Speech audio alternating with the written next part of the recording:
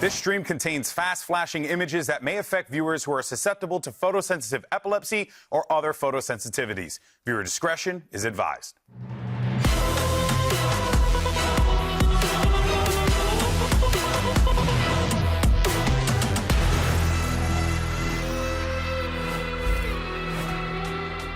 Clear your schedules because VCT has your Sunday covered. We're closing out the week with a Battle of Brazil and then a good old-fashioned grudge match. Hello and welcome to VCT Americas, coming to you live from the Riot Games Arena here in beautiful Los Angeles, California. I'm Zoe, and on the desk with me today are Sean, Gareth, and Wyatt is doing us the pleasure of joining. Biggest takeaway this week so far?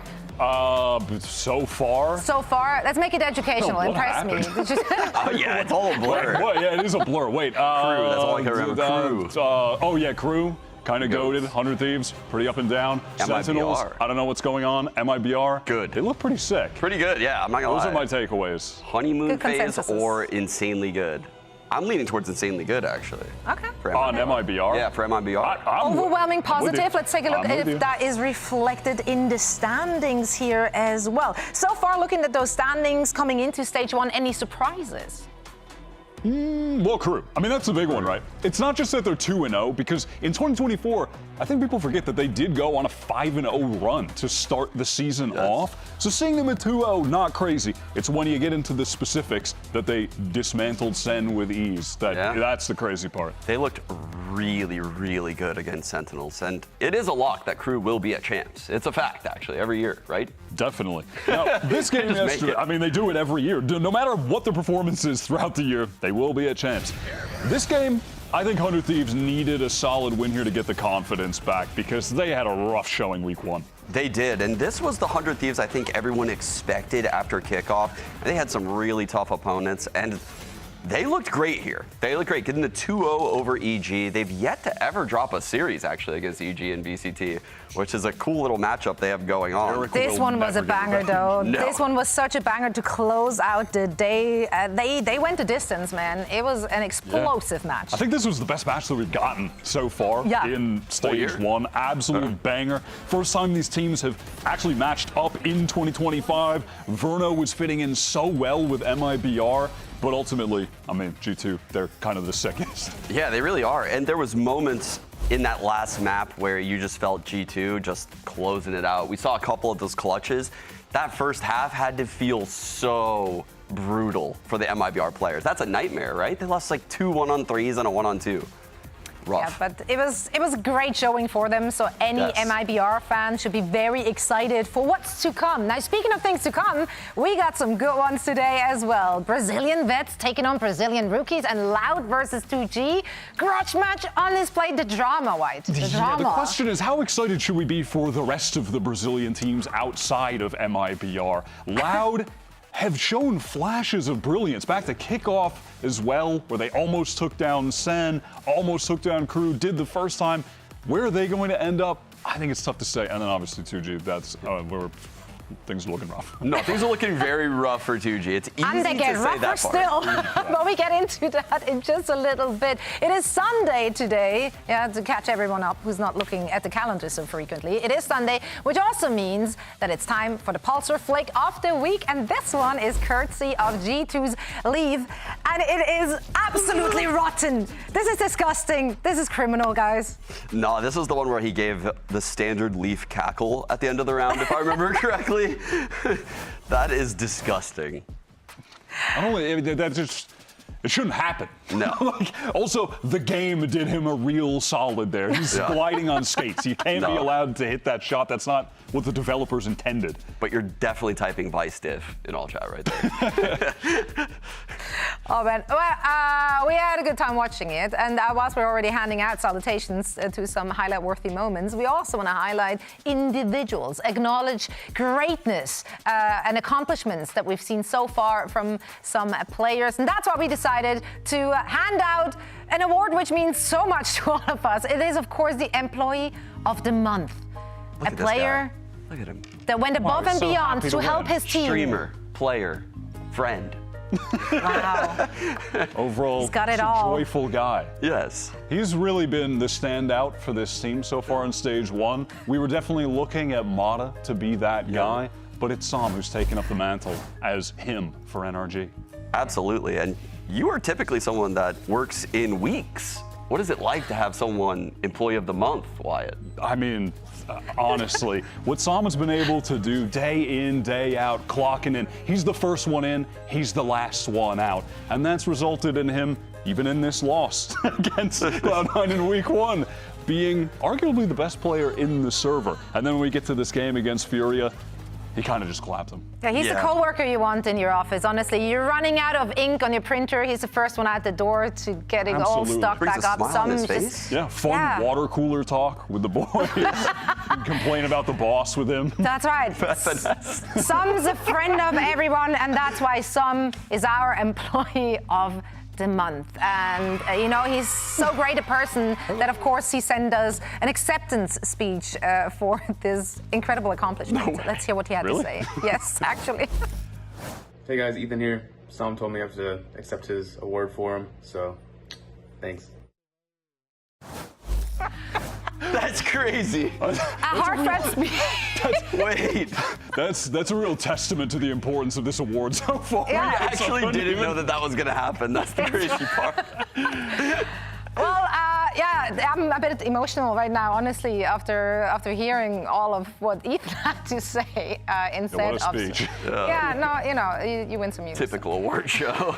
Actually, so true. That's so real. But you know, he does pop off on the servers, so he's usually well worth a watch. And if you want to see him live in the flesh, in person, you should join us here in the arena. That's right, because we still have tickets on sale. Not sale, just you can sell. No, we're selling them. You're buying them. The Riot Games Arena is right here in beautiful LA, California. And if you want to drop by, you should do that right now. There's a lot of great things, obviously, outside of the games. There's us. Yeah. That's a selling That's point. fun. Yeah, Yeah. that's fun. But even better, we also have some goodies. We got merch for days. We got some new stuff this stage as well. So let's send it over to Riv to take a closer look at what the goods are. I'm here at the Riot Games merch booth with Mariah. We're hanging out. Beautiful day here at VCT Americas before the games, and we want to include you in what kind of new merch you can get here if you're hanging out at Riot. Mariah, what are we looking at? What kind of things have we added this year? Yeah, so this year we have some gun buddies. These can either be a magnet or it can be a fun little bag charm or something like that. And behind us we have these hoodies. It's the same hoodie, but this is exclusive to Riot Games Arena. You can only get it here. We have this ISO jacket. This one's really cool. These sleeves actually unzip, so you can make it a vest. So whatever you want. That's too cool. And then if we come over here, More new stuff, tons of stuff.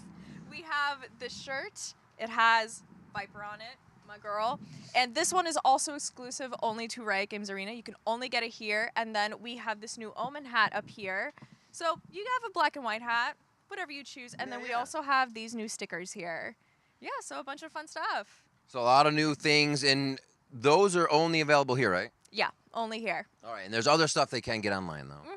You can get this Omen hat online. You can get all of our plushies online, as well as the gun buddies and the ISO jacket. And when you're coming to Riot here, when do you come in there? Beginning of the day? Can you come all day? How long is the merch booth open? Yeah, we're here all day up until when you guys leave. So if you want something but you want to wait until you're leaving, yeah, you can always wait. But I would say grab it just in case. I mean, I know I already grabbed one of those jackets. It's definitely amazing. The quality of everything is perfect. Mariah, thank you so much. Hope you have a great day, and we hope to see you in the games. Peace. Thank you so much. What's your merch of choice? What are you usually grabbing? Are you a hat guy, a t-shirt guy, a gun buddy? I like a little plushie. I mean, last week I was doing some excellent shilling. I bought Tens mouse outside. At the You also Fest. mentioned it about 100 times on broadcast. Yeah, so exactly. I hope That's that why upped I'm the the greatest sales. shill in the business. Listen, whatever I got to do to get that day rate going up, I will shill all of the merch. You Love that for chill. all of us. What I do is I put on my VCT Americas Year 1 jacket and just pretend I'm Oh, Potter. you're one of those guys. I'm pretend I'm Potter. Because she wears it all How's the that time. working out for you? Pretty well, Not- actually. Well, Top-Boy's doing all in right. in certain regards, I guess it's doing pretty good. Yeah, in certain situations, when the light is just right, we might confuse him for Yeah. Potter. It's almost the same thing. Now, I want to get into today's games, though. We got some good ones, as I already alluded to. Our first matchup is going to be Loud versus 2G, and this may be the first time we're going to see these two teams meeting here in the Americas stage. But they did play during the off-season in the Ticino Invitational, and it was 2G taking the victory. We do have a slight caveat here, of course, that 2G did have their absolute star player, Spike, with them, which I know Wyatt personally is a Omega fan of. Yeah. And also, Zap did not play with them for this tournament. So, yeah, a different team. Very different team. Also, have to speak about how Loud were a very different team in the offseason. For me, they were the biggest glow up from the offseason into the regular season. They were significantly worse in terms of the team play, the fundamentals, than they are now. So that was a time where you have a 2G right out of Ascension. Vibes are great, playing against this newer Loud squad. Totally different beast now. Very different as well because they had Prize on the team, who's now on Furia, right? So they have two different players compared to what they're going into today with. And Loud, I agree, they looked rough in the offseason. There's been these weird moments for Loud where they look incredible, like the opening map against Crew. I mean, they blew them out on their map pick, but then they go into their own map pick, they get blown out even harder. It's like 13-2. That game made no sense last week. Made no sense. I mean, And then this was the strangest game of the year so far, I think, in Americas. it was crazy. And Yeah, then- it went stump into a fairly close match. But yeah, what can you even take away? If you're a 2G prepping against Loud, is there any sense, rhyme, or reason? I think I would be a little bit scared if I were 2G because Loud shows that they can do it. Even on this last map, they were up big. I want to say it was like 8-4 in the first half that Crew had to grind back into. I mean, I think Loud are very close to being a top 3 team in our region. They just need to dot the I's, cross the T's. Yeah, I feel like they're one of the teams that have displayed a low floor and a high ceiling. Yeah. When they're at that ceiling, though, we've seen this year Kaunzin be one of the best initiators in Americas. He is getting multi-kill after multi-kill. Pancata's sharp as ever with the aim. Dijazine out of that stint in Challengers, back onto the big stage, looking as good as he did year one. There are a lot of upsides. It's about the consistency having it. Yeah, let's support that visually, actually. Pancada, absolute iceman. He was a stone-cold killer on the server. I mean, if you have performances like that, you should be feeling pretty confident about your team. Absolutely. This guy's frying in the fights. Like, you're watching him post up in all these off angles, just destroying people swinging into him. It reminds me of vintage Pancada, right? I feel like people slept on him during that Sen phase where they were just putting him on Sentinel. Yeah, definitely. You forget and shouldn't forget at times that this guy is a world champion. Yes. And at the time, he was the best controller arguably in the game, easily top 2. And he really has gotten, you know, at least getting close to back in that form since getting back onto this smoke. So like you said, yeah, his stocks went down with that weird play on Sentinels, you know, past year, but he's back. I'm going to ask you a question. Why? I'm going to put you on the spot. Because you love the Brazilian scene. These guys have Luxo chilling on their bench.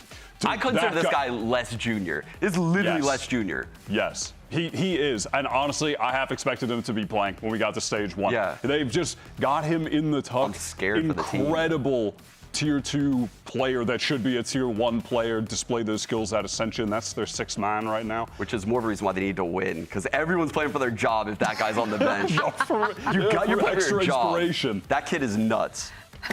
That's all I have to say about that. I feel like Loud players have to feel the pressure. With that guy being the 6th man, he's legit.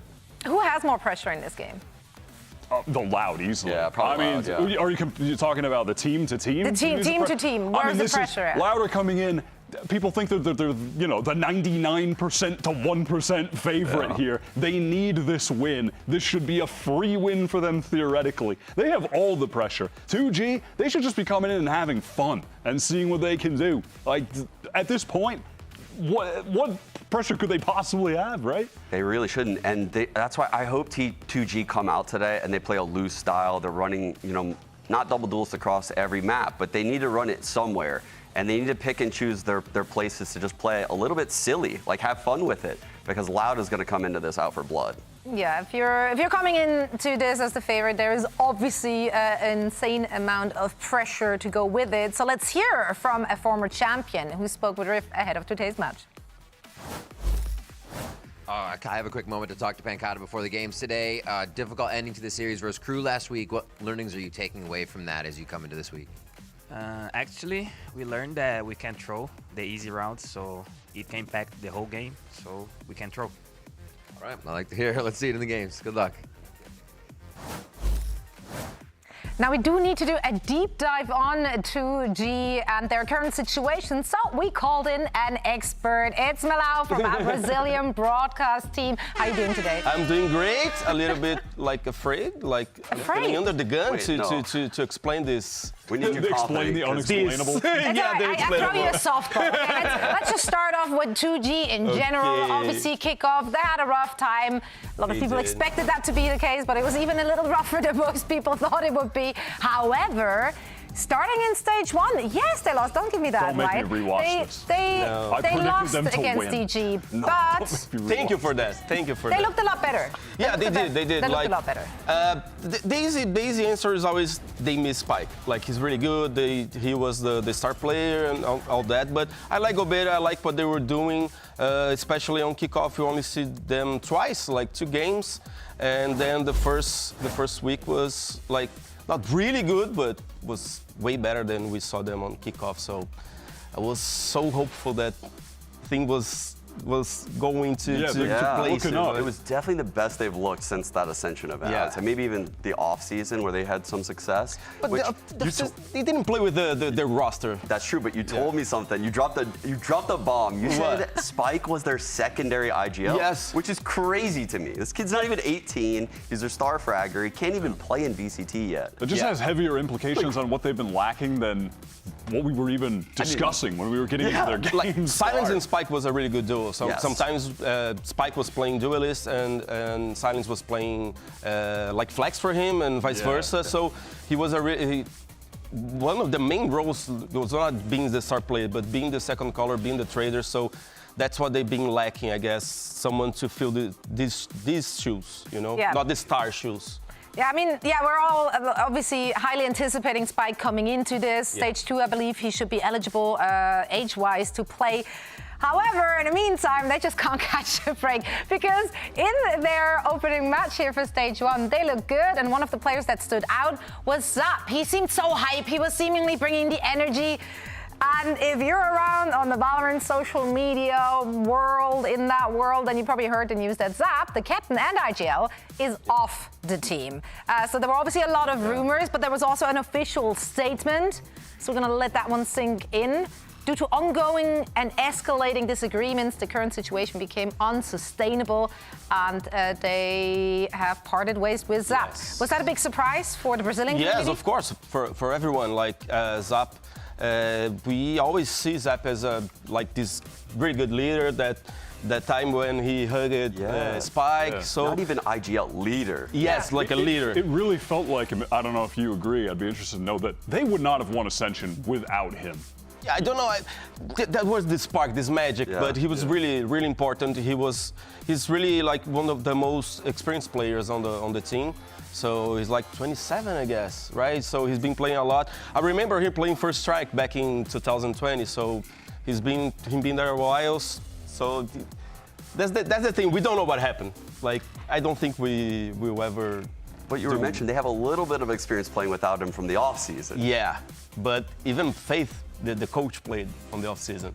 But they won a couple of games. Yeah, but it's also an off-season tournament. But Spike was playing. You're coping over there. You're trying. Okay, so Zap is out. So obviously the big question was, who is coming in? The new player that picked up for the roster is PXS, and he's coming up from Challengers. Yes, he's been playing Challengers since 2021.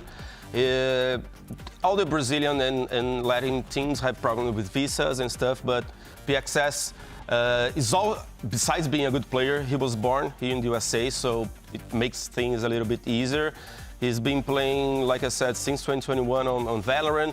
He played last year alongside with Zeno, like Shannon from MIBR. He, after Pala came to MIBR last year, he went to play on his place. And he was playing on a team as a Sentinel this time. He was playing Duelist before. Now with the Villa of Zanatsu, they don't have an ARG, but he was playing with Conan. So a few guys that was playing. A lot of good players that have been around the scene for a while. Yes. Do you know on those teams, crucially, what the communication was like? Is he fluent?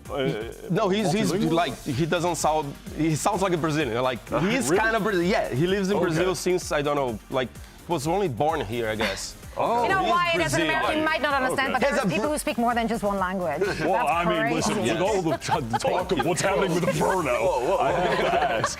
Unnecessary shots being fired, I was just asking a question. No, you were a target. You made yourself a huge target for that one. He has both seasons. Yeah. Has both. And I was talking to Sidozor, he's the IGL for Stellai, the former team of PXS. And he says he's really good at comms, so I think that's the kind of guy they needed. And I've heard he's like very skilled mechanically, right? Yeah. Like this is a mechanical upgrade for sure off of Zap. Do you expect him to play a little bit more scrappy, running the double duelist and stuff a lot more? I don't know, because I don't think, even though he's a really flexible player, I don't really think he played Initiator yet. I talked to him, he's playing, like, filling Zap's shoes in the role, so... Oh, they're gonna 1-for-1 rolls. Yeah. Oh, that could be difficult. We got Terro, like, you don't need to be... That's true. That's a good point. That really good at playing, like, Initiator, so... Let's see what's going on, because what's going to happen, because that's a tough one. But I talked to the guys before the match, and they seem like really like life, like they're optimistic about it. Yeah, optimistic. Like they were happy. Like you know, so it's time to have fun. Yeah. This team. Can you tell me? Actually, when we're watching them, I swear it looks like they have so much pressure. Like they're feeling a lot of pressure. But the community, I feel like, doesn't expect a lot. Yeah, I feel like we don't expect a lot because they can't even have their star player, their secondary IGL. But it's their one shot. I know. Like, so like it doesn't matter what the community expectations is. Like, this is your one shot. Like, you worked all your life, your very young lives, you worked for this opportunity. To know that you're going to come into everything as the underdog, like, That's tough. That can add pressure. We just talked about shoes to fill, though. Yeah. Who's picking up the IGLing role? LZ. Okay. Yeah, he's playing. I talked to them. He's like he's the most experienced guy, player on the team. He's really chill. Like he always like everything is good with him. So let's see if he can fill this IGL shoe because Zap was really good doing it. Yeah, LZ is one of those players on this squad that was always thinking util first when you watch him. So it does make sense that he would be the one to take over the role. The question is he ready for this level of like additional requirement in his game plan, right? Requiring you to think so much more macro than what you were before when Zap was on the team. We saw him struggling to close out that EG game in the one-on-one against Ye. I mean, that worries me a little bit, putting more on that guy's plate. But I don't know why they feel so much pressure. Like, we know that the main goal should be the second split, like when Spike is able to play, when they're going to aim like playoffs, because you can really beat G2 right now to stay on the league. So I don't know why they put that much pressure on them. So now they have to deal with it. Do you think that it'll help to play against a Loud team that they're very familiar against, or will Loud just feel too comfortable playing against a team that they kind of know that they're better than going into this? That's a tough one because Loud comes from two losses in a row that they had the game on their hands. Also after blood. Yeah, so they must. If the game starts to go bad for Loud, I think 2G can snowball on, you know, because their mental might go boom. Are you questioning Loud's mental? Do you think this? No, I'm not questioning Loud's mental, but it might like nightmares like this, like ghosts from the past. I gotta up my instigate game, you know? Well, I'm excited to see what the PXS is bringing to the server. Malata, thank you so much for sharing your insight. And let's hear what LC, their new IGL, has to say before today's match, because Riff had a chance to catch up with him. I'm here with LZ before the match today. It's been a difficult 48 hours. You're moving to the IGL role now, and a new player flying in from Brazil just this week. How do you prepare for this day's match? Cara, sobre a questão do IGL, é uma questão difícil, porque trocar IGL é muito difícil, mas o time precisava de alguém que assumisse essa responsabilidade e meus teammates depositaram muita confiança em mim, então foi uma forma mais tranquila de trabalhar e a gente está muito leve com isso. E sobre a questão do play, a gente teve muito pouco tempo para treinar, mas mesmo assim a gente teve uma boa preparação nesses últimos treinos e a gente está muito confiante para esse jogo. Yeah, about becoming an IGL is a very hard decision, but it had to be done. I have all the support from my teammates, so I think we are confident with that. And about the new player, we had very little time to practice, but we had good practices, and I feel like this is just going to be all right. It's going to be good. All right, great to hear it. Good luck in the games today. Thank you. I mean, it's so unfortunate. It's such little time, and then not just slotting in a new player, you also have to figure out a new way to IGL. Like, that's a tough spot to be in. The roles are what's crazy, right? Like LZ getting into this IGL role. You don't even know if PXS has the capability of slotting into some of Zap's roles, but we're gonna have to see it. I think they have to pivot comps. That's a guy who's been playing Sentinel and Duelist in Challengers. That's going to be tough.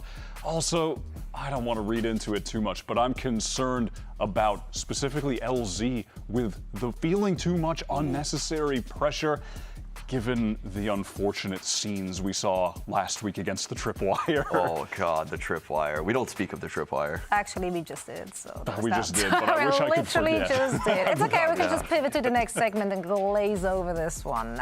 We've got a new map pool, not just new players taken to the stage, and I want to figure out how much attention you guys here on the desk are paying to your surroundings, and that's why we're going to play a little game. It's called Where You At? We're going to show you a small portion, a zoomed-in portion of a map in our map pool, and you have to guess where we're at. Crazy complicated. Dude, this is always so impossible. Okay, chat, of course, feel free to play along. Let's head to our first map. Unless it's like a picture of the bears in a circle somewhere. Yeti always cooks me with these. Fracture. Oh, you're right. It's Fracture. Yes. It's like Southside Fracture, A main. Outside A main. I think. Am I trolling? Any confirmation of the ruling here from production as well? Do they just need to give us the map or the exact location of the map? Just map. it's Okay, just just a map. map? Just Oh, it's the map. fracture. Oh, we go If fracture. this isn't Yeah, fracture, we go fracture I on this quit. Okay.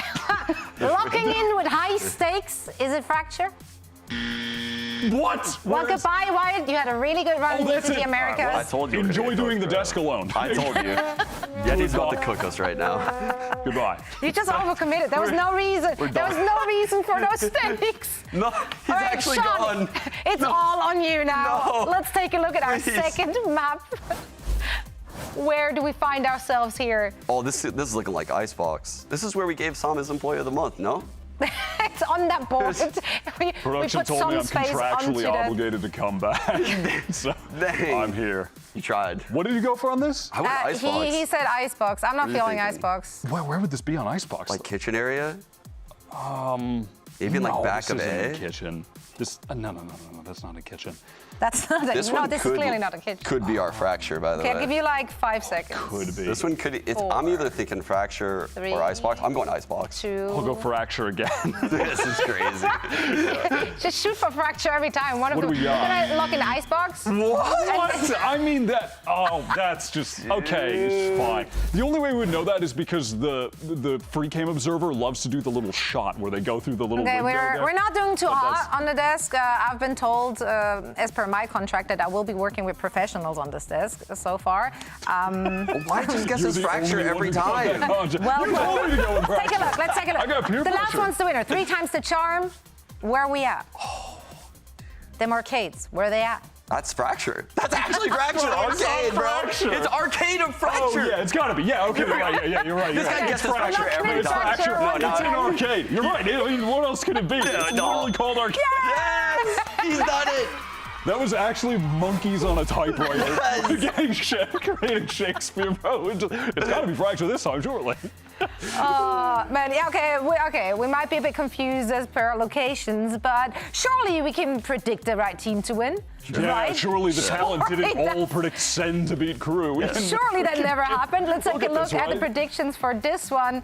Okay, I mean, the first one feels like, yeah, that would have been an insane cook. I think I'm the only member of talent who has predicted 2G to win a game. I thought you're going to roll with the narrative, too. I thought you And hard committed for the rest of the They season. turned me into I was flattened to the status of a loose leaf sheet after watching Haven dramatic, against okay. EG. But for That a ruined hot minute, you had some hope. it. Oh yeah, when they were that's down that's on why I was 8, so you were like, flat. But game 2, I think a little bit more of a mix-up. Oh We've yeah, got a game favorite 2's gonna be 5-9. fire. Actually, I can't wait to see Demon 1. I think he's gonna evolve a lot week to week in the smokes role.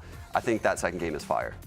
You think so? Well, Yeah, we'll find agreed. out very soon. That's the good news. And then we can, go back to our hot takes here on the desk. Our teams are ready to take to the stage. So let's get this day started. It's Loud versus 2G and Cloud9 versus Leviathan. VCT America starts right now.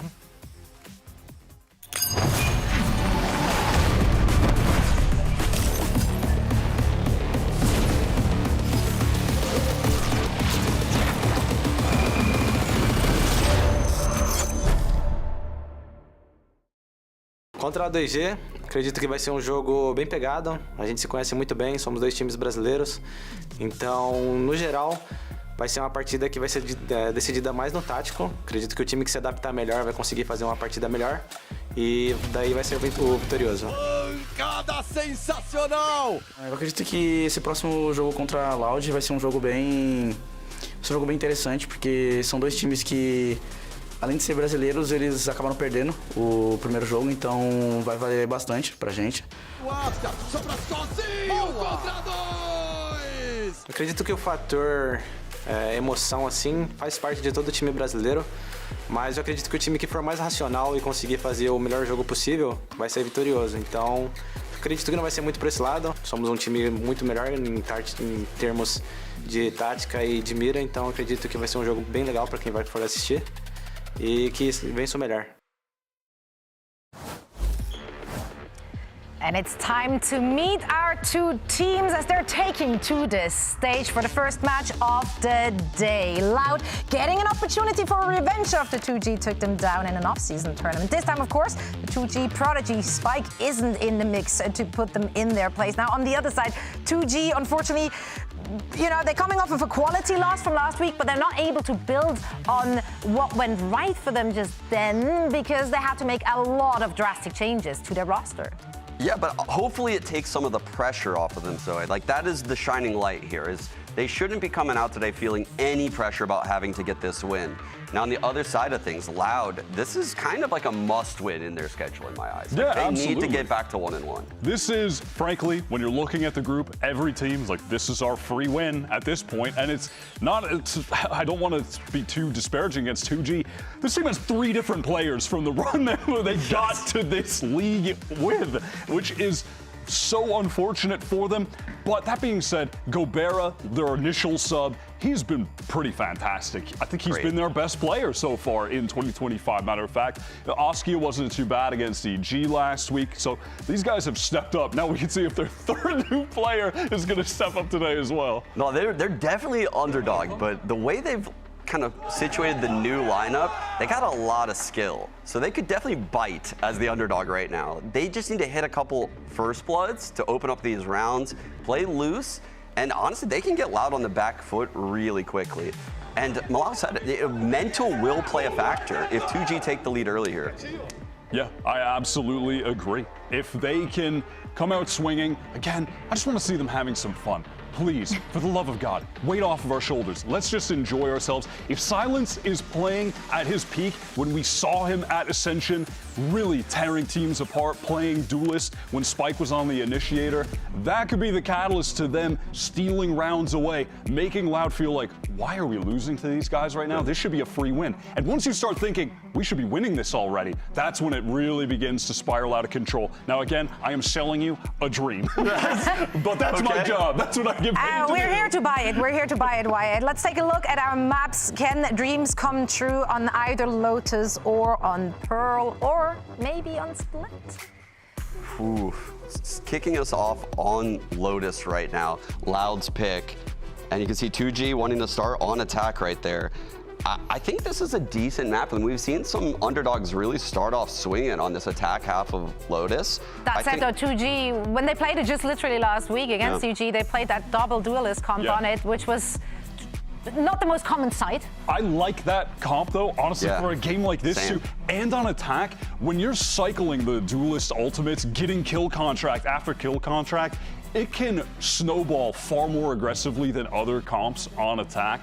And they could get off to a nice early lead. Again, I'm selling you the dream. But I do think this is possible. Like, hey, they get a pistol round, Silence gets a few kills if he's continuing to play ISO. All of a sudden, we might be cooking, could get a close game. It's possible. I want to see the comp before I get the cope Yeah, out. exactly. That's honestly my main thing. The comp gives me the cope. Yeah, that is a fact. Okay, on Loud side, what composition do we expect to see here? We've seen plenty of footage, of course, from them on Lotus. Oh, that's a good question. They're probably going to go with like Fade Cypher. Yeah, they have. And with the Neon, which Digison has been really strong on. I like that they pivoted to this look, actually, with him being more Neon focused. Common was really quick to go into the Breach Teo in Kickoff, but they like stepped away from it really quickly as well. They're one of the first teams playing it. Yeah. Meanwhile, we've switched it up. We have Silence on the Vice. PXS just 1-for-1 picking up the role of Zap. Again, was, you know, PXS traditionally playing Duelist or Sentinel, so we'll see how he can perform on a new role. I mean, they can do it, but it's going to be very difficult. They're playing straight up. Difficult comp.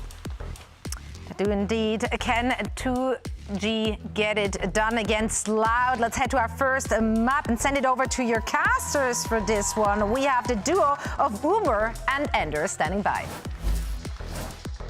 Thank you very much, Zoe and the desk. We see two Brazilian teams at a bit of an inflection point here, and one has come off their third game against Crew in 4 officials, trying to find out where they sit in the grand scheme of things, and I think it's safe to say that our 2G team got some soul-searching to do. Yeah, well, the other team, 2G, has only played 3 officials this year, right? And it's been all losses for them. They're coming in after the loss of their IGL, after bringing in PXS. We found out that this guy was going to be playing for the team today. It's time, of course, for your Samsung match start. Load up fast with Samsung SSDs as we head into Lotus. And this 2G team only have two of the players remaining that they ascended with now. They're looking completely different. PXS has come in, picked up the breach on a map where previously they had Zap on the Sova. So a comp change for 2G. It's a comp change, but in theory, maybe an easier comp to play. PXS picking up breach. Not the hardest agent to go ahead and implement. Right now, just working into that front B space next to the Tejo. The rest of his team works into sand, potentially looking to open this door and pinch into front B. A lot of progress towards the B site being attempted here by 2G. So a bit of a chunk of the map carved out by Loud as slowly we start to tend in that direction. There's, of course, the chance for Loud to descend upon them, or at least for DJZine to do so through door if 2G don't get moving. Yeah, looking for this re-hit now, but there's a stun ready from Loud's defense. They can look to open this door and really catch out 2G in the choke. Here they come, flash in, fault line immediately comes out. It's going to slow PXS up, but 2G still want to make this way in. Cowanzine, though, able to take his pound of flesh before he ducks back to cover. Might look to linger a little longer. PXS is down, still no plant yet. A little bit awkward as 2G trying to make their way out towards Waterfall, and now once they get to the fight, they're able to get some damage done. LZ and Gabera, though, low, clinging to life is Loud, want to close the net.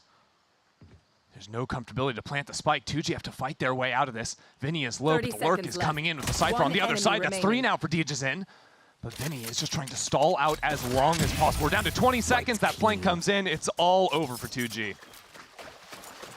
And the setup's there for the defenders. I mean, Vinny is just waiting on a cue that 2G is trying to hit this C site. There's a fault line that immediately throws their plans into disarray. And again, everyone has a plan until they get punched in the face. Exactly, right? And I think importantly, Cowanzine was not hit by the Omen blind coming in from the attacking side. The side anchor was, but he's able to pop out of that smoke and do a lot of damage while the rest of his team came rotating in off the stun. Again, there's a lot of moving parts in this 2G comp, trying to get your breach util lined up with your Teo setup. Now with the player just coming in, it's tough to have a just add water solution for this comp. Now towards Mound, DJZine wants to try and assert himself a little bit here. That first shot, though, is a little wayward. Does throw that relay bolt out, but wants to hang around towards Mound still. Fight scene on the A side of the map, too. So far, 2G have been effectively stalled out towards sand. And now without a fault line to work with, no flashes on PXS either, they'd have to swing into the line of DJZine's Outlaw. So I think good news from them is they're just going to grab the orb, maybe rotate back into A, see if they can play for that. Pretty sure Kawa took it on the other side, but it's the little wins 2G are going to be looking for in a round like this. This comp has the ability to obtain some of that information safely, more passively, right? Where they actually have a scan initiator here in the form of the Fade, whereas 2G, it's really about layering that util together. Yeah, layering the util, Askia as well, going for swings before teleporting out just to get some info at times. DJZine is reposted here over towards... Oh, but he's going to see some action. Has to be able to get out, and he can, at least with the fast lane. Vinny now going to fall back on the side here. Looks like the relay bolt caught a stun. And Vinny's going to get in position to cut this to the quickie. He hears, of course, a lot of noise. As 2G try and make their way towards the side, Gabera's able to bring Vinny down. The classic sings. 2G's here wants to wait, though, for a little bit of reinforcement as Pancada provides it. Paranoia thrown out. Still no plant of the spike. Gabera helps himself to the Outlaw. Only 10 seconds coming in. Players on every single line, but that Outlaw's doing some work. Time to get the spike down. It's a 2-on-2. Getting rid of the pinch there over towards Mound is pretty big, but you're still going to get this plant stuck. Now Gabera stuck in a 1v2. 2G's and Pancada. Only ghosts to work with here. But in a position to double face on this, but the spacing's not quite there. 2G's has to challenge. Then he bails Loud out of what could have been a bit of an embarrassing situation on an anti-eco. Wow, Gobert picking up that Outlaw, finding 3 kills on the round. You're certainly going to take that from 2G. The spike plant, too, because one of the things, if they had fallen there before getting the spike down, that's 2 rounds in a row. You don't have the spike. You don't have any kills on any of your big players, so the ultimates would have been looking bad. But as it stands, a big round 2 from Gobera. Now you've got the Teo ult to work with. And they were already funneling orbs in towards this Teo, so clearly that Armageddon has a part to play in their overall strategy now, heading into this first gun round. Eyeing things up, the Outlaw was saved over, but 2G knowing that, go full heavy for themselves. Shouldn't be too many issues, but keep your eyes on Vinny playing over in tree right now. Big stun line if 2G try to fight into that rubble space. Can play off the haunt things as well, but so far, 2G not caught out by that. Got a lot of passive info gain here. Cypher cam to spot any push up in this 2G's direction. Yeah, by the way, Vinny has a Sheriff in tree behind door. Off of the Cypher cam, he is going to be trying to wallbang, get a headshot kill off of the camera that's spotting it through that little choke point. Oh, it might not be needed here. Venkata just takes a line and follow up there on the fault line was perfect. Digizine, it's been a little haphazard over on this side of the map, but he'll take his one. LZ and Silence now know path is clear, mostly to hit this seaside. But remember, Gobera falling early means no Tae ult in this round. This is a bonus for Loud that 2G find themselves severely outnumbered in. So far, Loud can only surmise as to where 2G have opted to go here. With their camera in towards Baby Door. There's a trip on B, so they have to narrow down the possibilities pretty quickly. And Picada's playing more passively towards this whole side, seeing that util come his way. And Two guys getting blocked off by the wall is not good news. But if you look at 2G, they've actually separated down numbers. They need some hero plays out of these individuals. Silence going to take the first bite into Link, but it's not going to be there. Quite a round for Pancata so far. LZ just has to stay tucked and try and stop any potential defuse, but he's up against a veritable horde of interlopers, and here they come. Cowan's in around the corner. Not bad for LZ, but running out of bullets. 3 kills for him on the round, but Loud will have their third. That fight over towards main was just crazy. The fault line came in delayed into the rounds. I'm not even sure if that came off of information or was just a timing look from them, but resulted in 2 kills nonetheless. I mean, if it was just a timing look, that was perfect, considering that 2 players, look at this, out in the open. Contact, there you go. Digizine just goes 1 for 1 there. And again, it's been pretty assertive over towards that mound part of the map. LZ almost bailing out again. First Cabrera, then LZ almost is not enough here for 2G. 3Ks for both those players. Still sees them with a fat goose egg. And time for a timeout here after that first gun round goes awry. Yeah, this is a tough, calling a timeout this early, like you don't have really anything to work on. You know, 2G themselves have been playing a few slow rounds. They've seen the breach stun held all the way until their exec in the pistol. Then they see it on that A main fight there in the last one. Not too sure what the coach is seeing here that they can exploit in Loud's play. Yeah, again, you're probably trying to identify some trends, but 3 rounds is not a lot of data, especially when only one of them was a full gun round. But Coach Faith saw here, obviously led this team through a very tumultuous ascension process, despite the fact that they now are only 2 of those remaining individuals. Whereas Loud, I mean, like I said, yeah, the last 4 officials, they've played crew 3 times. The most recently, like silliness. It's a competitive series, I suppose, but they end up beating each other on each other's maps, and it's really one-sided both ways. Split is a bit of a grind, so there's still, we have a lot of questions still about what this Loud team is capable of outside of that individual level, which we know is there. Yeah, and outside of them against Brazilian teams. They typically farm those 4-1. Also, Digizine making the pivot in Kickoff. He was playing the Raze on this map, but I think people overreacted maybe a bit to the Neon nerfs initially. It's been pretty effective on this agent, using it now to catch the timing, dodge away from the breach Tejo utility. Okay, so that might have been part of the conversation. Hey, we know Digizine's playing pretty aggressively towards Mound, and even if you take that space, he will still find a way to punish you. LZ's able to push up, get tucked here, find that one, and this is going to force Pancata right back onto this A site. Well, not too far back, as he's always looking for a bit of a fight. Silence might look to try and fill this space.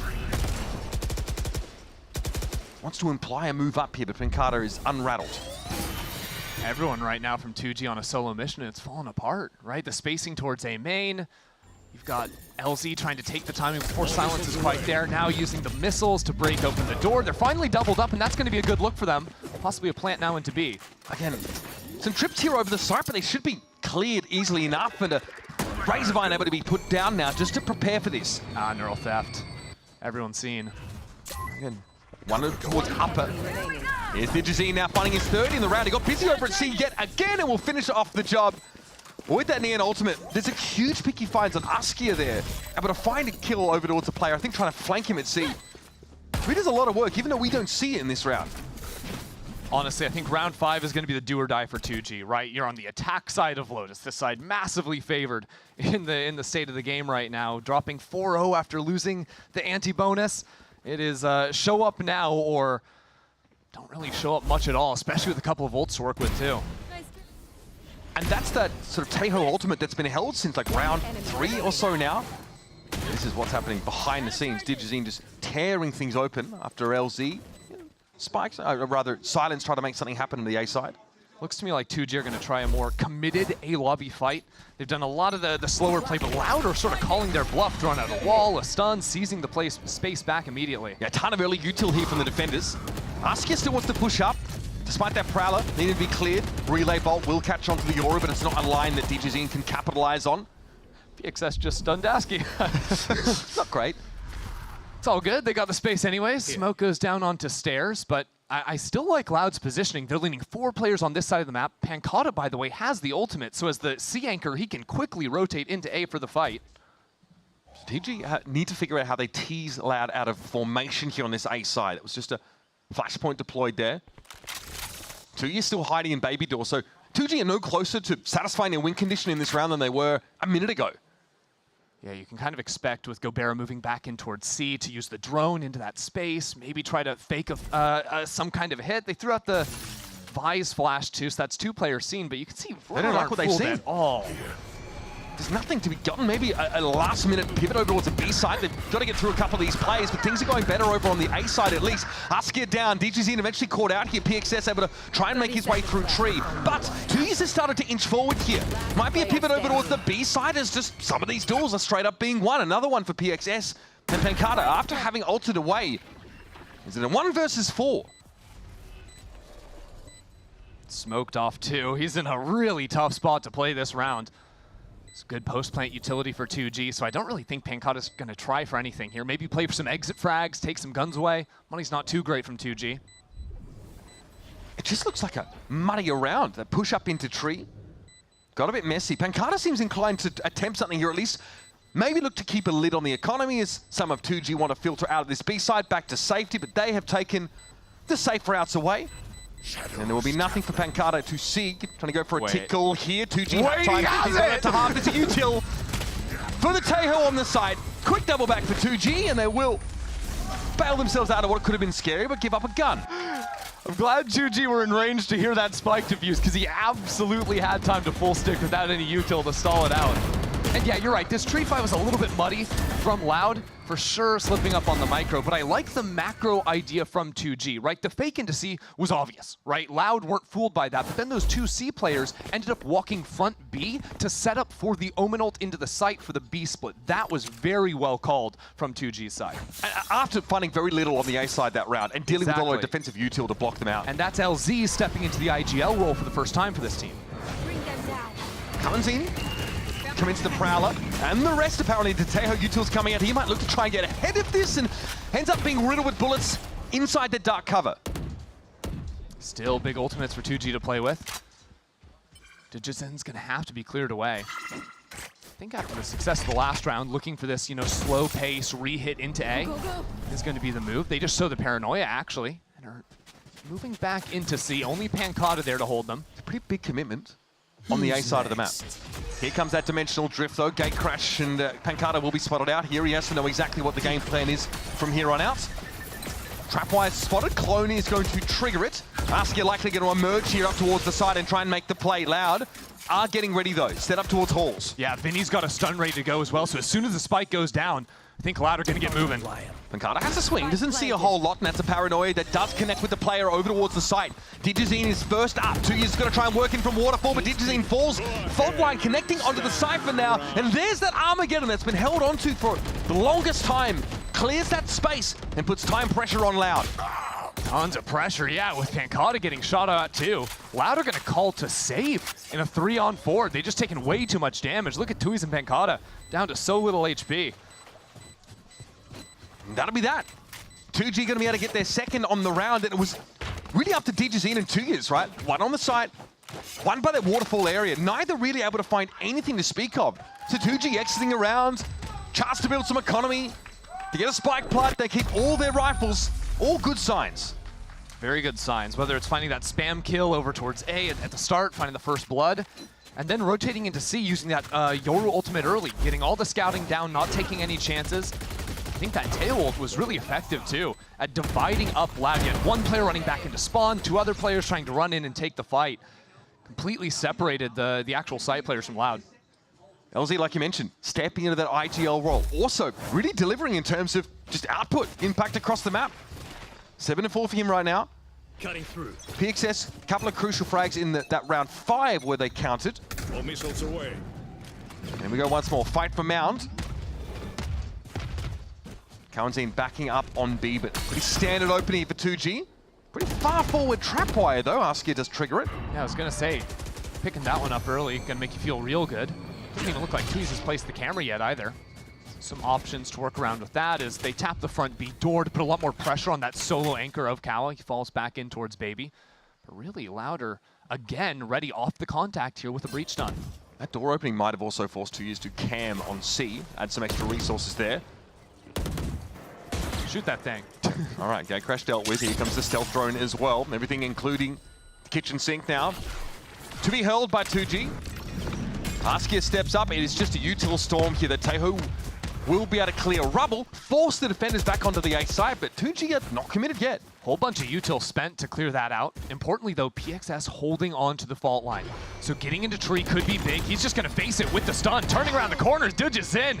Doesn't even care. Gets the opener, and look at that, 2G gonna try and split into B. Yeah, again, it's the contingency of heading over towards the B side. There's a good chance 2U's is quickly overwhelmed from that off angle. Can't play from upper, it's smoked out anyway.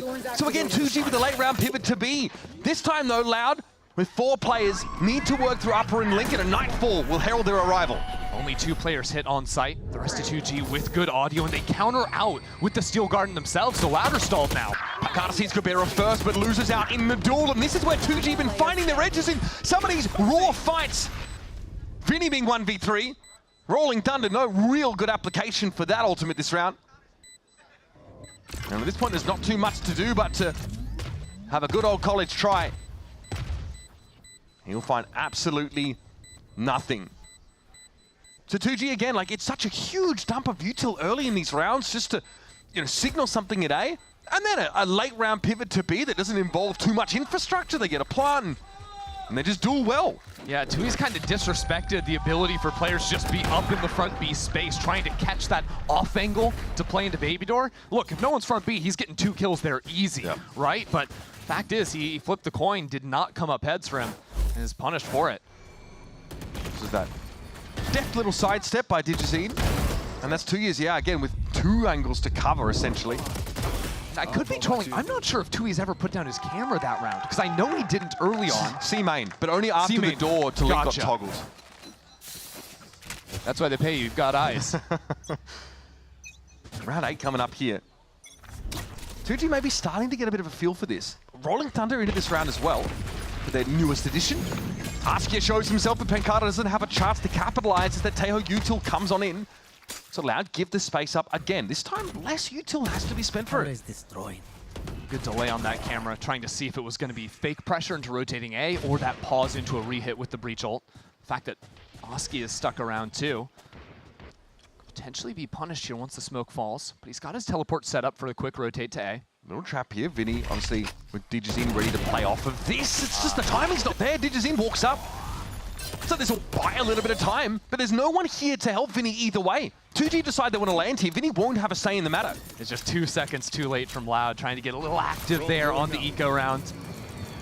Yeah, maybe Vinny can do some damage here, stall out with a stun to rotate players in, and that Stinger back sight we've seen teams really struggle to deal with. That Teho util hits pit and back A. Vinny, those had time to get to upper. But they're off the site entirely allowed. These Stingers, though, they do want to try and dive in and get their feet a little wet. Cowanzine only able to find LZ for his trouble, and it's up to Pancada, who, again, hailing public transport to get to A still. Ouch. How about that? 2G just 4 rounds in a row? Like, where did that come from? I was genuinely ready. If round 5 came around and they lose that critical swing round, the map was over for me. But no, TUG have brought it all the way back. Now it's Loud calling a timeout on the other side after these delayed, refights over into A have faltered for 2G, or for Loud rather, a couple rounds in a row. It's pretty clear to see that Loud are trying to be assertive to gain control of rubble. but there's one round where they like lose a player through smoke. There's another where they end up just having to give that space and allow 2G to pivot over towards the B side and punish 2Ys on his own. It seems like Loud have been employing this like 2-1-2 default where they've got the Omen Cypher playing relatively passively towards C, the Fade scouting front B, and then Breach Neon hand in hand into A. But because they're spreading their resources so thin, in these mid-round fights, they're getting outnumbered. And unless they're catching a great timing off utility, it's pretty hard to punish. And their B side also becomes a problem without Cypher utility to keep it covered in the mid-round. So I'd expect Loud to make a big pivot coming into a round like this, maybe change the location of the Cypher, maybe fight more aggressively with a stack of 3 or 4 players instead of spreading out so much on the defense. Because there's a sense that even though they're quite thinly distributed, Loud don't want to play for these retake scenarios if they can help it, right? Like 2Ys is smoked in upper on B and he still wants to push towards Link. He wants to, you know, Loud don't really want to allow 2G into the A side of the map lest they, you know, go B late in the round and force the defenders to be on the outside looking in. But that is 4 rounds in a row for 2G, whichever way you slice it. The bank has been built up beautifully. They're still got a Rolling Thunder to work with. And again, they're doing the 2-1-2, and it's pretty consistently been 2 players into tree, opening the door early, maybe using the stun if they see someone. Feels a little passive for me. Okay, 2Ys now with that cam a bit further out. Of course, that one way to play off of is respected by 2G. For now. And Carter, though, about to have his hands pretty darn full, and just you've got to win those in that position, but completely overwhelmed there by 2G. That's what I'm talking about. Loud are overextending themselves, going for fights on multiple fronts without much utility to play off of on C. That's an ego fight from Pancata off the one-way. Not easy for him to get out of that spot either. No. Certainly not when he's taking the fight. You got to TP out immediately, but Kalazine sort of trying to take this fight with teleport coming up on high. 2G are into the site. Here we go, Rolling Thunder thrown out by the defenders. Is there a chance here for Loud to capitalize? No, a counter thunder coming back the other way. Vinny almost caught out there. Not punished quite yet, but it's going to be a trade on the site. Loud down to 3, and they're still very much at the extremity of this, but look where the spike is. It's dropped there in C main. Digizine has a line on it. 3 players facing him, though he's going to fall. And that's just too early. Kalazine is going to be late to the party, so Digizine getting it active here with the Zappy hands. 1 kill up from back in CT. Kalazine now puts the pressure as Digizine falls back, but it allows the spike to go into the hands of Askia. Telegraph, though, Digizine obviously makes a hell of a lot of song and dance about the fact that he wanted to fight there. 2G under the cover of that smoke. Extract the spike. That neon ult expires. And now, Digizine and Kalazine have got to put it together. By scouting CT, though, they have a very good read that players, at least one, is going to be coming in from water. Time of the essence, of course. There is a haunt here for Kalazine that has just come back online. 2G grouped up, LZ and Askia. LZ, one of the original Ascended of 2G. And Askia just doesn't have an opportunity to have backup from LZ. It's that back of spot. It's doable, though. There's the tap. Shots come in, and Digizine exits with 4. LZ just loses his nerve. Hero round from Digizine. I mean, look, that was a 4v5 round, no smokes for Loud. And he just gets 4 kills there, fighting into sand. It's funny how, like, your Omen dying early on defense, like, really changes the complexion of the round. You don't have that stall utility whatsoever, no paranoia to work with, no nothing. Look where the spike gets dropped. It's the Rolling Thunders that come from both sides that throw things into utter chaos. I think it's one of the reasons why they're going for that flank there, because they don't have smoke, so you can't let the other team play off site. That's not going to work. They're just going to be able to shoot you down without coverage against the spike. Digizine almost has the frag total of his team combined. 16 to 15. Not too bad. All right, here's Digizine on the swing. Oh, okay. Well, 1-for-1 allows Pancata at least to fill that space here towards Mound. Finally a shift in how they're playing, but 2Ys is playing so active, way in front of his utility towards A. It's a 1-for-1, sure. And the offer Askia is punishing these walk-ups from Loud, this contact play that the defenders are trying to do on the extremities. Now in the 3v3, Vinny just quickly pops in there, and that is such a crucial kill. The spike loose towards the A side now, and time bought for Loud to get their ducks in a row. Even Askia getting scouted out on site, and up in hand is uncomfortable. Doesn't have a gun to switch into. Loud tripled up in stairs. Scary prospects. Oh, buddy! Now this little 3-piece from Loud makes short work of Gobera. And Askia now has a bite taken out of him, caught inside this util. It's a matter of time. The Vultures are circling it. Okay, yep, all right. Fair enough. No scope there. Catches Vinny, but eventually justice is served, and Loud get 2 on the trot. I promise you, STK was calling for this sort of counter default, this different opening to round in the timeout, right? Didn't want to make it obvious the round immediately after the timeout, but here we come in, Cypher's playing to the C side, it's an aggro piece into sand. I really like that look with the deep fault line too. I mean, you called for this, you said one of the options for Loud is to like you go really aggressive and push very hard on one of those extremities, just like overload a side of the map. In fact, now they win the default round, can run the aggro round again. Now 2G are wondering, well, is it a different kind of aggro round? Could they go back in the default? I would choose to go back to, honestly, what hadn't been working for them too well. In the default. Okay, 6 defense side rounds here for Loud, nothing to scoff at. TP for LZ. Doesn't stick up, it doesn't see anything in upper there. It's just Cowanzin, a real light, loose grip here for Loud on this B side. Cowanzin wanted to find that initial timing. It won't be served up to him now. Vinny, well, in for a penny, in for a pound. He is trapped in that position and teaches him with it off, has to peer in. Eyes on C right now, opening the door. Is 2G on that fight. It goes around and Tui's gets the first kill. Louder trying to fight out through main, but the positioning is terrible for them. Cyber Cage here allows him to split this up a little bit, but it is Loud. Very thinly stretched on resources, down to 2 players. And 2G are not offering them anything here for free. LZ is a problem for 2 years, and eventually he just takes the timing. Cowanzin caught on the site, surrounded by 4. It is a tough job, and 2G will fight back. These B hits have been very successful for them. And this time too, LZ sticking back in B main, right? Sort of reading that that fight was going to come in through the open door. To that late dagger in the back of Loud's flank works wonders for 2G. It's able to nullify 2U's ability to actually get involved, do a crossfire with Cowanzin. For sure. It seems like 2G in these B post plants have done a lot of sort of solo plays in a way. They fight for a lot of these different lanes. There's 4 ways to attack into the B site. Usually teams will fight for 2 of them and they'll group up. 2G are playing 3 lanes, very individual, but it's working for them. Okay, Cypher over at A side. This time it's going to be Digizin and Pancada once again, but again, the weaponry not great. Neither of them. Lots to work with, but the Vandal in Digizin's hands will account for the Oru. Now the push out of C. A lot of control on this part of the map, and it's going to be 2 years that falls back on A behind this Cypher util. Yeah, 2 is going to go into stairs so he can play off his tripwire somewhat. Has the cam to work with too. But good pathing from 2G will avoid those trips entirely. No one's going down early. Straight through tree, and those trips are not going to be relevant whatsoever this round. Neural Theft was there for 2 years, but that's also completely irrelevant now as all of 2G. And as much noise as I heard of Wild Wildebeest.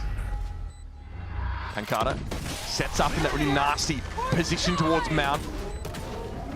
Is that still guarded now? So Loud obviously with their secondaries only, time ticking down. They've got to start to make way towards this site. Still 4 players up here for 2G. A lot of that stall, that post-plant util to work with, but they're going to try and overload in a tree. Gobera finds himself just the one. Still ticking away. 2G have to work with this now as PXS in upper is going to send that fault line in. As C's comes in, LZ can't be involved in this fight, but he's stuck inside the dark cover and finds his. Picard dives in. Just a 1-for-1. PXS has to stop this, but it's just sheer weight of numbers for Loud. Exiting the half with that 7 defense side rounds. Very successful half there for Loud, 7 on defense, and recovering after losing 4 in a row in the middle of that half. Put up a really strong performance after that timeout. Yeah, the adjustment's subtle, I think, at times here for Loud, but really quite effective. Making sure they converge and do play for a full retake here, as opposed to the first half of this defense side where they kind of wanted to get ahead of it a lot of the time and served up a lot of free kills for players looking to clear angles on their own. Well, folks, that is a pretty frenetic, I'd say, first half of Lotus. We'll be back after this break with round number 13 to see if Loud with this 2-round lead can keep it going.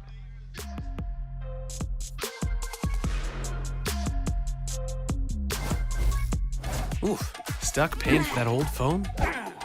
Don't be. You know, at Verizon, we'll pay off your phone. And you'll get iPhone 16 on us. That's a value of up to $1,600, only on Verizon.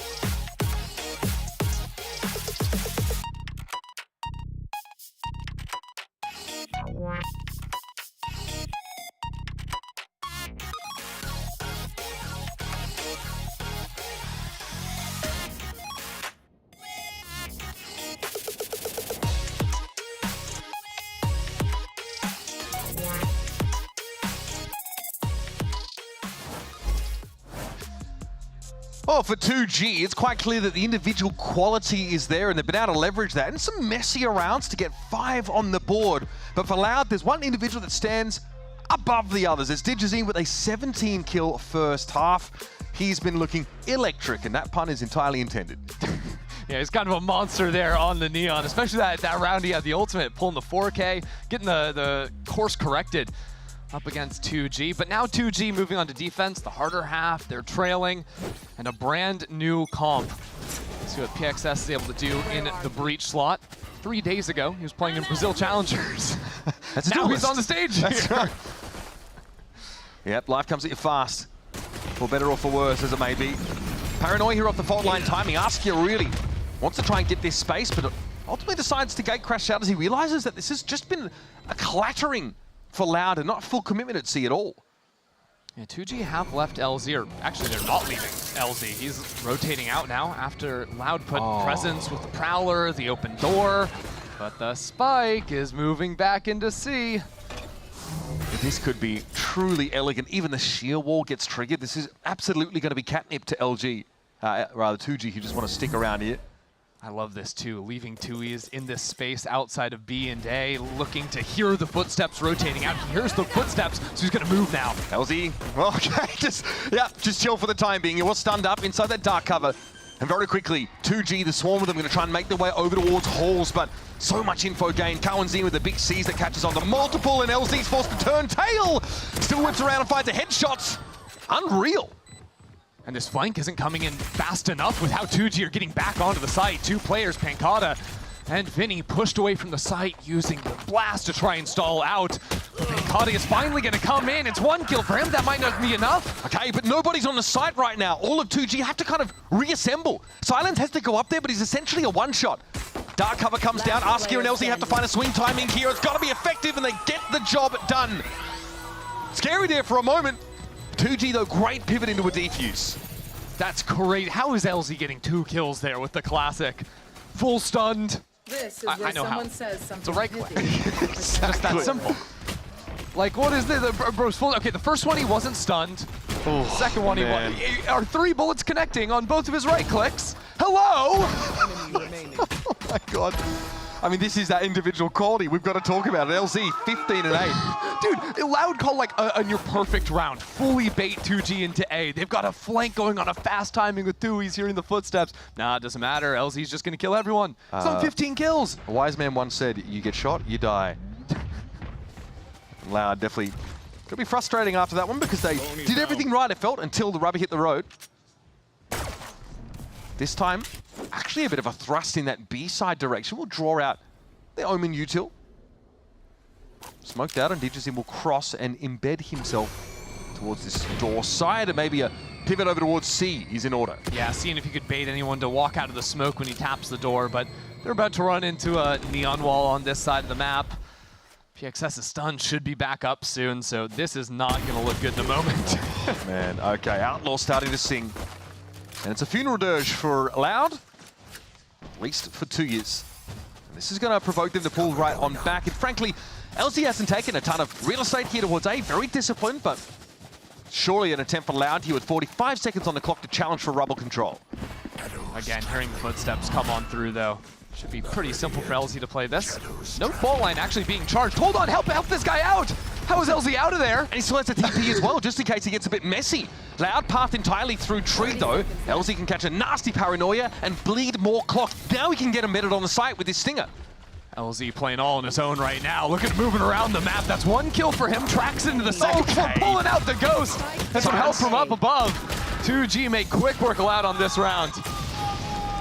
And I was worried maybe without Zap that this 2G team might be a bit muted, maybe a little bit quiet, maybe a little meek, demure even. Yeah. No, they're definitely making some noise out there on the stage, and after a round like that, you can't blame them. They have evened up the game after a conversion on the pistol.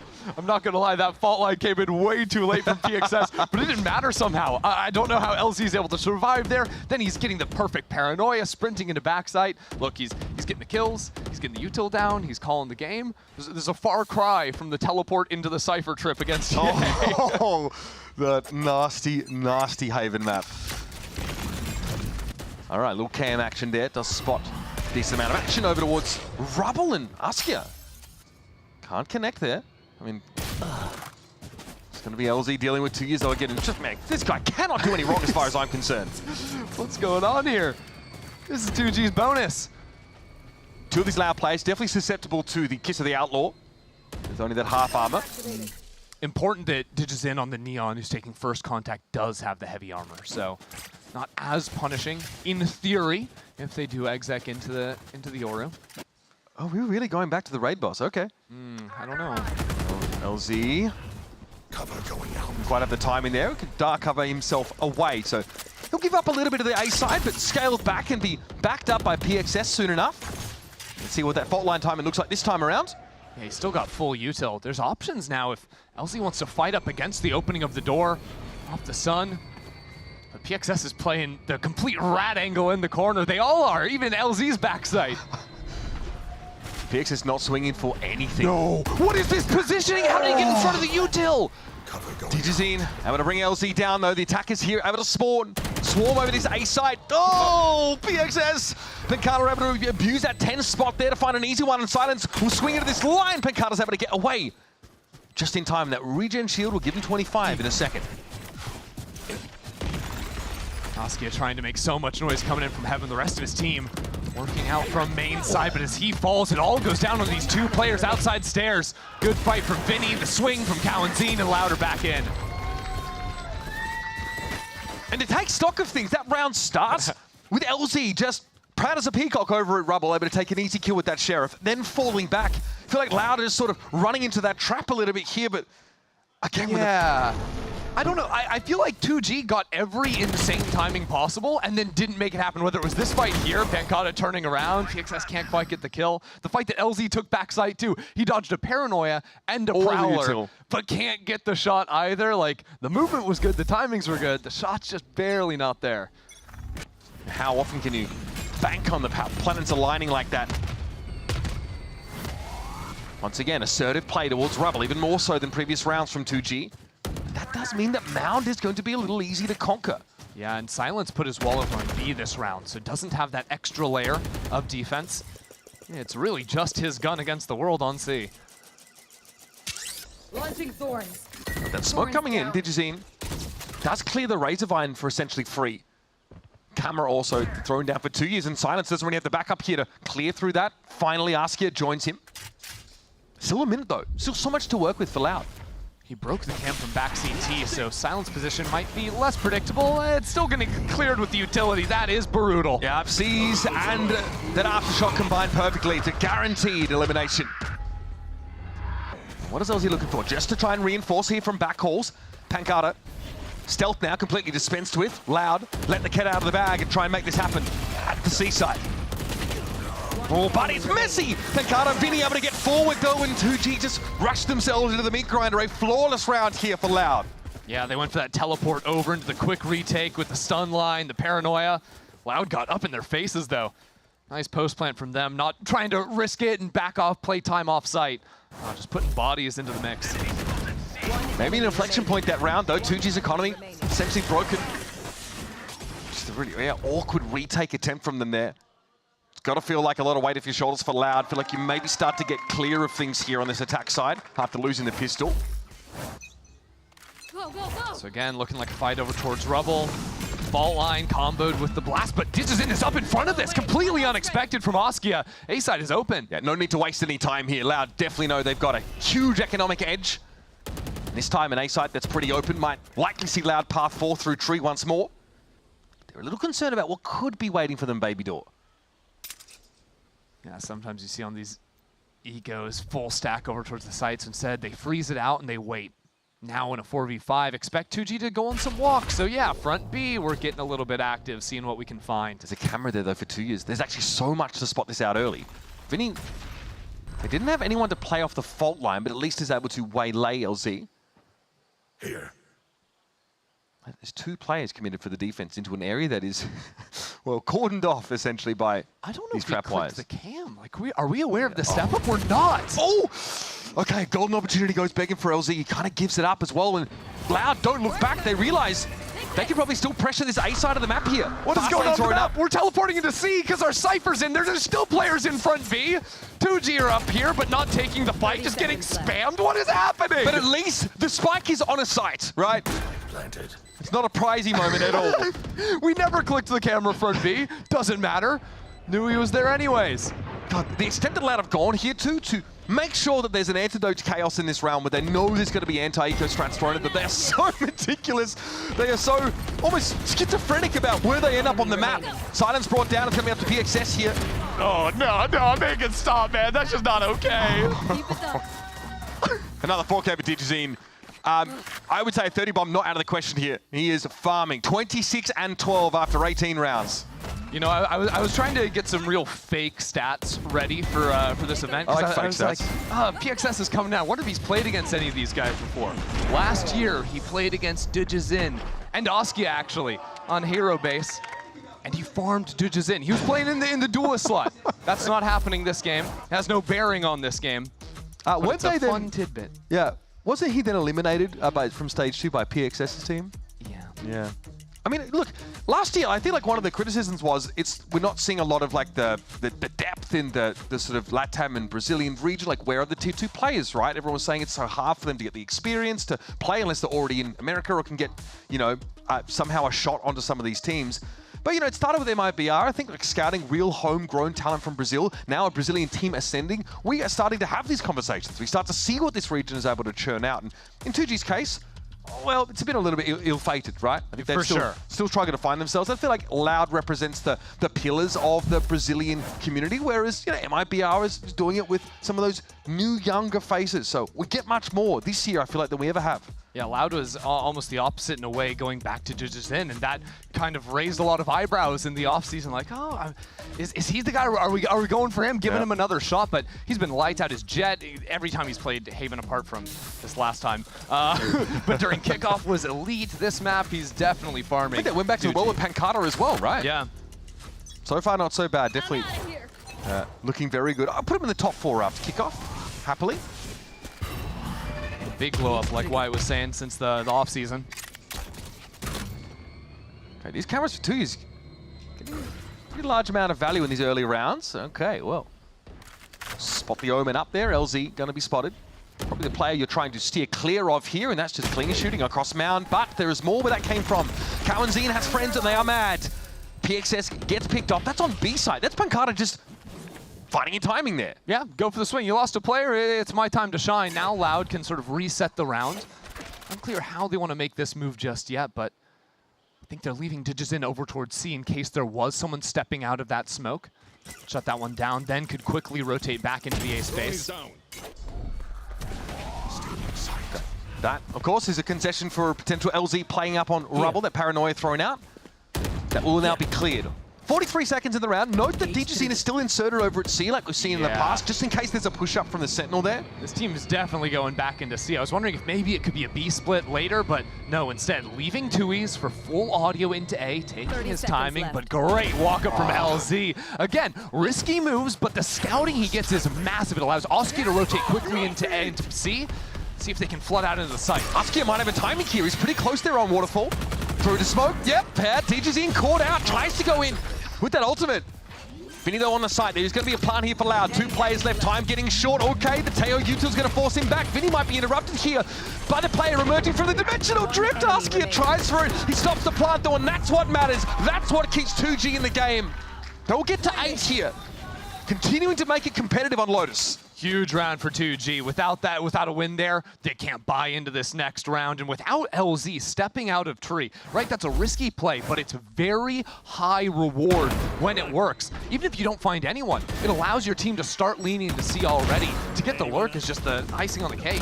Unreal early warning. Yeah, like you mentioned, you can get mega punished by that, but he immediately sees that it's a fake. Just 2 years left over on the A side of the map.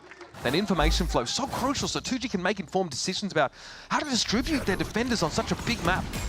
It's a brawl so far.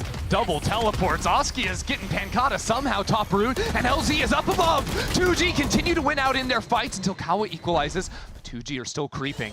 And Loud are out of the space. Jeez, what do you say after that? Not much more to be done here at all, especially with 2 years falling there to Oskia. We're not checking upper rubble, apparently. Sheer wall comes down, and so does the curtain on Vinny. 2G get within striking distance of Loud. I know I just keep him, I'm hyping up LZ, and I can't believe this is happening, but the thing is, every other round, his default utility into Rubble has been doing a smoke on his side of Rubble on the ground, and he's teleporting into that. So he's dodging away from flashes, but he's playing on the ground. This is the first time he's teleported up on high, so Loud are not expecting it. That's what ruins them here, the extra angles and the extra bodies. Or at least it was a trend that we saw earlier on, because 2 years does cam that A main area the previous round and sees him on Rubble, but it's later, like he transitions up there afterwards. So I would even think that would condition Loud to check there, but that's definitely not the plan. Very messy stuff. SDK with a timeout here, as you probably would expect. Loud have conceded 2 rounds now, and 4 in total of the 7 that we've seen on this second half. They string that nice little run of rounds together, and they're heading into a round now where they do have a Nightfall Neural Theft available, so plenty to work with, but it's been a little shaky for this team who we were filled with confidence from. A scrappy game against Crew here with, like, you know, maps being finished after only 15 rounds. A bit of a head scratcher there, but we're really trying to find where we should put this team in our internal rankings here for Loud. They're thinking, of course, about Masters.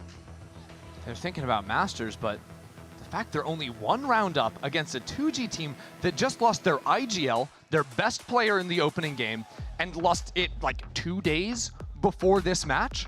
Like, PXS just got here and are putting up this kind of a fight versus Loud. That makes you ask a whole lot of questions. Pretty impressive stat there for Digizine as well. Usually low first death per rounds means high first kill per rounds if you're a duelist, so definitely a good stat to have.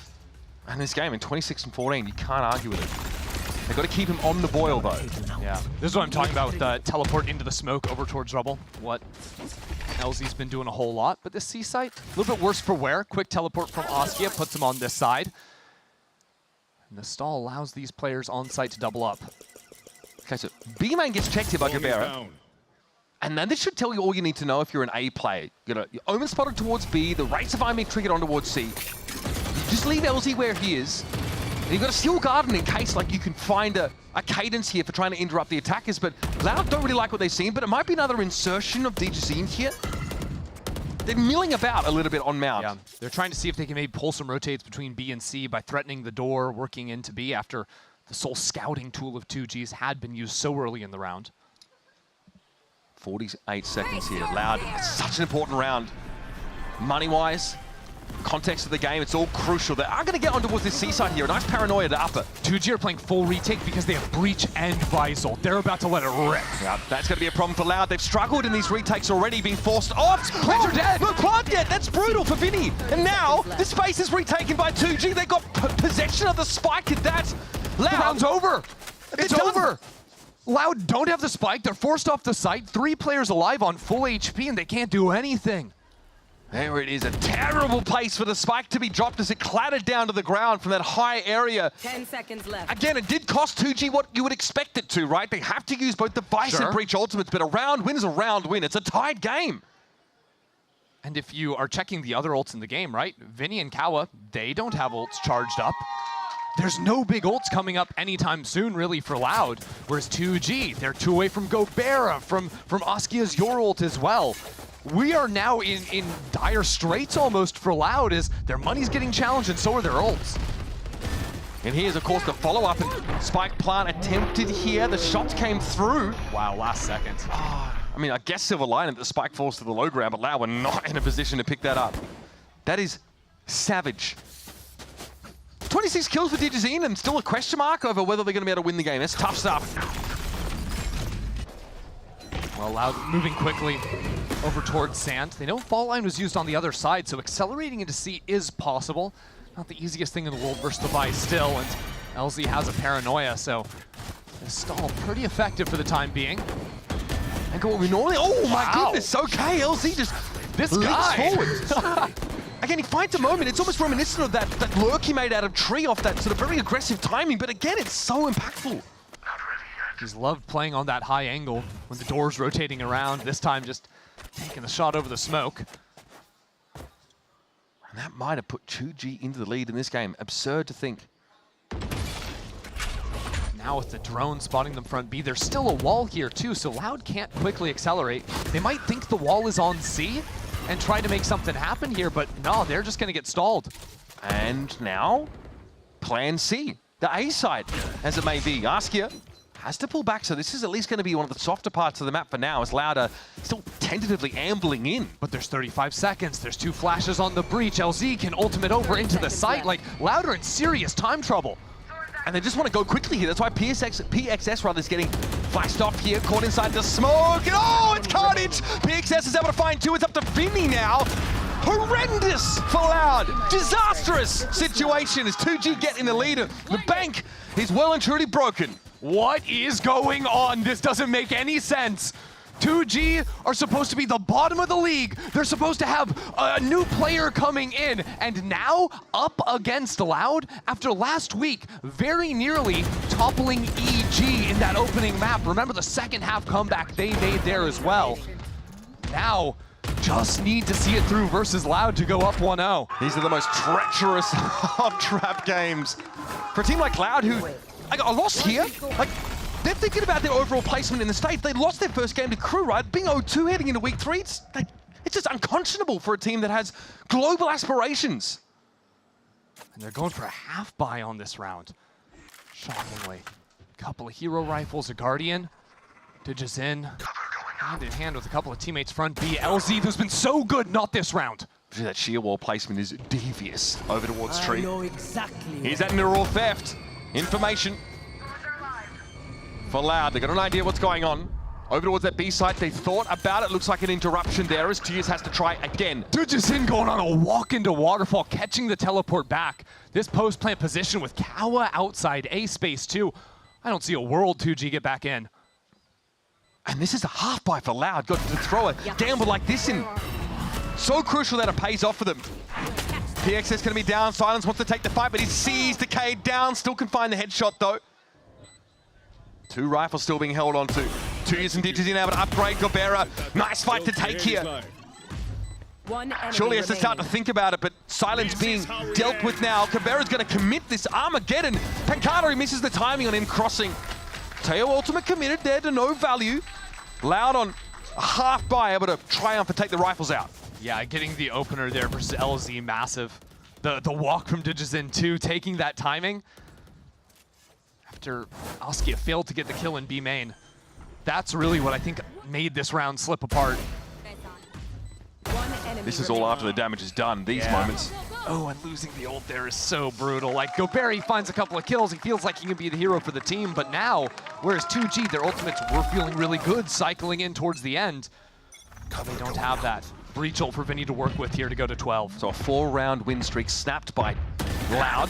They're able to get into the game, and again, it's another massive opener from Digizin. Back-to-back, LZ falls. And he avoids any reprisal as well. The fault line timing, rather, is just not there. Cybercage will help him get out scot-free.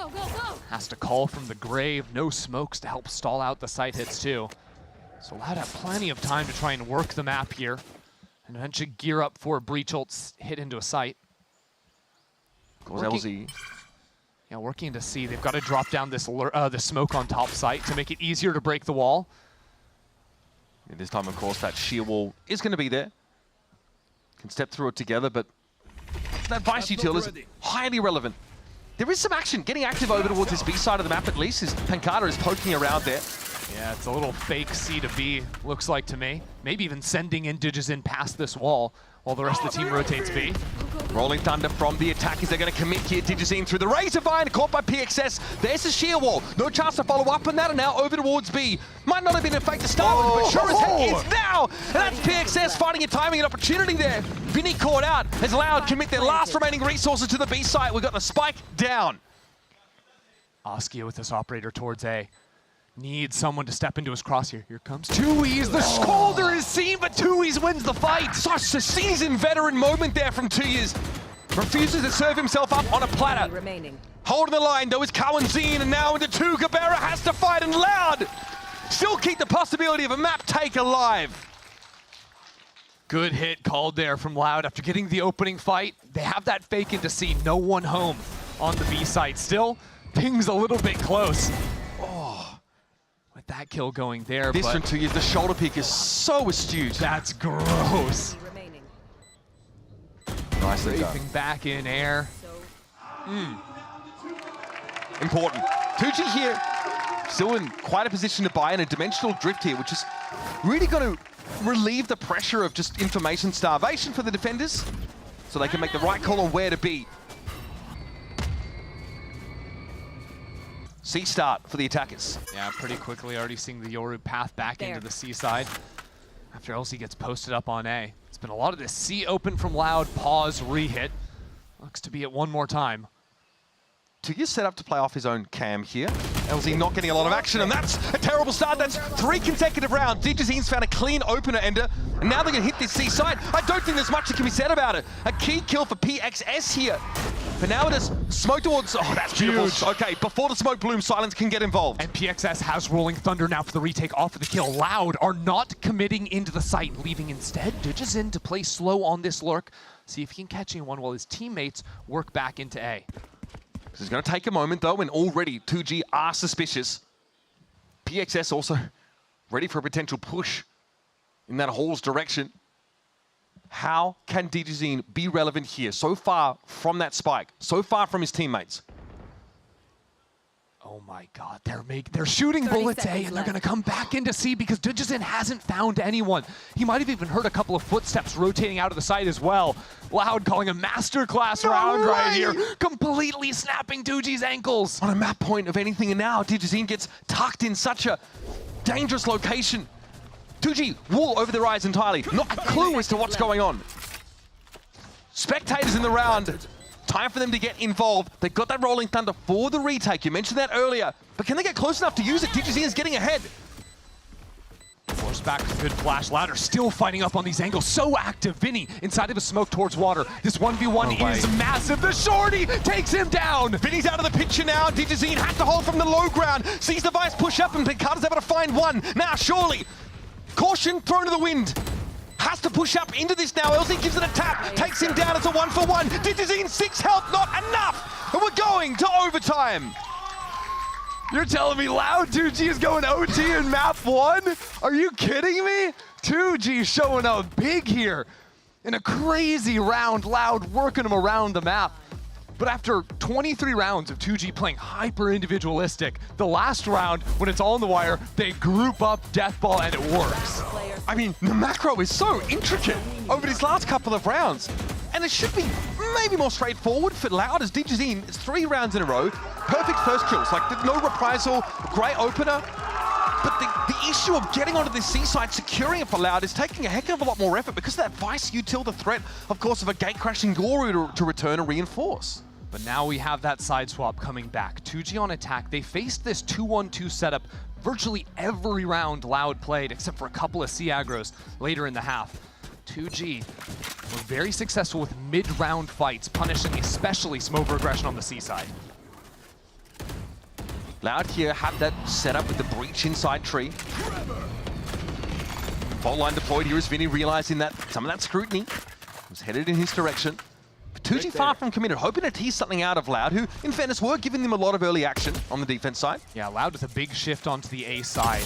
They liked leaving Pancata over here alone with the Cypher Trip and Cam inbound to play off of. This makes their A side very strong. Camera is destroyed. Loud are trying to re-clear rubble, but there's still a good presence here from 2G, so that could be a little bit volatile. Good work from 2G, though. All that Cypher util gone in the first 40 seconds of the round. Not too bad. Still unclear really what 2G's true intention is, but they've got Askia pretty far forward. Yeah. Gate crash though is there, so it's not a commitment. A fake into a C hit, looks like. Yep. What can Askia do? How can he sell this flash? Pretty wild spray there. It's ham-fisted Askia. Can he get out? No! The gate crash expired. But truly a fake sold. Make no mistake. And Pancata teleporting off the site, surviving is massive. Now Loud can play slow, regroup, work numbers here in the retake. Spike planted.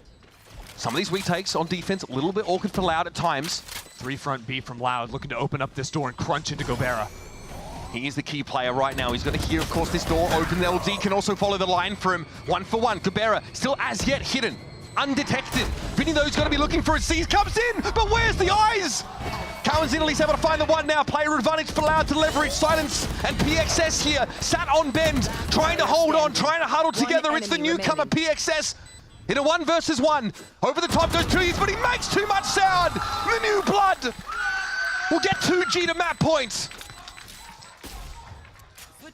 PXS winning out down numbers in the post plant. Big fight, Gobert getting the 1 there, even after the tether had grabbed him. More clearing by Loud, and he punishes nicely, almost finding the second. And then that trade from PXS into the quick reposition. Beautiful seeing the new guy work it out on the stage. Therese just gives away the game. But that's such a huge moment. Weight off the shoulders for a debut. Giving 2G a real shot at this. Digizino might have something to say. Is upwards of 30 kills for Loud. It's a brawl into A. Every piece of utility spent, Loud are still in the space. Yeah, big rubber control being exercised for Loud, but it's scaling off this part of the map. That's the question. 2G really, so many pairs of eyes on that push-up. Loud ran a lot of these A hits into pinching back into B in the mid-rounds. So I think 2G are sticking a couple players on B, anticipating that. Not now, but 20, 30 seconds down the road. But it does leave their C side very weak for the time being. Silence has been good from back there, but he doesn't have the wall to play with this round. That Vice util is more distributed across the map rather than grouped up at C.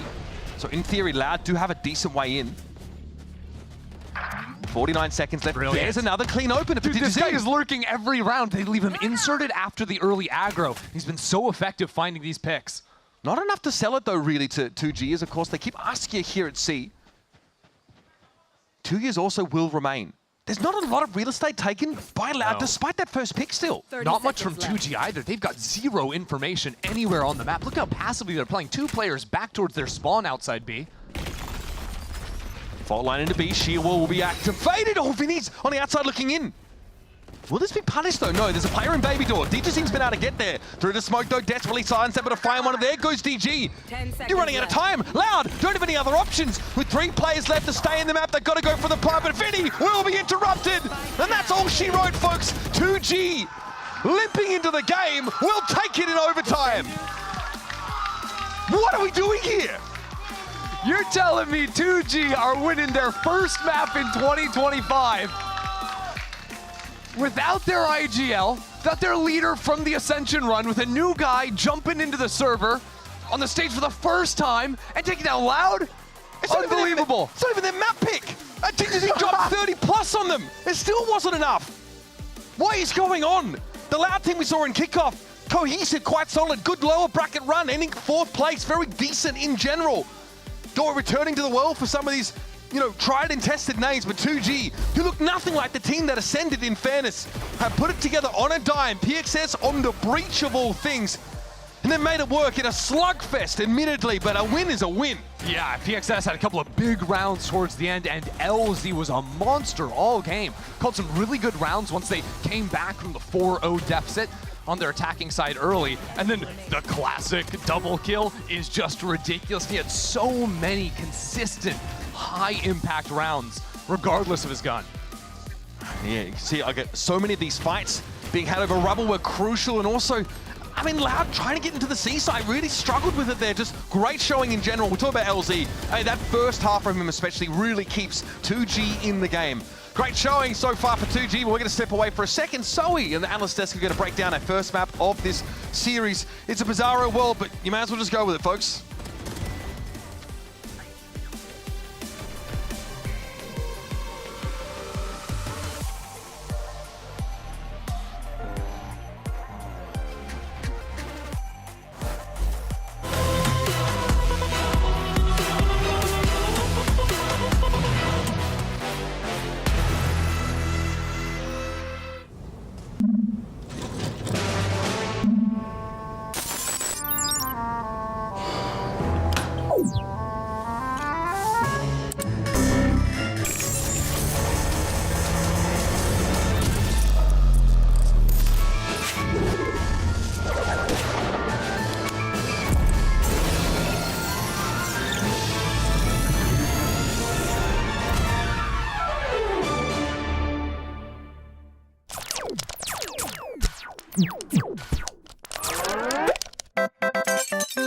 Red Bull gives you wings.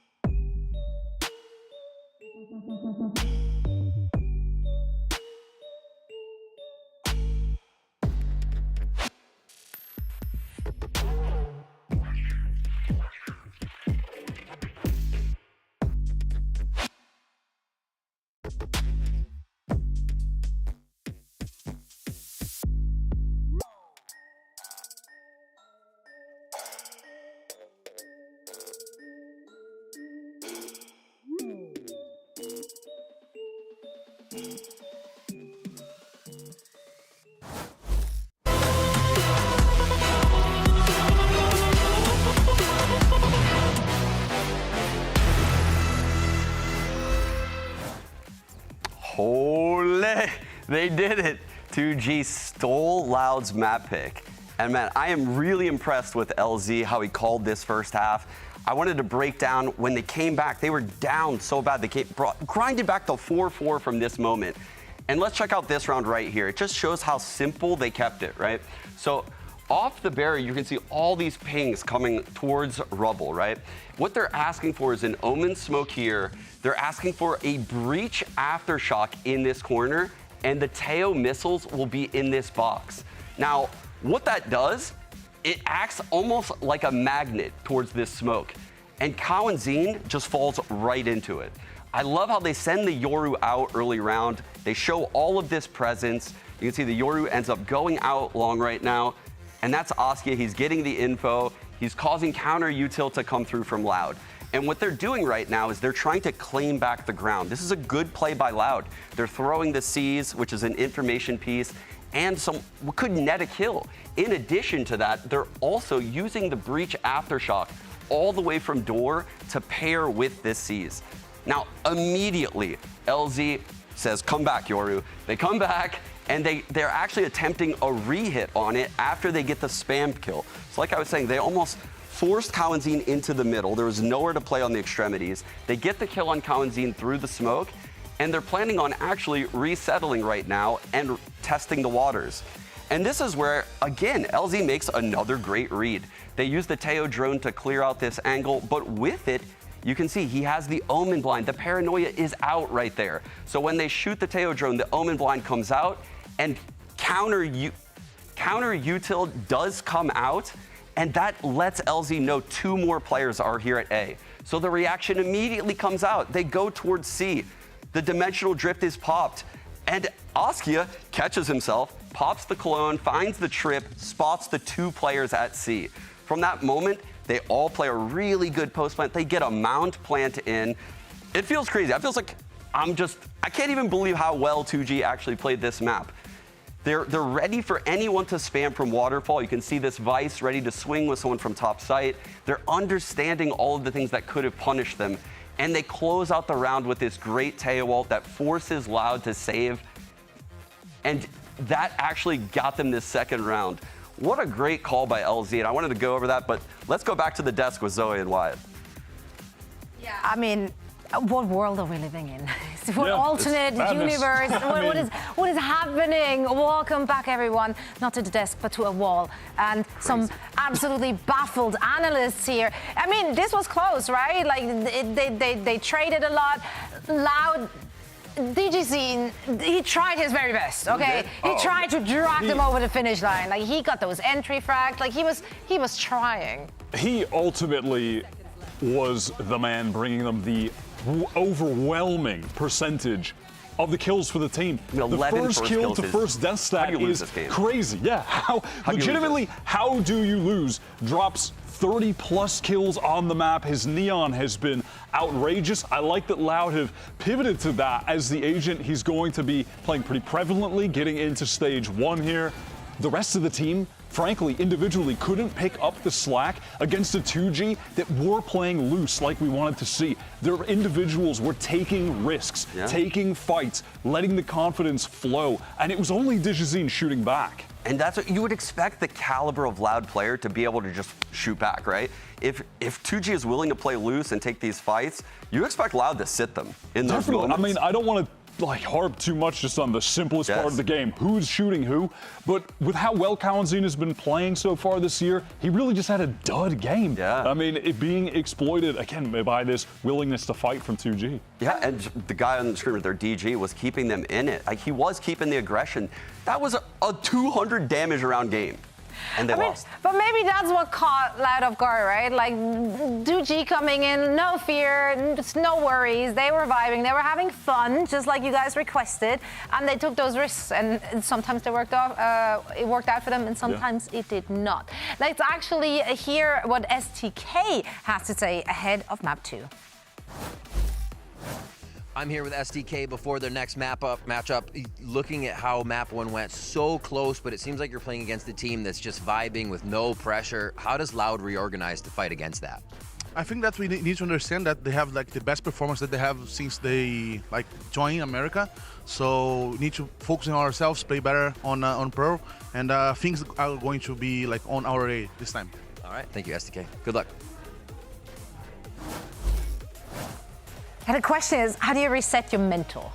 When you know you're coming into this the favorite, like every single map should be a must win. No. The fact that it's even just close. It's not just a favorite though, so it is a regional map. This is like the lowest team in Brazil from their perspective versus like the pedigree. Loud, this is supposedly But Loud already lost in their last meeting. Yeah, but this is different. This is much different. This is Lil Bro punching up right now, big time. You still, you still didn't answer the question. How do you recover? How do you reset your mental? Oh, it's going to be hard. I think they have to come out with like a very aggressive energy. They have to show 2G they're not afraid to take these fights now. And on Pearl, I think that's a great map to do it, right? You're going to get these extremity fights at A main and at B long quite a bit. And I'm looking for DG, again, to keep that aggression up, not falter away here. Yeah, I agree. I don't want to put too much pressure on just that one solo guy, but I have major concerns if he starts to fade at this point because it doesn't look like the other players are picking up the slack right now. Yeah, they gotta wake up. All the players need to be on the server. We're heading over to Pearl. This is gonna be the map pick of 2G. And Loud, they have a good track record in Kickoff tournament on it. I think they went 1-1. We don't really have any footage, obviously, on 2G, especially not on this iteration of the roster since they just formed a day ago. Yeah, I would love to see Loud continue with the Neon. We're seeing Neon get into the Pearl meta more as time has gone on with the map being reintroduced. Continue to lean into Digizine on that agent. Let him carry you to the victory this time. Yeah, and I can't believe it's coming out of my mouth, but 2G is up 1-0. Can they close it out on Pearl? We'll find out right after this.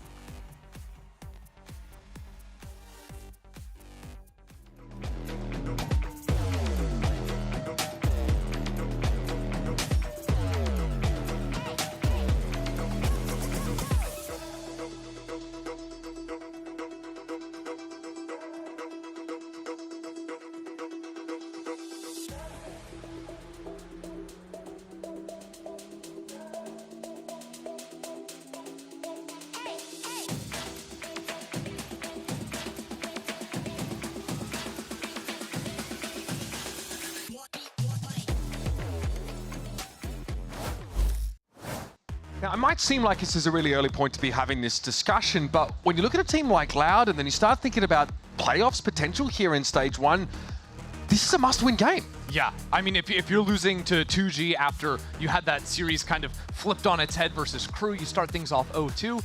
only 5 other teams in your group, right? Like, your back is going to be against the wall because these stages move oh so quickly. And now we're headed into 2G's map pick.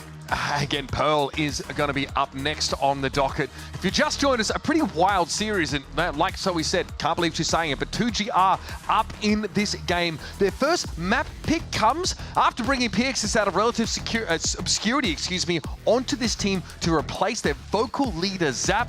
And here's an agent select for Pearl. And here's the thing about Pearl for 2G. We've never seen them play this at a top of... Okay, we saw them play it one time in the Tashina Invitational. They were playing Jet and Reina. Which is not what they're going to be rocking today, but I can't imagine that this team, with all of the roster changes, and even that was a different roster, has much reps on stage, or we'll have to see what they've been putting in scrims. Right, so obviously it's a Teo look for both teams, the point of difference being the Fade and the KO respectively. Loud want to lean more into the 0 point, the fast hit potential, of course, behind that null command. PXS favoring the Fade instead. I think the KO can be pretty annoying for Yoru's playing aggressive op lines as well. You're never going to get caught out where you can't teleport out, but you're always going to have to take the TP and dip away from your angle if you're getting hit by the knife. Being able to clear that is, again, pretty cheap. Same way as you'd use an Owl drone to do that in the past, to get them off that line. The defensive operator is something to look forward to as well on this map, especially on that B side. Early positioning from Loud has 3 players ready at mid, but okay. Zin's gone. Great way to start. I mean, he was 11-2 first kill, first death in the last map. Equalizing those stats a bit, trying to make him a bit more normal. Well handled by Askia. But look at this team here, moving a couple of players into mid now, including the Spike, trying to gear up for a split towards the A site where it's really overloaded. It's only 2Es to hold against this. Has a flash to work with backside to try and reposition off the angle. And this wall for some early info. Kawanzin towards Link there, really not taking any undue risks. Means that 2G get into Art pretty much for free. This is going to force 2 years back on the site now. Dark Rose got cleared out. Nebula thrown up here, hopefully to slow 2G down, but it has not worked. And Aski has found yet another one. Coast to coast, both sides of the map having impact. Comfortable post plant set up here for 2G, who are going from strength to strength. They got ahead of steam and they're not letting up. It's just a massacre. Loud lost every single fight. Even on Lotus, which 2G won, they lost the opening pistol, they lost the first anti-bonus. Like, it was still Loud getting out to an early lead. This has been lights out from 2G. Right, I mean, if Loud can't rely on that, the factor of, Digizine, right, constantly opening up the game, giving them 5v4s, then feel even worse about their chances than on the previous map. Especially given this is a pick from 2G, no less. Yeah. What a clean, flawless pistol. Be a little bit more difficult to capitalize off your teammates' utility when you're playing the Yoru as opposed to the Neon 2. Unless you've got the teleport set up, and here just completely left on his own. The suppression came down, so he was just about to get information that there were about 18 million people in a lobby, but ends up dying before that comes through. That's the opening here. 2G going to straight away pivot into a pretty big Stinger cohort. PXS rifle in hand now. Giga Chad, first day on the big stage, goes for the rifle round 2. Yeah, dap me up, boys. I'm going in. I love it. Oh, Oski is trying to get in front of the util. That's not a clone. That's a real one. Okay, takes a face full of damage here. Does that end up being a difference maker? Doesn't necessarily look like it. Regen shield for Askia, so back to 25 armor at least. And Kawanzin caught in the corner, sat on top of the Teo util anyway. 2G are breaking upon this Loud team. And they found themselves that player advantage. We'll have DGZ coming through with a wrap here, but he'll be spotted out. He's sneaking into sight. The only one to try and do some damage, but yeah, he's seen. Couldn't catch the timing. That's a solid round 2 for 2G. Okay, there's some real pace to the game here for 2G. So much so that Aski is taking damage from the guided salvo just to try and get pole position as he approaches that A site. Yeah, and him doing that, by the way, it forces, or it stops Loud from getting anyone to cross over to that box in A main to play that sort of tag team setup where you can swing off each other's contact. It's for a good reason, from the salvos and the Aster smoke. And again, this is not a map we've just seen much from 2G, in fairness. It's hard to know what to expect here, but so far, they've been dynamic. They've been pretty decisive when it matters, but this is the gun round. This is the important one. And looking to be early. 2 players from 2G upgrade into rifles this round after dying in round 2. And those, for the most part, are going to be working into the mid space. There's a star to turn into a pullback here for Vinny to play off, but it's not there. It's too late. It's a little ugly. Gaber and LZ take some damage from that exchange, but 2G more than happy to keep the pressure on. Thorns activated. He's always on his own. His Link player dies, his team is way out of position. He's trying to move around the site, get in front of the util, but it's Askia swinging with a stinger. It's falling apart for Loud. And there's a grapple over towards Link, buying a little bit of time for Loud, but not enough for 2 years to get the help that he needs. Pancada finally is able to chime in. Silence out of the game, but now there's a smoke in tower. And Link is being occupied by 2G in this post plant. Super active post plant. I love how 2G are playing this. Okay, Askia falls here. Pancada's able to find him through the smoke, though. Still 3 rifles to work with for the attackers. And Loud are getting a little bit lean on personnel. Here's Cabrera.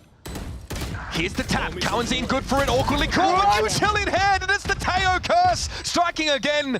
Cowan's in, clearly unaffected by it, though, as LZ now has that stall util. Grab well used. Cowan's in, forced off the spike. Now swing. LZ sees it. Buying time, buying time. It's expensive here for Loud, and now they've got to throw Pancada in the situation. There's no time. LZ does it again. 2G keeping it working after taking map 1 against Loud. It's not the cleanest execution out of that first gun, but again, you just can't be complaining about that if you're 2G. They'll be able to buy in rifles, they'll have full armor, no problem. They've crossed the first hurdle here on Pearl. The Red Bull clutch for the in-game leader. Taking the range for the first time here for 2G. But at the same time, like, Loud getting themselves into these positions consistently where the fight into Link is awkward, their Astra util is on the ground, but it doesn't come in time for Vinny to work off of. Conversely, LZ does a great job stalling the defuse. It plays off it. Exactly. 2G also continuing. They were doing this on Lotus too, where they were playing super active, super up in their post plants, especially on the A site. We saw that there as well as Askia. Simple clear. He's clowning Digizine in these early rounds, man. It's a thing of beauty. They're winning everywhere. They win B main, they win A main. Spike was in spawn for all of that. Now going for their ones here, and they win that too. They're gonna win so much they get tired of winning. Cowan's in Pancada. And sure, look, Loud have no guns, but like, 2G aren't playing like a clean, perfect macro where they group up, you know, aren't going to get timinged at all. No, they're taking their ego fights and they're just winning them because they can. Cowanzine is that last player standing and really just transfixed here. In awe of what 2G have been able to do, running roughshod over Loud these 4 rounds consecutively. I really like how 2G are playing the post plants too, with LZ playing into Link, this time super deep towards doors after being seen. The spike is also planted for him to be in Link. Now bottom right corner of sight, that is not common at all. Now Loud have to start game planning for that next round. They do have, of course, like the retake wall potential here with their Cosmic Divide. So again, if it comes down onto B and they've got to make a play for that, they've got options. Cowan's in here, just go for it. He's going to be able to buy anyway. There's 2G again. That shaky economy coming out of the 3rd round, starting to be salvaged. And now in a polar opposite to map 1, where it was 2G falling down 0-4, now it's Loud in a similar boat. Loud, this next round coming up is massive. Like you pointed out, they've got the Astral Wall. They're 1 away from the Tail Ult too. Those ults play off barely nicely off one another. SDK, they're looking pretty unimpressed with his team's outing so far. Can't blame him. Calls a timeout here. Seriously. I mean, where's Digizin? 0-4 to open up the map after 11-2. 30 bomb, 11-2 in opening fights. Like, come on. Picked up, I mean, there's a potential here, at least we can see he's picked up an operator on the defense side. So won't have to, work his way halfway down B long, can play more passive over towards halls. And 2G have to shift into protocols in order to push him off that line. This is where I wonder what 2G's call coming out of the timeout is. Because if they're looking at the money and they realize, hey, Digizin could go for the operator here, they could just run a fast ult play with the Yoru, right? Use the Yoru ult to get full scouting. You're never going to be fooled by any of the lines that the enemy Yoru is going to be playing with the ult, because that ult lasts for forever. You can fully clear away sites. It's not like a Sova drone where a late swing can come in. That's not possible. It doesn't allow for the repost of the angle by the ult player. You can also get into halls with it, right? Yeah. And that might ultimately force a player entirely off B into a retake spot with an ult, which feels awful if you get smoked out in tower or links. Yeah, where it could be a problem for 2G is if they do play a slower round and you allow Digizin to get pushed up B long or something like this, but I think the call for them is going to be relatively quick. So 2G now, maybe suspecting there's an operator at play for Digizin. Just go to a part of the map where they're less likely to see him. Yeah, so it's going to be 4 players into A, maybe 5. I think the Yoru ult is going to path into Art. That's what the pings looked like, with a TP to go back into spawn if necessary. Looks like that's the case. Into Plaza, and Dimensional Drift going to be popped instantly for Askia. Not a whole lot to see here. Sees a wall. Sees a banana taped to the wall. Drone in main, spots nothing. So yeah, pretty easy to scale on in. Okay, here we go. In the dugout, though, is 2 years. The clone spots him out. And here it is, a heavy util that would clear dugout otherwise. It's going to be respected by 2 years. Plays off of it. PXS now, reassuming control of Art. 2G are fighting back in Art exactly, but Loud's position in secret gets the mob back onto the site very quickly. Full cohort of Loud alive and on play. That's not good at all. PXS is finding these edges everywhere. 5 and 2 right now. And all of Loud basically grouped up in that dugout direction. They've got to try and flood the site, but there's so much Astra util covering it. Util that can be used to stall, can be used to just frazzle, frustrate, and frankly disorient the defenders. Okay, Armageddon into the mix.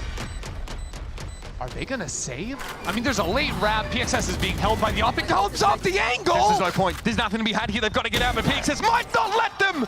3 for the newcomer, and he is loving it, folks. Oh, okay. Does get caught out by 2 years, but there's naught to do for Loud. Their 5th consecutive round dropped. Hard hit over towards that A site here for 2G. They can do no wrong on Pearl. A disaster piece for Loud, pulling off the angle there. They could have lived with 4 guns. Instead, PXS farming all of them. The operator is carried over, I suppose, but these rounds are just brutal. I feel like 2G is catching every timing, and even in situations where like Loud are primed and ready and are right there ready to fight, nothing's going their way.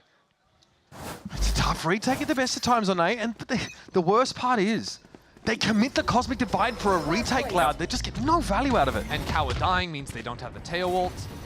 I think even going for the operator, in hindsight, might have been a mistake, knowing there's a Yor ult on the other side. Digis in. Suppressed. Stuck in this spot. Dangerous. Should be able to walk it back, though. Askia steps out. Flash. Decoy. And so Loud will actually have a player advantage. Finally, a first kill for Digizine. It feels like it's a long time. Loud's positioning on A, having 2 players in main, could be pretty pivotal in a round like this, even with the Sheriffs, because 2G aren't sending any players there to clear them out. Stalling out the plant, putting pressure down with the tail potentially if they're able to snipe away a kill or 2. But actually, it's 2G that put a smoke on A main, so they're fully prepared for this. Yeah, 2G might have seen it with a Prowler. It's unclear if they know about this presence in A main yet. Silence down though, nice Sheriff shooting here. It's an awkward buy for Loud. This is the problem though, Spike hasn't been planted, the smoke is down, there's still players in main, and there's players towards the enemy spawn. Like, 2G are getting pinched. I think Gobera is going to be crucial here. Find a way to relieve some of the pressure that will be coming at 2G. It's a tap for PXS. Kawanzin, unfazed. 30 seconds. This is where this Teho util for stall starts to become a bit more of an issue. They're so patient. Gobera has not gone for this play through water. Spike planted. Passive line, we do get a spike plant that isn't interrupted. It's all on LZ here, 1v2. Okay, here's it. Nightfall comes in, catches onto both players over towards A main. LZ is going to get busy. Briefly suppressed. Here comes that Armageddon to try and clear Art. PXS has to move out of it, and he does. Takes some damage though. Here's LZ. Oh my goodness! What is that spray? Finds Kawanzi, but out to 1v3 for Gobera. Stall, util is there. 2 years off the spike for now. Stars come down, Digizine, shot baited, taken down, Gobera, almost. 2G playing close but Loud. They spend a heck of a lot to get on the board. It is unbelievable that that round is even remotely close. Look, Loud, they're on an eco, but the positioning they got themselves in with the opening pick, with the operator down B, the pick back towards their own spawn as well, like, there shouldn't be a chance for 2G to win this round. Having 2 players in main. Yeah, that second kill from LZ, like what? Okay, deep breaths. 2G, of course, still very rich. That defense side operator still maintained though, and Digizine has a dimensional drift too. Carrying that op over, not losing the 5th player 2 rounds ago, meant everything for Loud. It's the only reason they had a shot last round. So it might be an attempt at a B-side take with Astra Wall here. The old classic. Yep. I've seen this every time ult's been up in solo queue. Still a question though of how you're going to get this Yoru player off the site. Down. Kawanzin goes hunting here. Yeah, well, PXS has held on to the Haunt as well as having a Seize potentially catch out some of these players. very patient for 2G. They've got to commit into this. They have no position anywhere else on the site. They're going to flash out of this smoke here. They come. Askia sees a heck of a lot of action going on. DJZin's able to find one. Gets out. Back towards Halls now with the op, but a Steel Garden's going to connect, so he's down to his secondary. He opts out of it. Dimensional Drift popped, and he will see it all. 3 players here for 2G, all spotted, so no other resources committed, and there is that wall in play for 2G.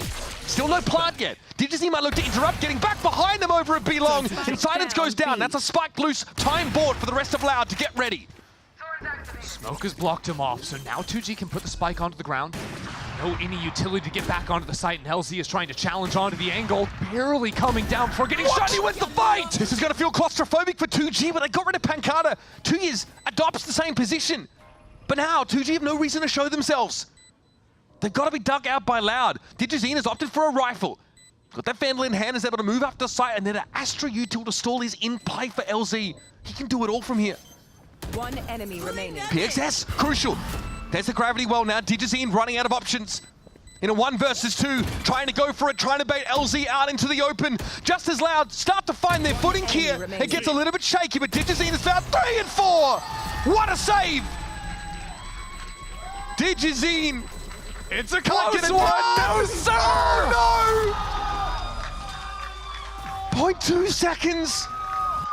And for Loud, the money is... It's awful. Oh, no. That is bad news. I mean, LZ taking that fight. This is a 2-on-3 situation. They're pinched from enemy spawn and long again, just like in the previous round, but this time they're successful in working forward, winning those fights. And even though DJZ gets 4 on the round, the amount of time it took to get back in there is just not good enough. Such a chaotic round. Loud try and mix it up, place himself out, smoke it. Doesn't go the way they needed to, and then the operator finally wrested from the grip of Loud. Round is playable though, with 2E's having the ultimate. There's options. Loud also creeping out into this mid space, potentially for a quick flank. Flooded through Link. Okay, briefly, 2 years is spotted out. Oh my god, losing the Vice early would be devastating for Loud. That's so critical, the Steel Garden, to their chances of having fair fight in the round. And the one Guardian is the guy that's over in the enemy spawn. No chance there. Okay. So Gate Crash, used here by Askia, gets ahead of some of this util. We're not into Horse yet. They can't dig out the Vice. Time being bought. DJZ almost caught there with util in hand. Gets rid of LZ. Critical player and okay! The classic sings for 2 years. And look at the flank. The Guardians walked all the way up. Vinny is waiting, boxing these players in, playing right up on top of the Vise wall. So there's no options. There's a clock ticking now for 2G. I'm not talking about the round timer. They've got to get over to this B site now, but it's awkward. 30 seconds left. As the Arc Rose getting work done. Cowanzine trying to dig PXS out of that position. 24 seconds, eyes on the clock, folks. Vinny on the move now on the flank, making a lot of noise. 2G have to act fast. Yeah, happy to let that shield wall herald his arrival, and so 2G have to go for it. They're forced into an error. Loud able to gobble them up here. Gobera doesn't know where to look. Big thrifty from Loud. Clawing their way back into this game after a nightmare start. Loud in these ecos. Continuing to go their way. Those are the only rounds they can win, it seems. And it comes after almost getting owned on a timing here, but re-swings off the flash. Good off angle, held backside 2 from 2E's. The second that guy's trying to clear the left corner, he's swinging around the right. You said it, round was playable. Especially with that Steel Garden. Now, 2G. Again, so many of these rounds were so close to that economy. Trashed. No ults, forget about that. I want to see 2G do something in mid. It's just kind of been side hit after side hit for the last few rounds. Haven't seen the slow work, haven't seen the Vise wall challenged. We've kind of seen like PXS when he gets into water. Like there was that crazy round where he's able to really punish Loud, but you're right, not a whole lot of work in Link. Yeah, it's oftentimes later in the round or even in the post plant trying to push in there. The Vice wall is going to be triggered. Once again, Loud do commit both their A players into main to set up a potential crunch if 2G commit through Link. Ooh, pretty deep drone, spots nothing, so yeah, Loud should know this mid space is being taken advantage of. You got Vinny playing back towards spawn, throwing a knife actually, see if anyone's up close. So far, pretty impenetrable here for Loud. All of this stall util.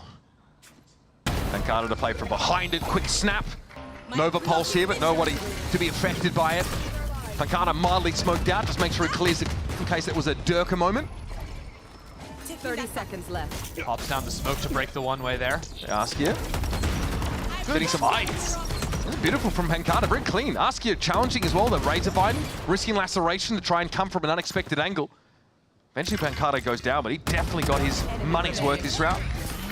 Yeah, like that off angle he was working from back pillar. 10 seconds left. We know Quite on shot the same case. line. PXS turned into Mulch, and Loud have got themselves 3 rounds. Yeah, methodical, not taking any undue risks there. I think a far cry, I think, from the way they approach their defense on, Lotus, where they're always pushing up so busy like a kicked anthill. Yeah, this is a little bit more reserved in general. Falling back into, again, I think something that Loud have always been very good at, like sight-holding fundamentals, like that tandem play, whether it's the positioning you can find, the timings of swings together. There, it's sort of that push and pull between Pancada and Tui's back sight. Pancada falls off the line, Tui's re-enters on a slightly different angle. That can be really hard to clear away, especially if you've already used your initial volley of utility. Change of tack required here for 2G, for sure. What was getting them success in the early rounds, perhaps no longer relevant anymore, especially once Digizim's able to get an operator after that first gun round didn't go quite so well for Loud. Eventually 2G run out of that extra cash to keep funding their aggressive forays here on Pearl. So what's the change going to look like? What's the mix-up? We did see them make some more use of Lincoln mid in that round, but ended that was, it's an eco round. Didn't have much to work with. They're just sort of grasping at straws, and Pancada really just stopped them in their tracks. I think 2G are going to prefer the A site a little bit more. They've got some good ultimates coming up for clearing that away, but also I think with how consistently Tui's has been putting like wall over into Art, like the few times they've gone into Art, they've seen that wall there. I think playing for like Yoru clone to break that away, put some pressure early, could be a good look for them. Although, as I'm saying that doesn't exactly seem to be the case. That's something overlooked as well. What do I know? First Yoru look here for Digizim. Look, shaky start was 0-4, I think, at the start of the map, but I'm a genius, they're going A. Again, the Loud do want to lean into this like A-main control early. And 2G don't want to challenge it immediately, maybe a re-clear later. I'm not sure what this is. Yeah, embedding the Yoru over onto B. They're playing as if there's a plaza push-up from the defenders. Oh no, boosted up, Digizim gets the kill. Yeah, they had their own Astro Smoke put down long, trying to threaten a pop into there. But Digizim take the fight, baits that out. Now the play into Art and A main is very telegraphed, so Loud can start leaning 3 players towards that side of the map. This is an annoying round for 2G to fight their way through. Okay, 2G gonna have to go for it here. Pancada though, any shoot. Knows that all the action's coming from Art, and I don't know if this wrap here from A-main's gonna be quick enough for 2G, so step on up and get knocked on down, says Pancada. Yeah, Silence here just didn't have the timing to be of any use in that fight, and unfortunately for 2G, they just come off an eco round. Silence here. He's gonna have to probably take this gun out of the round if he can. I don't think it's gonna happen. 30 Tui's already has him boxed in from window. I really like the way that Loud have reacted to the mid-attention, right? If their wall's ever triggered or they hear audio in that space, there's 1-2 players stepping into A main almost immediately. You've also got Digizim that's not backing away from the angles on B. He's jumping up. It's a little bit risky, but I assume flashed himself onto that line to win the fight. Oh no, you never crouch those angles! Different elevation, that's the way out of a fight. Okay, Loud has built back into this game well and truly now. 4 out of the last 5 rounds won. No chance for 2G to stabilize an economy. And they're back to half armor Sheriffs in this next round. There you go. Self-flash into pop-up. Gotta love that. And look, that's something that I think the very round that Digizim first got up, 2G were kind of aware of. That round they went over towards A. They tried to avoid it entirely. But eventually you have to pay the piper. You have to do something about this Yoru. I'll return. Well, I'm anticipating 2G. Maybe grab the Yoru ult here if they want to commit that into the round. It's a fight in A-main. Caliente is up in this. Okay. Hello? Just in the thick of the utility, 2G continuing to challenge on that angle. Will eventually push Loud away. Rifle? For Silence? Yes. 2G really fight doggedly for this A-main control. Have it get themselves a rifle upgrade as well. And now, LZ does give his position away, of course, with that shield wall activating, but you're not too bothered about that at this point. Cat's definitely out of the bag. So here's that defensive side in Null Command. Hard to set up now if you're the Astra on 2G. You're happy to pull one ult. You're even happier to pull a second ult on an eco just because of the early work done. And now 2G don't have to instantly commit because they showed that player breaking the wall in mid. There's a lot of pressure going into the center of the map right now. Loud have a lot of questions. So you've even got Digizin trying to hold if there's a Link player coming against him. Got Astra back and Spawn watching for that angle. I like this reset of the round from 2G. And because of that, Null Command, there's still so much of that controller util that LZ can draw upon here. Still fully set up for A, have a full execute, get Silence in position to let the rifle sing. Armageddon first, that's going to clear Dugout now. Means Vinny's a bit exposed on the side here, and... okay. Look at LZ and Spawn. LZ's caught the timing. Full flash, though. Oh, okay. Finally wins the fight. Surely the rest of Loud can move into the site. 10 seconds remaining. PXS puts the spike on the ground. Loud quick on the move. First kill for Bankata. And they keep flooding in. Players from all directions. Digizin is back in main against 2G. Surely this is good. Yeah, there's no way you're prepped for that one. Silence! Okay. Huh. My heart. Too old for this. Okay, defuse here for Loud. And the game is now within one singular round. 2G fighting, but remember, that was Eco. They were able to upgrade to a rifle there. Silence really put it to use. Kawanzin, or rather, Pankata inexplicably going down to that Armageddon there. Looks like there was nowhere to move on the side. Oh, frustrating, but yeah. It's been such a good half now. Loud have gotten into the game properly. Good bounce back, that's for sure. Now, though, 2G have every ultimate to play with. It's been a while since we've seen them have a couple of these ults in the round, since their streak was kind of put to the end. Last time it was Askia moving in through Art, ending in an A finish. Could turn into something similar in the mid-round. A much less adamant approach to the A-main control for 2G this round. They very much let Loud have it. With with an asterisk there. It's just Silence sitting back waiting for the push-up. I do really like how Loud continue to get that forward position. Now Digizin taking that first angle up in A main. Reclear spots nothing, so great timing for 2G to go for a pinch into A now. What does this reclear from 2G at A main look like? Okay, stealth drone. Okay, Armageddon. That's a bit premature. Very much so, yeah. 2G's gonna be able to get out of there. And now they lean here, more in the direction of Art. Askia knows the Digizin is still here. He knows there's a double up, in fact, for Loud. This is scary here. And there's Askia emerging, takes Digizin down instantly. Kawanzin spotted out, of course. That's the Nightfall doing work. A second here for the 2G duelist. He's got to respect that special delivery. As the Steel Garden comes in, and Askia, he's unstoppable. 30 seconds left. That's 2 years. Long way away from the action. Cutting through. Spike to be planted for backside. Askia going on a journey for that ace. A monstrous round from him. You kind of called it, these big ultimates for 2G, getting him such an edge.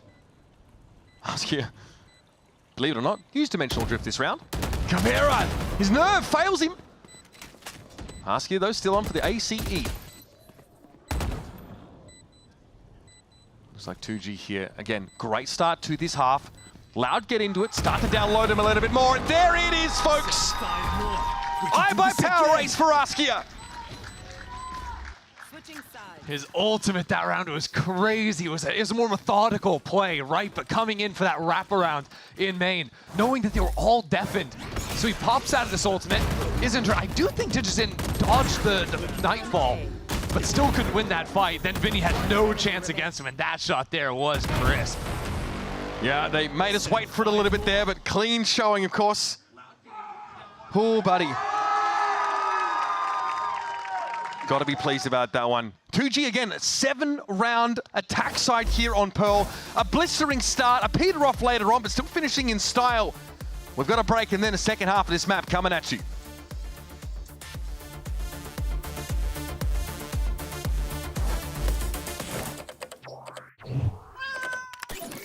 Red Bull gives you wings.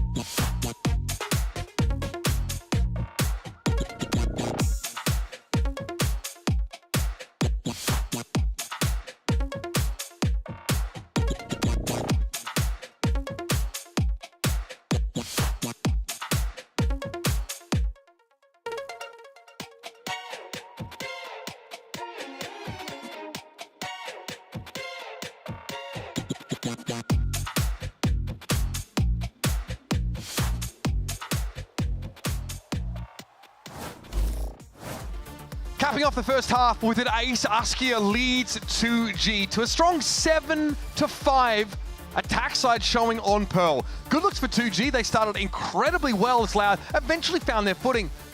How does this second half look to play out? Because Digizine was able to get the defensive op, starting to look pretty good, but for most of the game, Askia was lights out. I think for me it is the Digizine question, right? Because it was obviously apparent, like when he was getting domed at the start of the first 4 rounds in a row, falling down, Loud didn't have much of a chance. When he's alive, they were really cruising through things. It's now Loud working into the safe space early on. LZ getting pushed back, Digizine super active on that line. Loud doing very nice work to push through the space. LZ just spent most of that time jockeying back around the corner, and PXS wasn't able to capitalize on any of the damage done.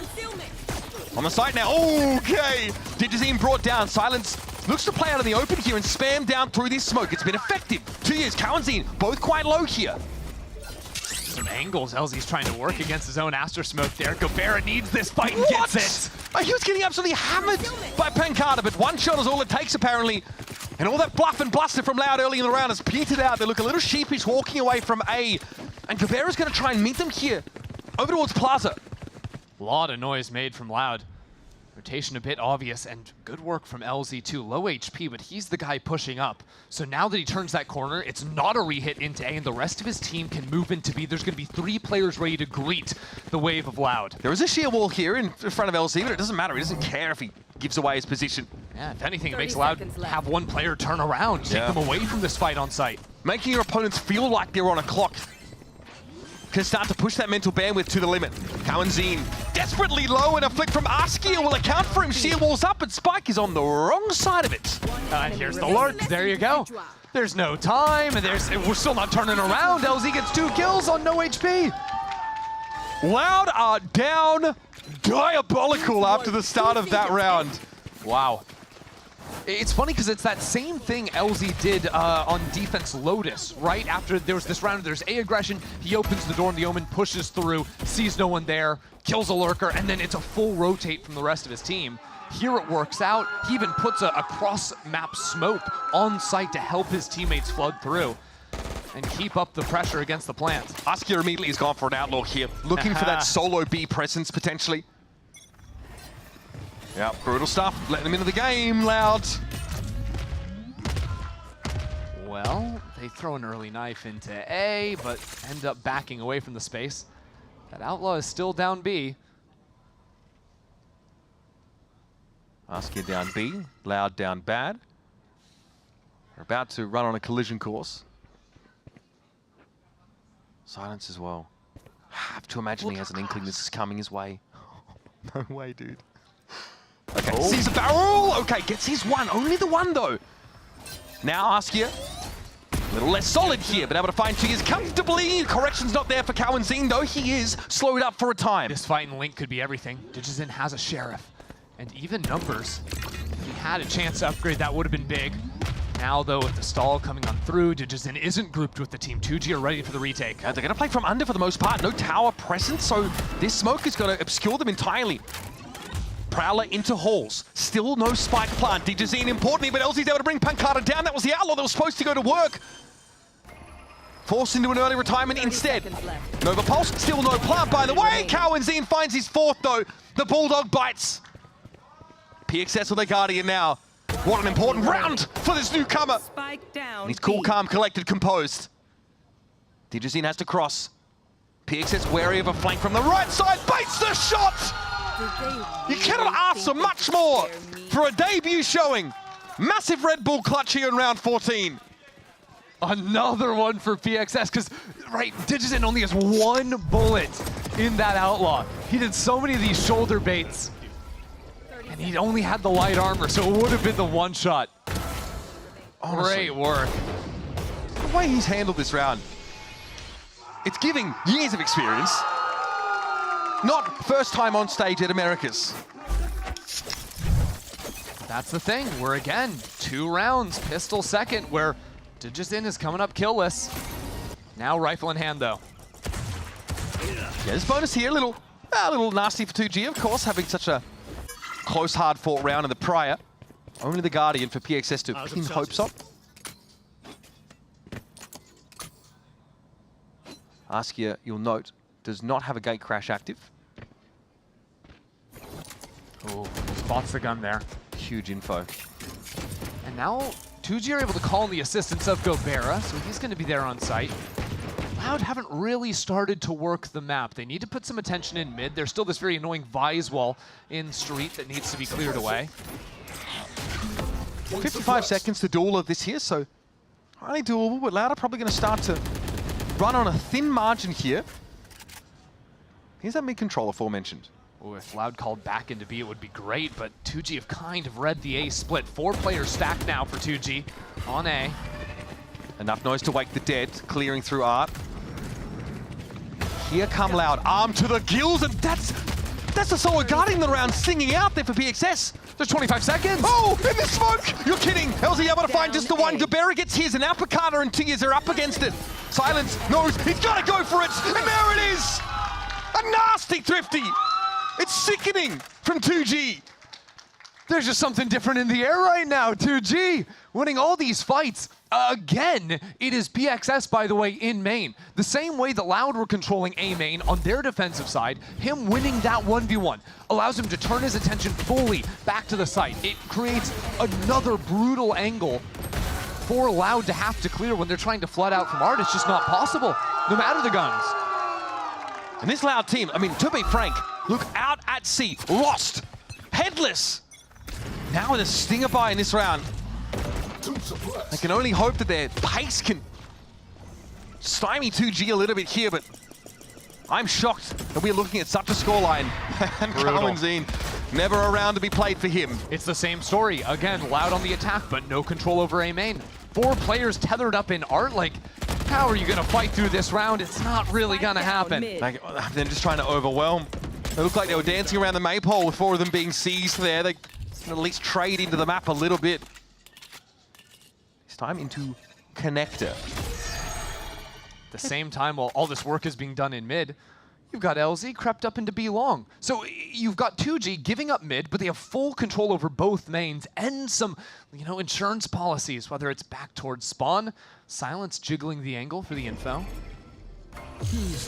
Okay. Here comes Digicine. So early warning now. Should be able to see Silence. Can he spot out LZ over towards long? That's massive. Now Loud playing without knowledge of a player that's in a bit of a pinch position. Still Digicine being canny about how he starts to swing halls. 30 seconds left. Weird round. Loud grouped up here in link for now. LZ waiting for the perfect time to spring forth. There's Digicine down. And still, LZ hit it over and long. Oh, it's cooked. Cooked. I've got to draw it back to what's at stake here for Loud, right? You've got 3 matches coming up after this. They lost their opening series to Crew after blowing them out in the opening map.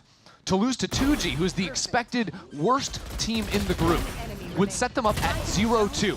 Now you're looking at probably having to win all your games or rely on other teams losing. It gets a little bit muddy. For Loud, for a team of that caliber to be put in that position, and from the other hand, 2G to have a win under their belt and now still very much be in the race to make it out. That is completely out of left field. This Loud team are the ones that were supposed to lead the way for Brazil. Going back to these tried, true, tested names to, again, put their region back on the map. Not only have they been eclipsed by MIBR, who went for the Youngblood in Kickoff, now the upstarts of 2G, the Ascended team, are threatening to put them to the sword here. And like you mentioned, potentially mathematically disqualify them from playoffs if things don't go perfectly for Loud. Yeah, because it's not like you have easy competition coming after this, right? No, easy. This is supposed to be your easiest game. You've got to knock down still. So Loud, they have to stop getting lost in the muddiness of these rounds, right? Like, how many 1v1s are we offering up to just allow 2G to take full control from a macro perspective of the round? Maybe it just has to come back to execing as a team, working on what should be superior protocols. You've been scrimming for forever if you're Loud. 2G just got PXS. Had LZ step into IGL this team the other day. They said they virtually had no practice as a squad. What little practice they had, though, they felt like it's been effective, and can't argue with that. And even the players we've never seen them play Pearl. Askia's tucked here, of course, with the contingency, and as soon as that 0 point comes in, he's forced to gate crash out lest he gets stranded there. Time to jump. Flash himself onto the line. Where have I seen this before? Ooh, you're not Digizen, buddy. Didn't quite go the way he would have liked. Oh, big. Oh, good spot. Big plaza presence. Tuya sees him. Is he ready for the second player? This is a little awkward now. You're on a clock. This time, the no Vice Wall is going to save you from a backstab, and they're not going to know. Oh, there's ults everywhere. Okay, somehow a gap's been found here. Somehow PGZ Link on the side, shut down. PXS drops it. Now the fight into Link. Gobert, the sole survivor in that massacre. Still no plant, though. Plenty of time in the round. Plenty. So early has his action been. Gobert has only 7 points of health left, and Loud looks set to get back into the game. What they have to do to mimic a fraction of 2G's power is immense, but regardless, it keeps their head above the surging tides. It's a wake-up call in that timeout from STK. Remember, the first half looked very much like this. Started snowballing away from them again the first 4 rounds in a row. Timeout was called, and Loud buckled down. It comes after Askia whiffs out on the shot, so it's not even a 1-for-1 trade. And then surviving backside. Very unexpected angle for those 2G players to be working against. First round, one of the half here for Loud. It's not going to be enough in the long run, but it's a start. The op is gone for 2G. They've got no longer have that in possession, but they've got Dimensional Drift, they've got Nightfall. Some monster ults to play off of. And Loud don't really have a split. Again, it's 4 players grouped up in a main and giving some space for Tui's to work the extremities. Yeah, this time it's going to be the Astra allocated over towards B for 2G instead of the Yoru. Yeah, it's very clear what the timeout calling was from SDK. It's let's play 4 grouped together and see what we can do on the lurks with some late inserts. That's going to be Cowanzine delayed into the A site. Okay, Gobert has definitely got the potential to keep 2 2G players at this A side. Or rather, Cowanzine. Yeah, the drone play a bit predictable. 2G still here. Okay. Well, if this doesn't say, get off my lawn, I don't know what does.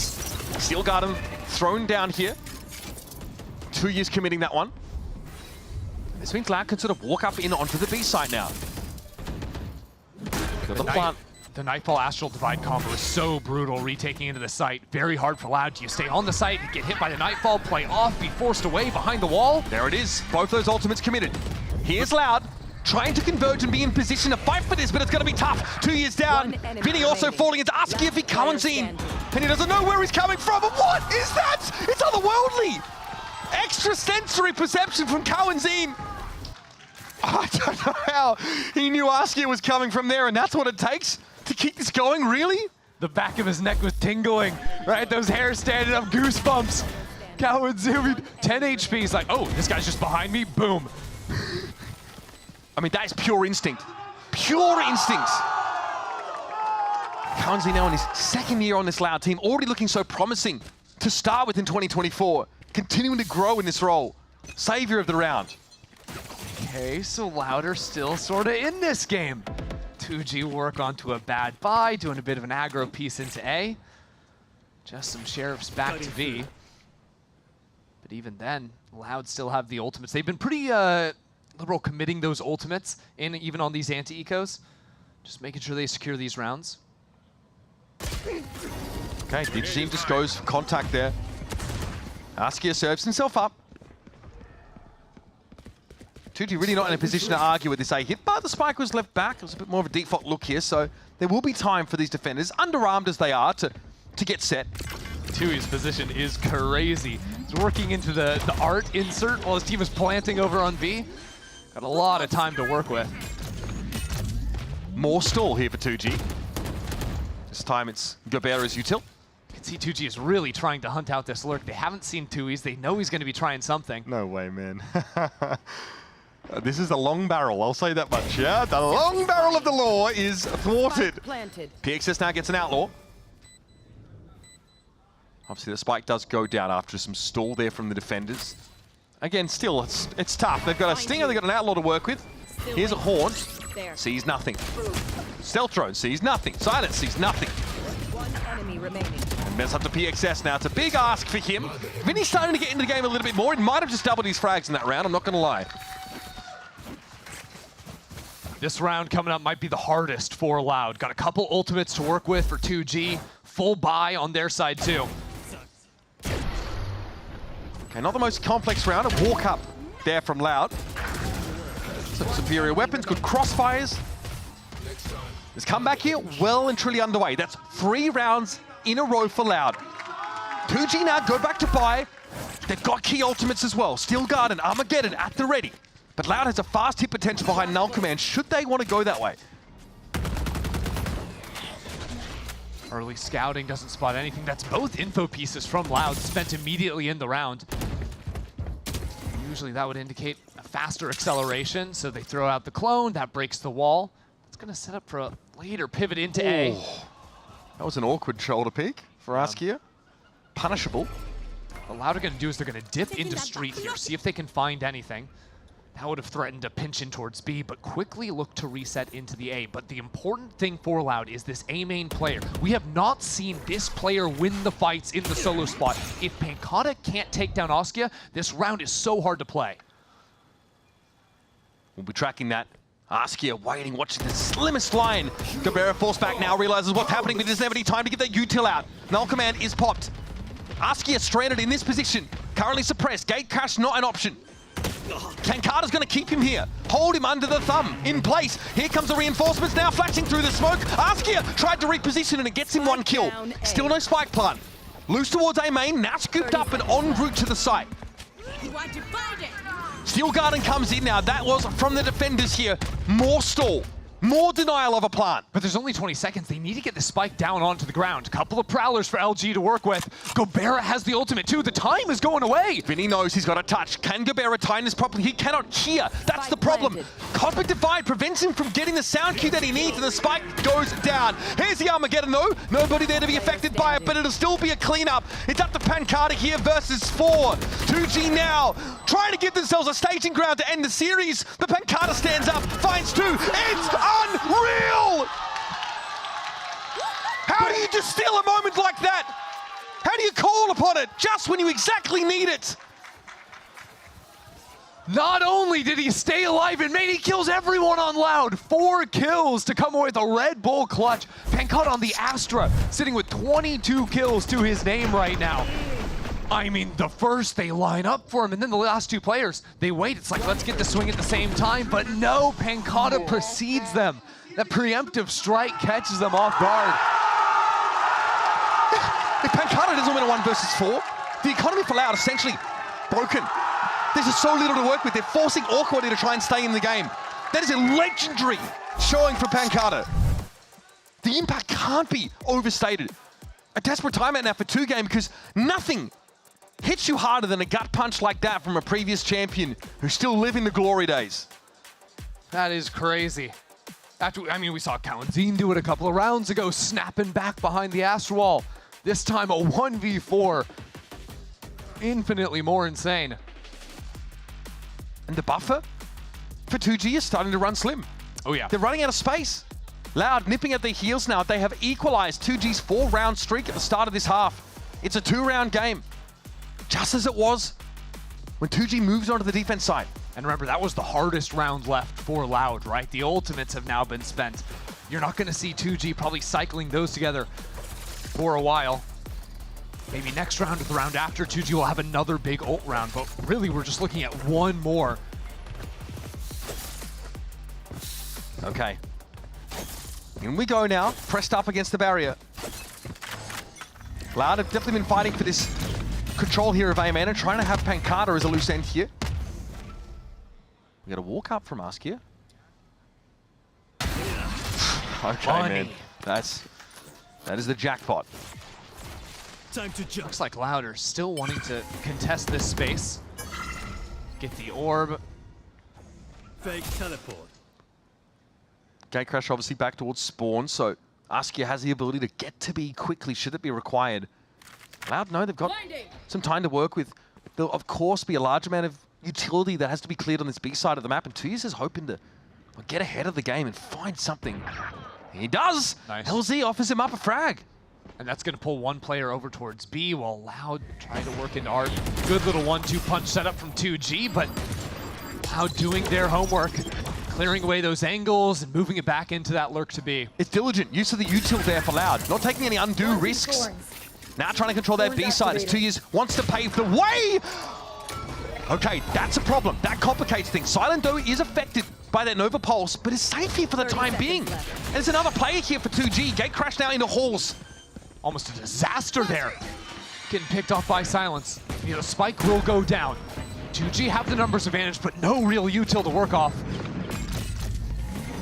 Again, Loud don't have much post-plant util to lean on now. They're trying to buy a little bit of time, get some space, but PXS is poised, ready. It's going to be a flood here from 2G trying to come out from Hall, trying to take the fight here. Askia gets one, but it's not enough. It'll be PXS versus 2. You can't ask him to do it again, to repeat the feat from a previous clutch. He'll be spotted out and dealt with by Digizine. It is a one-round game.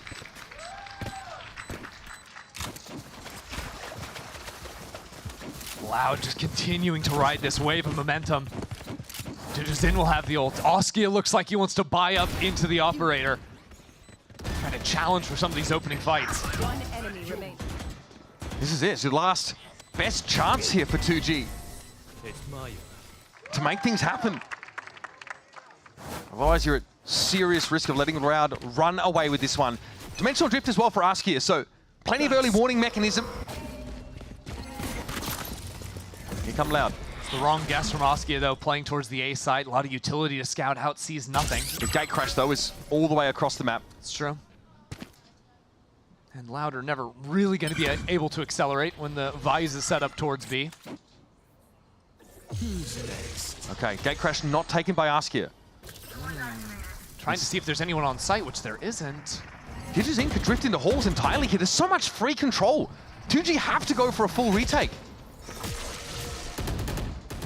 It's even worse than that. Askia's teleport time down. Now the fight back into spawn with Silence falling. 2G need to be an active participant in this round. They cannot simply look on as it just happens. And they've got to, again, awkwardly come out from this position. From tower, from under, from Link, into a full 5 of Loud, who are armed to the gills and ready to defend their territory.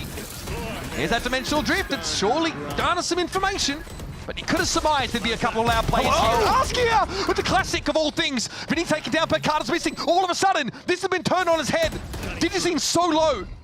So low, and PXS chases him down. It falls to 2Years, the veteran. As LZ begins the defuse, 2Years thinks it's just a tap. He goes for the spray. It's wayward, it's ham-fisted. It's off the mark. And the defuse comes in. 2G are at match point. Finally, one of these late rounds goes their way. And it's not because 2Years wasn't getting the kill. He kills everybody. There's just the smoke allows them to stick through with the spike. That was madness. I mean, first of all, how are you getting that kill? I think LZ, Gobert, and Askia all won ridiculous 1v1s at the same exact time. But it was that flood coming in, every single player jumping out of a smoke behind a corner at the same time. Just overwhelmed Loud. Again, it's messy, it's costly for 2G, so they win the round, they are broke. Absolutely skint. Of course, they have a chance to take a back seat here and just fight for that round 24, but it was very costly for them.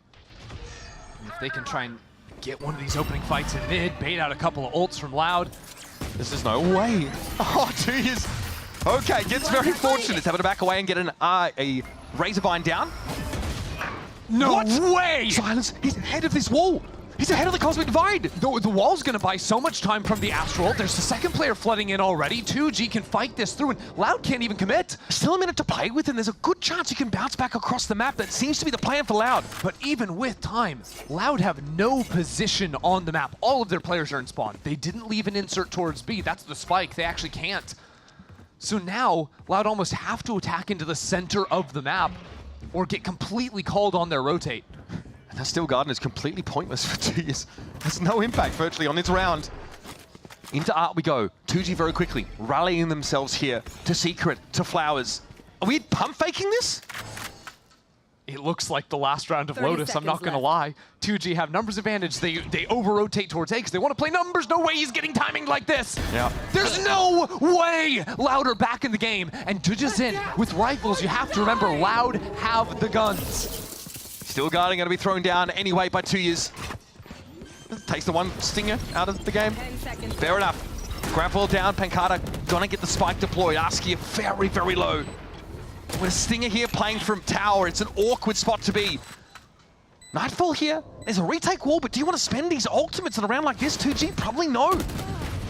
As PXS steps up, knocked down instantly, LZ gets his one. This should be a loud round, they've got control, player advantage, everything you could ask for. Great macro, the bounce back over towards B. Yeah. And it's Askia taken to task. Here comes round 24. It's about as important as it gets. Exactly, and here's the thing. 2G lost the round, but they pulled the 2 big ults. They didn't waste any of their own. So they've got Nightfall, they've got Cosmic Divide, they're one off of Silence in the Steel Garden. So they can afford to sort of group together, fight very heavy on one side, play full retake into their Vise if they want to, because those ults combo beautifully together. Okay, they've got those to lean on, as you mentioned. This is for extra innings. This is Loud getting back into the game. They won, what, like 6 of the last 7 rounds here? Askia. This could be so pivotal, pushing up onto this line that Kaunzin is prepared for it again. Wow, they had 3 players on a high-low there. Couldn't get the kill. He took 0 damage at that. That's huge. Now Loud. 2G want to show the idea of aggression, but really, they want to play numbers and they want to play retake. They don't want to risk any of those players with the big ults falling early in the round. Yeah, I mean, they want to project a willingness to fight, but they'd rather just negotiate from a position of power. That's it. They want the fight to get close in onto this site. They've got the perfect ultimates for it. And the more stall that comes in, the better and better it starts to look. That spike is still in spawn. This is all a ruse from Loud. This is trying to pull rotates. It's not actually trying to accomplish much of anything. Okay, Digis in. Gatecrash back to the spike location. 2G opt not to, insert anyone over towards A main. Loud might still be forced to use the util to clear that part of the map. I mean, timing on a re-hit would be good. The Fade is rotated away, so it's only 2 players holding. Doing this again? And again, look at Art mid. Like, Loud have found some potentially impact lurks. They get spotted out here. Silence critical here with the Sheriff earlier on. Here's a Nightfall. This is going to slow things up. 20 seconds! Not a lot of time to work with. And there's Silence getting rid of Vinny. The lurker there through mid. There's another one coming. I don't know if he's going to be ready for it, but it may not matter. 2G 10 seconds left. on the precipice of doing it. In disarray, losing their leader, take their first win of Americas in a debut for PXS, silencing the doubters and maybe the doubt in their own minds as well. That is unbelievable. Loud looking stunned on the other side of the stage. With the havoc of this last week in the 2G camp to come out and 2-0 the Brazilian team in Loud is just madness. And for me, feels like a changing of the guard somewhat. This is another infusion of new blood into Americas. And these guys, this 2G team weren't even supposed to win Ascension. They were the 2nd seed from Brazil. In fact, one of the underdogs for most of the tournament up until the end. Huge faceless, big change. They dig deep, they find PXS available. Come play with them. After spending his time in Tier 2 in Brazil. Talk about a plug and play solution. Guys like a sea monkey, just add water. Instant entertainment. Crazy too. PXS not even on his normal roll. Coming in looking good. Fitting into these elaborate Tejo Breach comps, right? Yeah. And look, don't get me wrong, they got wild with it. There were so many moments. LZ in particular is taking these solo plays, and he was so effective throughout the day. I mean, someone who has had to step into some big shoes and call, as well as be incredibly impactful over the course of that first map. The guy was popping off. He's a huge component of the fact that, 2G even get to this map while being ahead. And they got off to such a great start. It's Askia's moment to shine at the start of Pearl. He's 4-0, dominating Digizine on his first game on Yoru. And just when it looks like Loud are back in the game, it's a timeout. It's Faith managing to craft a strategy for this team, and the composure from this young squad is so impressive. Just like we saw in Mexico at Ascension, they display it here and get their first win And we're now in a situation where, hey, if they can somehow 2G take down a couple of other teams, they can start to enter the playoffs picture. At the same time, Loud, it is dire straits, starting off 0-2, dropping a series versus 2G, the projected bottom team in this group. It is now batten down the hatches and pray, because you've got to win basically everything from here on out. Loud, you are the team, the household name, also the kryptonite of every other Brazilian team in the league up until this point. Yeah, not anymore. That's right. That's what I mentioned. Changing of the guard. Now, it feels so awkward for such a a venerated team to not have their destiny for playoffs in Stage 1 in their own hands. Crazy times here at the Riot Games Arena. We're going to head over to Riv down on the stage for the Verizon post-match interview with Gubera. Thank you very much, gentlemen. And it is, in fact, to talk to 2G's Gobera after they take down Loud 2-0. Years in the making, you come to this point, you're able to take down your Brazilian brethren to start off. What does it mean to see kind of everything come together here for the first win on the stage? Depois de tanto tempo, vocês vêm para cá ganhando de 2-0 dos seus irmãos brasileiros. O que foi a caminhada até aqui? A caminhada é sempre muito dura, sempre acompanhei eles desde o começo da franquia e tá podendo agora confrontá-los aqui no palco do VCT Américas é algo muito especial para mim e gratificante. Well, I've been following this team forever, right? So being here, playing against them on this stage is something completely I can't even believe. And talk to me about how the team has gotten through, the past, as we were talking to the other team, people of the team, the last 48 hours have been tough. IGL changes, teams or players coming in for role changes.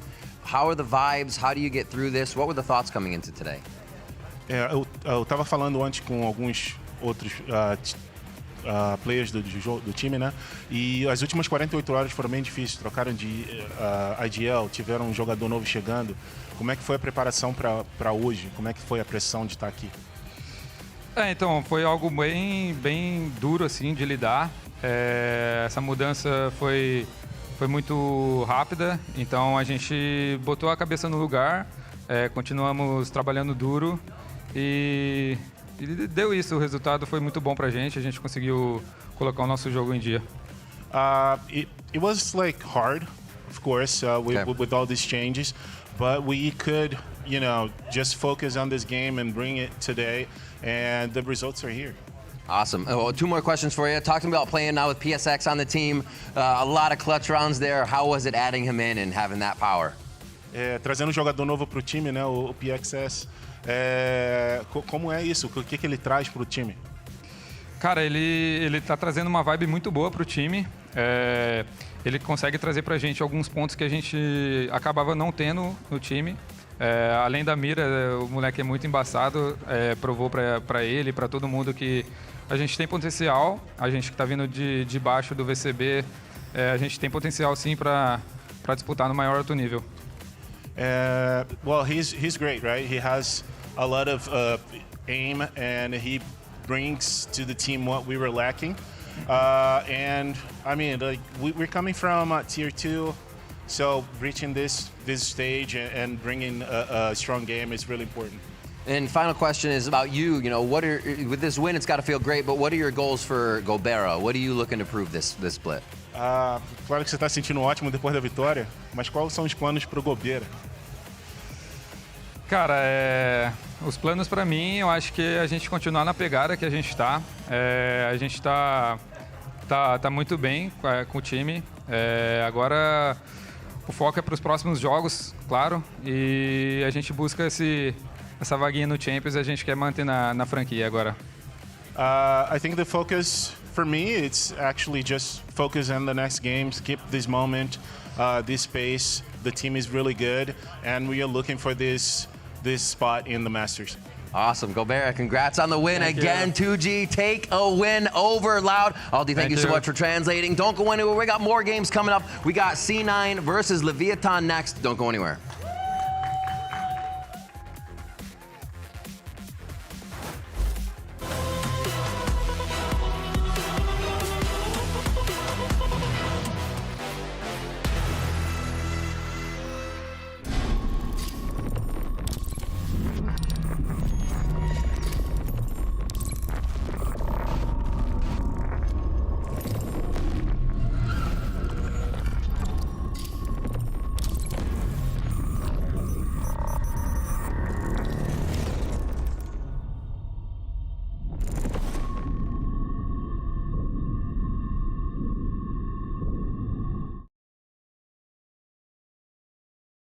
The human body was built to move.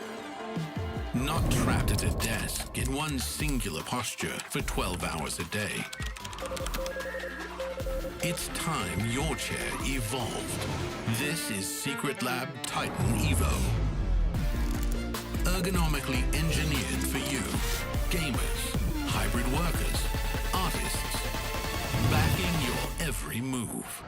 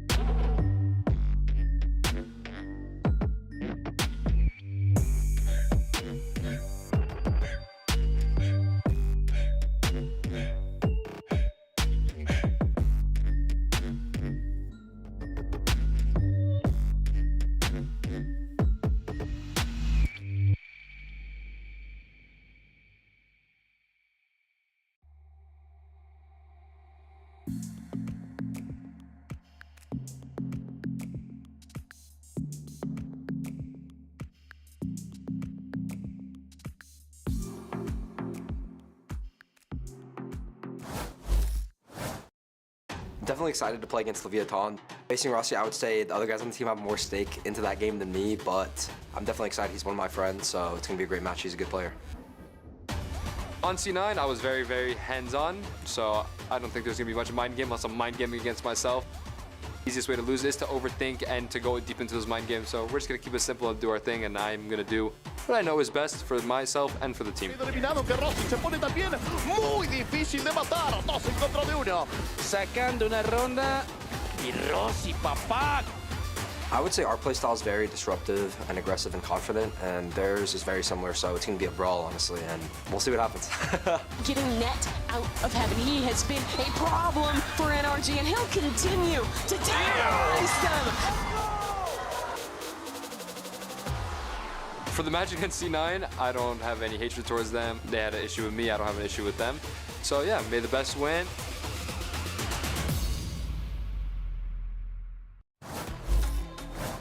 Welcome back to VCT Americas and our final match of the week, Leviathan versus Cloud9. I'm Zoe, back on the desk together with Sean, Garris and Wyatt. But before we're digging into this one, we have to talk about it. We have to talk about what just happened on that stage. Why didn't you predict him this week? Why you could have been a genius? No, I actually believed too early. Like, glue is gone. You peaked too early. Yeah, you just missed it by 1 week. 2 goats have arrived. They got to left. Yeah, they left the glue factory. They're actually back. That I don't even know what to say. All of the little minuscule win cons that we had to sell to the audience as a dream they actually check. They all played They're dreaming. Everyone's dreaming out there now. Too. No, but this is like that was just so important for so many individuals on that team. LZ's one I'm looking at here. I mean, being put into that position is so very difficult. And he did such a phenomenal job. You could see the relief on his face right after the match was over. Yeah. I mean, he deserves it. He deserves all the credit in the world. This guy played out of his mind mechanically, like as an individual.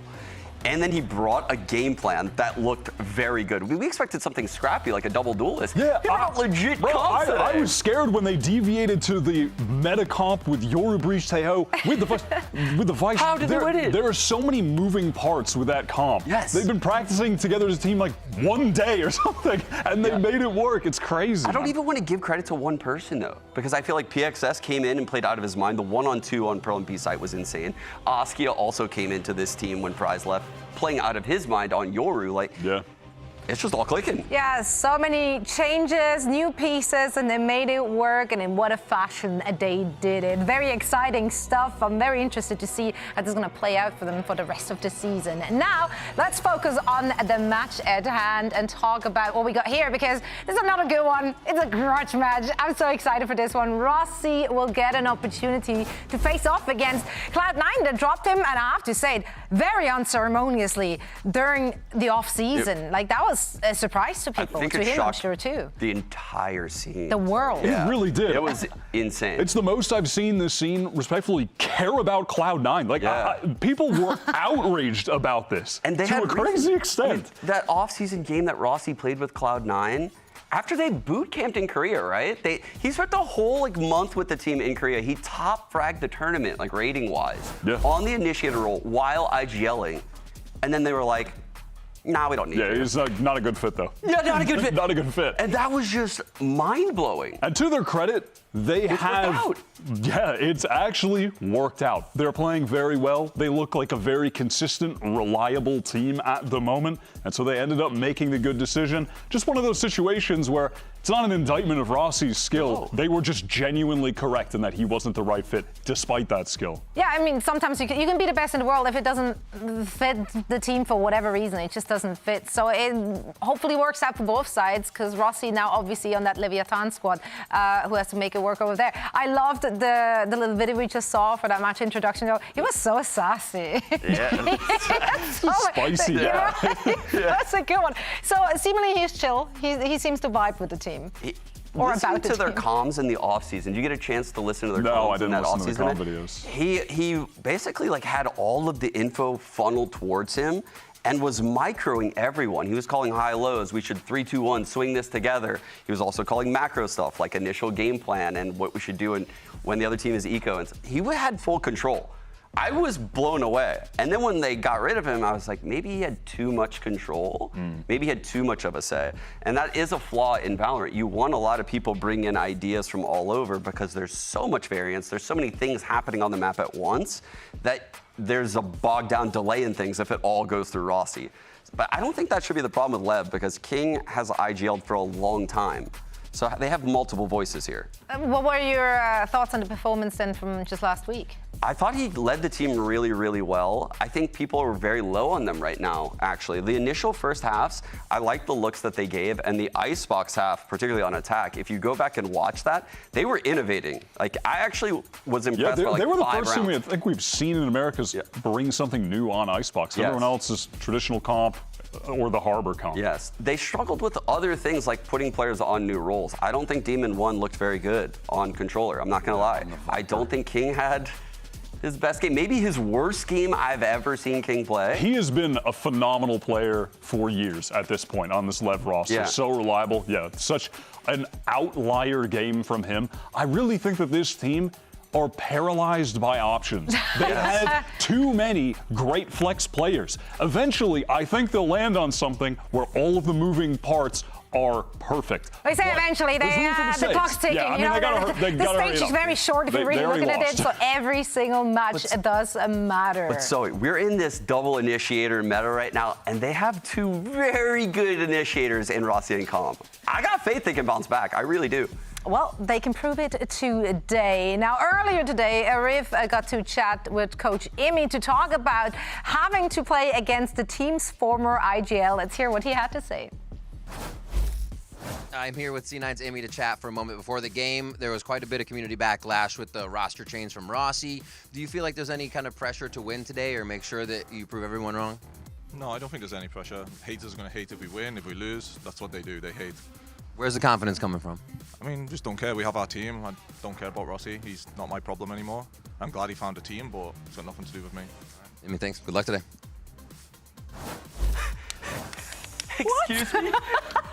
That was unnecessary. That was pretty. Yeah, that was pretty spicy. Not my problem. I like the fit. He looked like an extra on The Sopranos with a gold chain and the polo. The white polo with the chain. I don't know. This just sounded like a response who's absolutely over getting blasted from the community. Because you said it before, like it was almost unproportionate the way they reacted to that. I don't like Cloud9 were literally the villain heading into the stage. He's been over talking about that. I remember in Kickoff, Riv did an interview where he had to ask the same question because you have to ask it. And Amy's like, well, that's the 14th time I've been asked this in the last 2 months, and yeah, eventually you're over it's going to work, and I don't care and don't want to answer this anymore. Honestly, I'm vibing with that. The amount of time I've been asked how it is to be a woman in esports is entirely too many times. So after 19 years of that, you kind of that's your response at the end of the day. Like that's what you're going to say then. You also have to empathize. This guy's used to interviews after map 1, and Cloud9 never starts series well in map 1. So normally,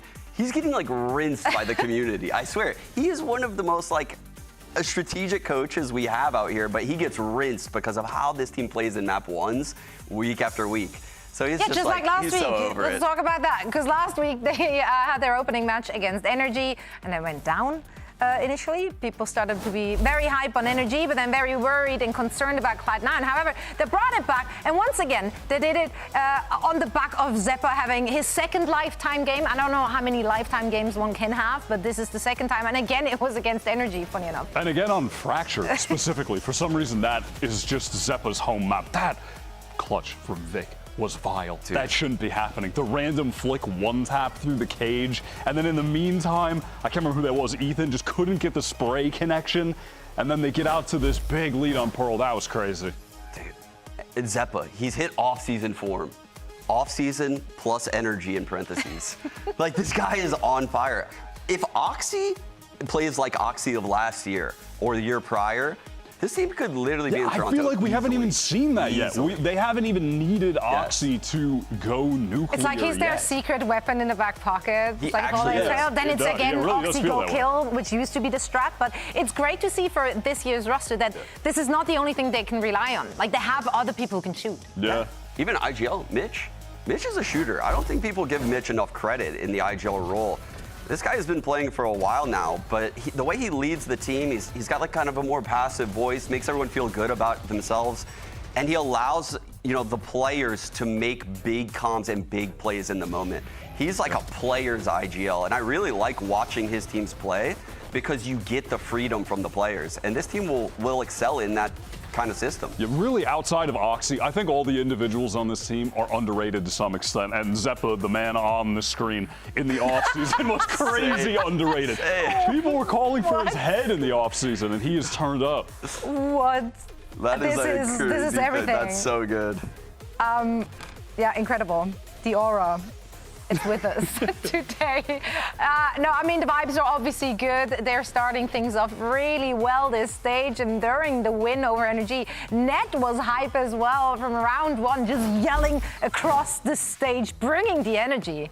I've loved watching Net. I think he's really transformed himself as a player since being on G2 at the start of VCT last year, gets cut, goes back down to Challengers to compete with M80, had a slow start, then started heating up, and now on this Cloud9 team, I think has really found his form. He's been fantastic in these situations where he's cutting off players on rotates when they're on attack. He always has this sense for picking off flankers from the other team. He has been a rock. I'm really blown away by his play at the moment. Yeah, he's a very cerebral player. He makes great comms. Not decent. This guy actually can IGL. He IGL'd the defensive half for M80 all of last year. and he probably is having a huge impact on this team as well. I've had him luckily on my teams in ranked. This guy's like a hard carry. He never stops talking. He is an excellent player. To have on your team, he rounds out this team so well. I mean, overall, this team is looking good. They're looking happy. They're looking on fire. They're on a good trajectory. And we're not sure which version of the players we're getting today. But, you know, everyone can shoot, so I'm not worried at all. Now, if we're looking at the other side, though, LEV, they're coming into this with a lot of big changes, role swaps. Like, it's just, there's a lot going on there, a lot of moving pieces. How confident are we with the current rendition? Honestly, I was ultra confident in them coming into this stage. They have raised concerns for me. I'm not ready to jump off of the bandwagon just yet for this team because I do really believe that they have all of the pieces to have one of our top Americas teams that can qualify for international events. But it's going to be difficult to put the pieces in the right places because they literally have too many options with this squad. They can try so many different roles, and it's going to be tough to iron things out, but I do believe they can get there. I agree. I think they can get there. And like I said, we're in this double initiator meta, and they have two insane initiators in Rossi and Com. They have players that will communicate and be proactive with util, create new util that the rest of the scene hasn't seen. They'll cook up all plays left and right. That's what they're known for. What they really should be focused on is getting Demon 1 situated on like a solo Viper Icebox role. It worked last week because they just hit A, hit A, hit A, hit B, hit B. But when it comes to timing your wall and your toxins, I guarantee you Demon 1 isn't on a pro level right now that we should be seeing in VCT, but it'll come with time. Mechanically, he is incredible, and I have immense faith in them. I think everyone has faith in the individuals. Yeah. What I have faith in is the emotions, all right? I'm here for the drama, I'm here for the storylines, I'm here for the grudge match. So let's hear what Rossi had to say ahead of this one to Riff when they got together. I'm here with Leviathan's Rossi before their matchup today. A few questions for you. First off, takeaways from week one now that you got that VCT stage game under your belt. I think the key takeaways from the week one was just learning more about ourselves because we're relatively a new team, but also just understanding what we actually need to do because both maps, we had like one good side, one bad side, so we're just really just polishing the weaknesses in our game, and that's really about it. And how's it been IGLing for the new squad? It's been good. I mean, it's much different compared to my last team because I have a lot of experienced players. I have 2 world champions, and these guys made top 3 last year as well. So a very high experience team, so it's a little different, but overall pretty similar. Final question, got to ask, any added pressure going against C9 today? No, sir. All right, Rossi, thank you so much. Good luck in the game. Right on. He sounds so confident and so relaxed, but that's a good mindset to have. I like that. I like him giving the flowers to the team. It's the experience. That lets me know that they're having a lot of extra things coming in from the outside that he didn't have on Cloud9, which I said he was more like a dictator on that team. I don't think it's like that here. Yeah, probably not. And like you mentioned, with King IGLing for that team for so long. Also appreciate when we had some of the listen-ins with Lev last week, he was keeping the vibes up. It looked like they were having fun the whole time. Yeah, he actually kept it They were positive. having a good time, despite losing, Well, you know what? The audience is keeping it positive as well. Let's bring the teams to our stage right now. Looking at Cloud9 here first as they're taking to the stage. They kicked off stage 1 with a victory against Energy. Zeppa having an absolute lifetime performance once again. We know this team can shoot.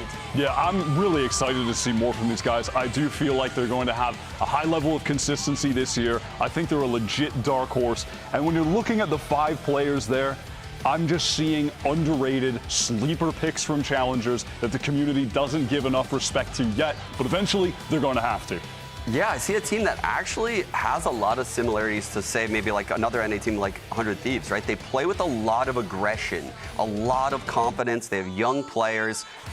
Again, I think Oxy is the star piece of this team. We haven't really seen him shine as bright as he was in the past, but I think that happens today. Well, they will be going up against Leviathan, which is coming into stage 1 with a bunch of changes. Role swaps, new IGL and player in the mix as well, namely Rossi, who I'm sure is feeling extra motivated to go up against his former team. I'm super excited to see what these guys can bring in another match. I'm curious to see if they want to swap things up, if they feel like that was just a bad day. We were talking to Dre earlier, and he felt like watching back that game, it literally just came down to they were not winning duels. They were not in form. I wonder if they feel that way, or if they feel like they need to go back to the drawing board. Yeah, and that's going to happen, right? When you take these heavy mechanical aimers. And look at everyone on the screen right now. These are aimers. These guys can shoot. But when you put them in these supportive roles and make them think util first, sometimes they're going to have duds like that, like what we saw last week, where they were just absent in 2 of the halves.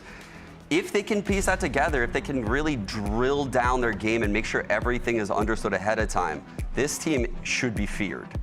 All right, we got the map picks. Curious to see Cloud9 taking us to Split. This is the first time that they're actually playing the map this year, and they picked it into LEV, who just lost it last week. So assuming they feel they're going to have the ability to anti them with ease, they weren't impressed by what LEV were doing, and whatever they've got cooked up will be a complete surprise to LEV. Yeah, and LEV last week ran the Breach Teo on Common Rossi.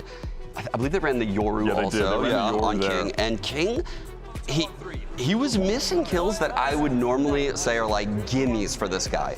He is one of the best players in our region, and he was set up for kills. There's no way that happens again.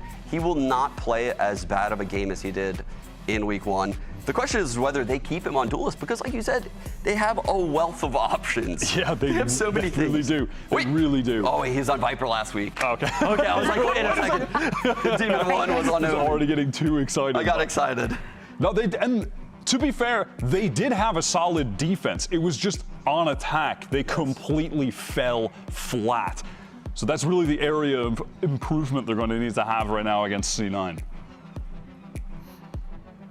Excited to see more from Calm as well. I mean, when we're talking about this team, you can't ignore the fact that they have world champions. They have players that have been to multiple Masters / Champs international events in the past versus a team with primarily Challengers players that just came up. There is an experience diff. The mirror comp, Wyatt. Oh, this is actually one of my favorite plays, actually, to pick the map that the other team played the week prior, anti-strat them to death, and literally run their own strats against them. Just steal what worked and anti what was trash and just own them. Yeah. I'm not mad at it. 200 IQ play from Imi coming in. I'm not mad at it. You have to keep your eyes on King here. They haven't adjusted. He's got to step it up on the Yoru. He's got to hit those shots that he was missing last week. I'm excited for this one. We're going to see the mirror comp on our first map. Let's see how this one is going to play out. So let's send it over to your casters. It's Duck and Dre.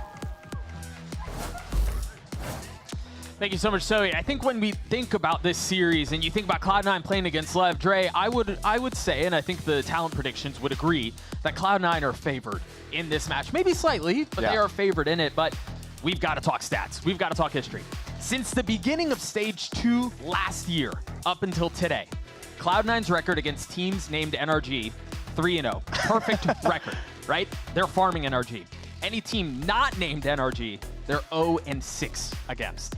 The last team that Cloud9 beat that was not NRG in VCT was MIBR, and that was May of 2024. Yeah, that's an absolute ridiculous stat, by the way. And just to talk about Cloud9 expectations as well is, last year, Stage 1, they were 5-1.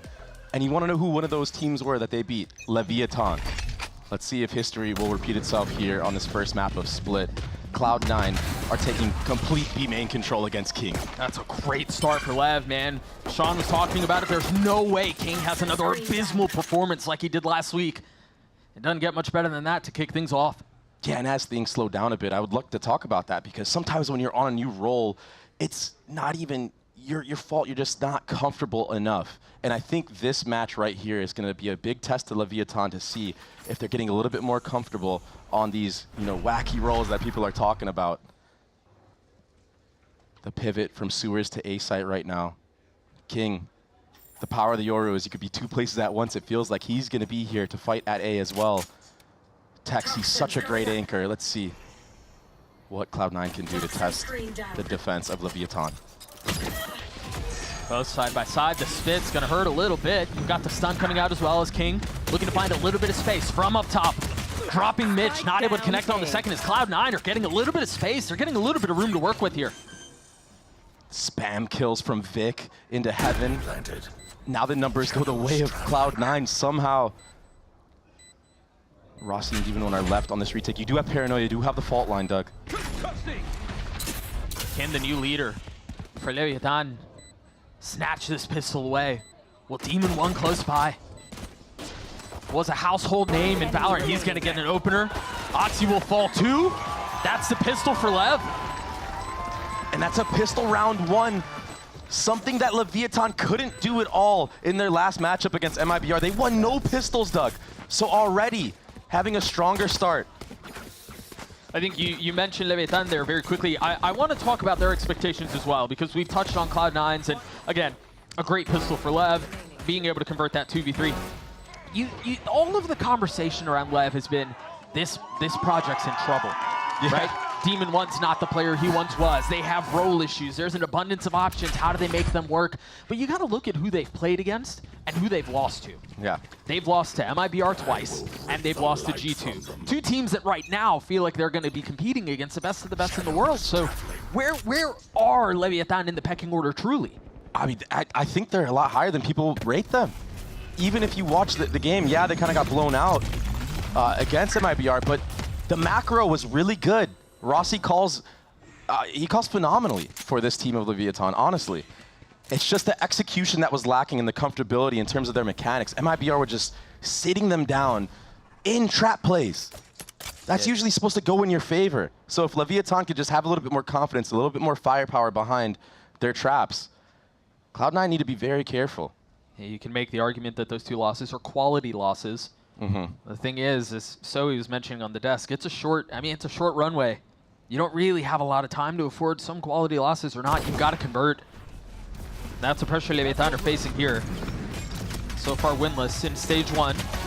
Speaking, yeah, it's an eco, but crispy out of Demon One so far.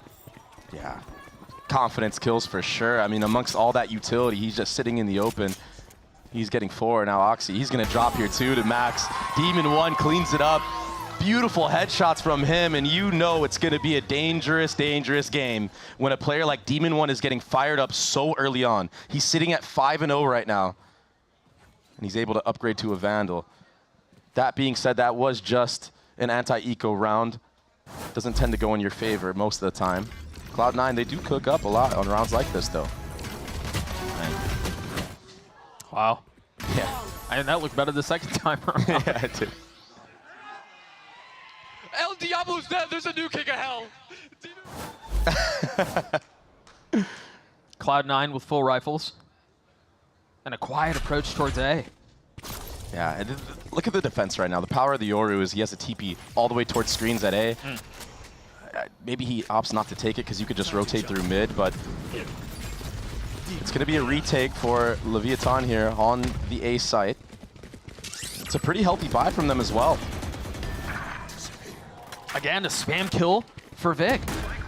Just like the pistol. And that's the IGL down as well. That's all the breach utility down now too. So the retake, it's going to be significantly weaker for the side of Leviathan. Cloud9 are in a really good position here in the post plant to close this round out. I think that good position just got better. Comps using his salvos, doesn't have that to play around. The stun is through as well. Oh. Vic getting a little taste of his own medicine. 4v4 still in play. Mitch and Zeppa alongside Net. Trying to do their best to keep them back, and you were trying to flush Net out from main, and it just doesn't work out. Yeah, just damage now for King. Make the economy bad for Cloud9. He's done just that. He's going for more. Net, the armor's gone. I mean, pretty good from Leviathan to destroy the economy of Cloud9 on this round win. Cloud9 are, you know, not afraid of going light armor and buying into things, and maybe that's what we're going to see right here. But still, Leviathan have a really strong start so far. Cloud9 had a good post plant. It's an op round 4. Look at that stat too. Cloud9 are 3-0 against Leviathan all time in VCT. I mean, they haven't played in forever. And by the way, keep in mind, they beat Leviathan with Aspas. We mentioned the op at the beginning of the round. All eyes on King. He was a little shaky with it in the previous matchup. That's a little micro flash. That's not really hitting him. Yeah, I think Vic has an idea that he might be posted up on this angle, though. You would think so. Mitch still has a stun. That means he didn't use it to clear that at the beginning of the round. Heavy utility invested to take control of vents. Now, Leviathan, they like to do a lot of re-clearing with utility of themselves. It's going to be a focus towards ramp right now. And that allows Rossi to pivot and hold that vent. Keep a close eye on the TP that King just dropped. It's not going to get him super far, but it will help some of the early rotations if it's a scurry back A. Now, Cloud9 are in a position where they can still flip the map. If they don't like what they see A, they have enough mid control that they could end B. But they're doubling down. They're digging their heels, and they want to end A. And so far, so good for Cloud9. Great response from Rossi, though, on to Vic. Flashed by a little bit of time, and he's going to connect on another. Falls at the hands of Oxy. 30 seconds But now with left. 2v2, the spike, or excuse me, the op arriving at the scene. And it's quiet on the way out, not taking the bait of the tap now. The second time is confirmed. The op, excuse me, the ult pulled instantly. King in a brutal spot. How do you win this out? You can't. Sean was talking about off-season form from Zeppa. The reaction time right there to be able to get off the spike and actually commit to that flick and hit it is so impressive. That is a testament to what Sean was saying. The mechanical skill, the form that Zeppa is in right now, it's part of Cloud9's recipe for success. I mean, he was such an important, yeah, I mean, look at how quick that is, right? Yeah. Tex had the one up there too. I mean, he crept all the way out. Just not quick enough. It will be a tie game now, as B main control is the main focus for the pack of Cloud9. You don't have to worry about that operator anymore. And this is something that we see King do quite a bit. He'll go push towards A, TP all the way back to B. And I think it's something that can be punished by the side of Cloud9 if they do their prep correctly. Every single time King started A with the Yoru in this 3-2 default, he TP'd back to B. And MIBR played into that, but Cloud9, having that footage, they understand that this A side is going to be weak. Yeah, you imagine they're leaning into it. It's, at least it seems to be the case. A TP already through, but it's a fake. Cloud9 are taking a little bit too long. The delay from the Tejo missiles of the side of Leviathan was enough, but the rotates still aren't here, so Leviathan aren't really favored in this round unless Cloud9 decide to pivot for no reason. It's a deep smoke. There's no one there to see it. And now Calm is feeling all of the pressure, but it's a fake. Look at the rotations. They're all headed back towards A. Meanwhile, Cloud9 quietly try to slip the net. It's an overcook, though. All the members of Leviathan are here. They don't have the weaponry, though. They may not have had enough time to let this one settle. You mentioned the lighter guns. Demon wants a first to fall. Tex tries to check the smoke, and he's dispatched. There's just not enough bite behind this bark. Yeah, the Sheriff's just not hitting quite yet. The spacing of Cloud9 on that pivot was the key factor of getting the spike planted so far. And now you're just left in a 2v5 scenario, damage being the only good thing that can come out of this. There's no way you win this round. No, I think you cut Rossi loose there. He's one off of his ult. He gets it into the next, yeah. It's 2 kills found. He's cooking right now, but that does take him out. And although Cloud9 do run into a stack, the shot's just not connecting for Leviathan. This was a big problem that they had against MIBR. They have really good reads on the rounds. They oftentimes have the number advantage, but they just cannot finish. For Cloud9, now they're taking the lead and they have a couple of initiator ultimates themselves. Some ultimates to answer back from the side of LEV. The Rolling Thunder, King's ult too. Vic with the aggro TP across. Yeah, he's been doing this every single round. Yeah. I mean, if LEV don't do something to deny some of the space early on, Cloud9 are going to continue to take it for free. And that one fault line gets the paranoia out, so you do not have to worry about that if you decide to re-hit the B site. And you're definitely going to get your fault line back for the actual hit. Yeah. So far, slight advantage, Cloud9, at least as far as utility goes. Just great macro so far, faking the TP in the event as well. That's going to keep all the A players there. But there's still 3 for LEV at B.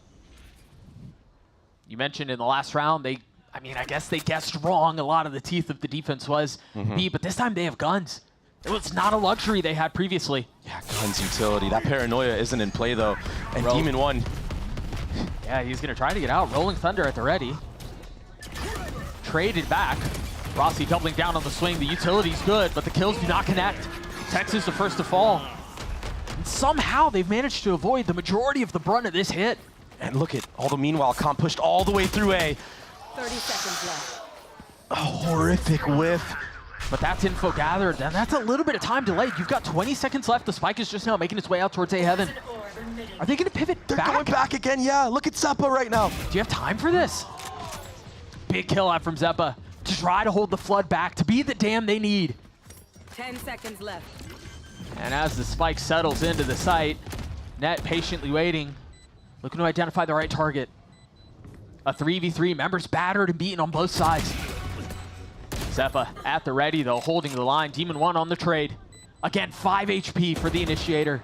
19 in between both of them. Look at this flank, Doug. Tom's in a really good position. Maybe doesn't connect early in the round, but hits when it matters. Zeppa's been in off-season form, NRG form, some might say, but this is a borderline unwinnable 1v2. I don't know how he gets his way through this. He's gonna do his damage, so Demon 1 getting it to half. The missiles will buy some time. He's gonna take it all the way there.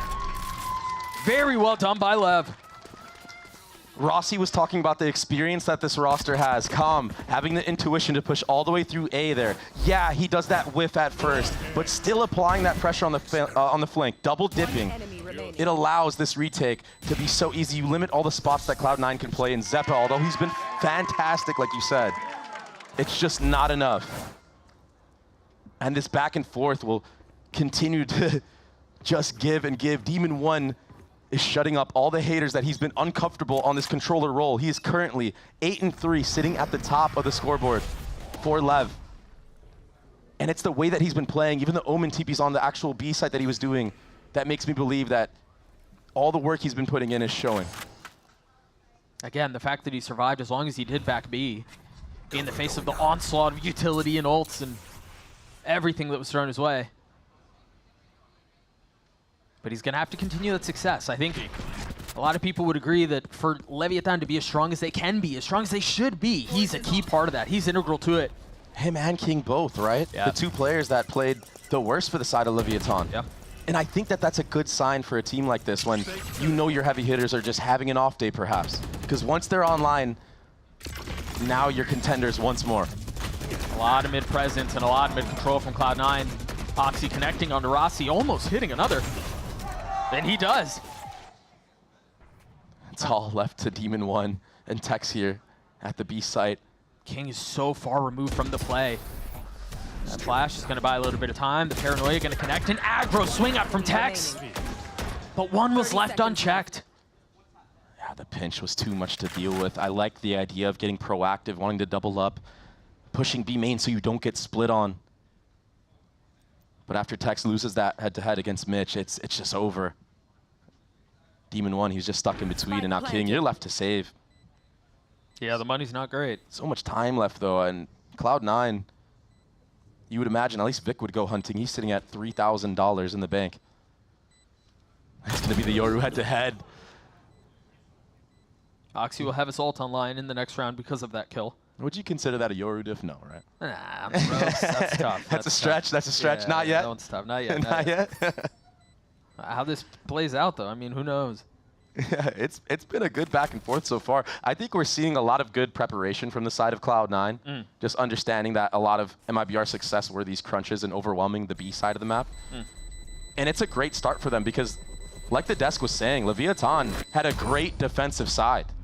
For Cloud9 to be in the driver's seat right now, after losing the pistol and getting only saving one gun in the bonus, they've really crawled back into this round and won a lot of gun rounds.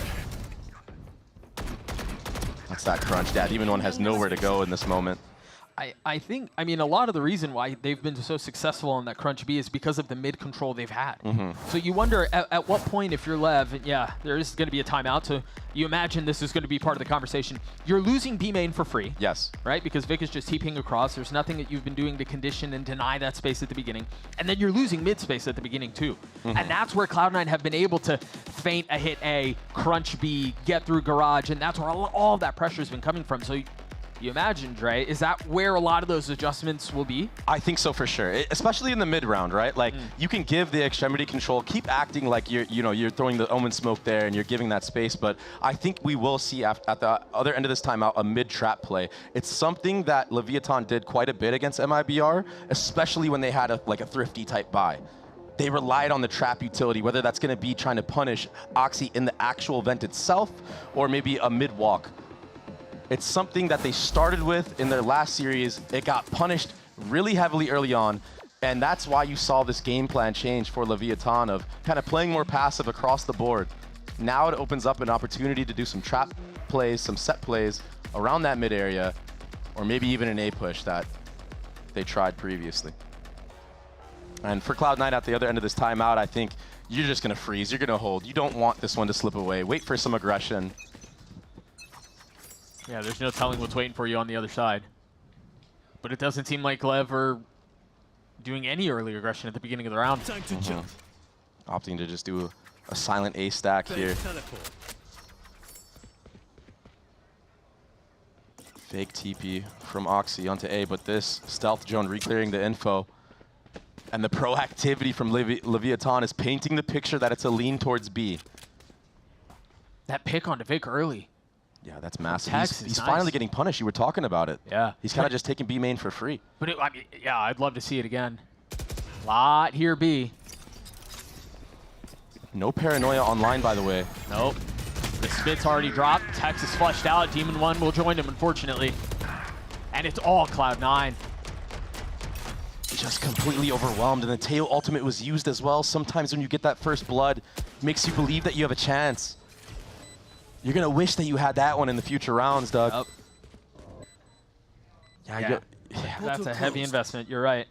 You have a flank coming in here from King. He does have the only Vandal, but you imagine he's gonna get traded out here. There's no way he gets more than one. We saw Pancata 1v4 just a moment ago. Not gonna be the case this time. He got his one that you promised. Rossi in a brutal spot. He's gonna get cleaned up at the hands of Zeppa. Cloud9 get to 5. You wonder here if some of the conversation around the timeout was for this round that we just saw, or if this is where it is. But as you were mentioning, the investment of Com's ult. That's rough. That's heavy. Huge investment. We saw him put so much work in using that ultimate on the retakes. And to not have that on an important gun round like this, to this guy's full blind backside looking for Jesus. To stop the snowball is gonna be rough. Now, I think this is going to be a full hit from Cloud9 onto A, using that Yoru ultimate to get all the info, and it's only Tex here right now. Double initiators are going to be flooding in to try to help him out, but if this Viper pit goes down on the actual site...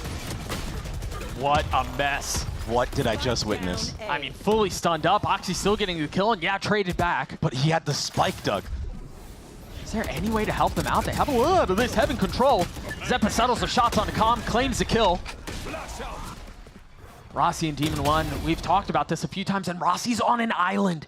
Demon 1 is still on the other side of the map. It's so messy. And now it's a 2v1. Viper's pit was used. The spike not being planted inside of that pit, though. Spike not being planted at all. Now Demon 1 has a little bit of space, a little bit of time to work with. Another tap of a spike. He's got time. I don't know that he has space. He's going to have to manage the green goo. And that's difficult to do. Just a wasted Viper's pit as well. He's got to play this perfectly. I mean, he's done it before. They've slipped the net. Whoa. The double walk. Not allowing Demon 1 to have the time of day to take the fight to them, take the peaks that he wants. So although it was very chaotic, very hard to break down, Cloud9, they bring it back. The spike was stuck in back sight, Doug. situation that you look on the minimap and it's unwinnable. It was so awkward. It was so awkward. But the firepower is prevailing right now from the side of Cloud9. Zeppa, again, sitting at the top, 9-6. He has his own Teo ultimate available, and Leviathan are on an eco, and oh, man. Oh, man, you hate to see it. Do you have a quick tech pause? As soon as we figure out what's going on, we will keep you good people informed. I am being told it's audio, which is really important in a game like Valorant. You would think. So you can't let that one go by the wayside, and it seems like we're seeing who the culprit is on the screen. Again, once we get it figured out, we'll do so as expeditiously as possible and get back into the game. You were talking about Zeppa. Where are you seeing him net this success? I mean, he's just following up, getting the trades that he needs for his team. He's just been that anchor for the side of Cloud9. And someone that I want to point out that although he's not doing that great in terms of score, you know, Mitch, sitting at 4-8. Doug, last year, Cloud9 were 1-4 on split. You want to know who one of those teams was that beat him? Oxygen, 13-1 with Mitch being the IGL against the old Cloud9 roster. I think this is why we saw Split come back into play for Cloud9. The confidence that this guy can bring. He's like, don't worry, I know what you guys were doing wrong. I experienced it firsthand. I'm going to fix it for you. His calling has been exceptional. So you got to give him his credit where it's due, but it feels like just in these last couple of rounds, Cloud9 have managed to pull away, or at least create a little bit of separation between the two. I think we've seen some good things from the side of Leviathan as well. Oh, I agree. I just think when the chaos ensues on some of these site hits, the trades just aren't quite there on the defensive side. It is a little concerning. Might not be the right word. It is. Yeah.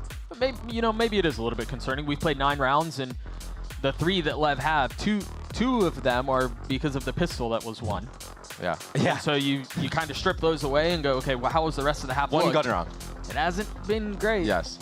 And it's kind of a testament to what Rossi was talking about, right? It's like we need to polish our gameplay still. I feel like they have really good ideas of where they want to be. I think there's a lot to look forward to from Leviathan.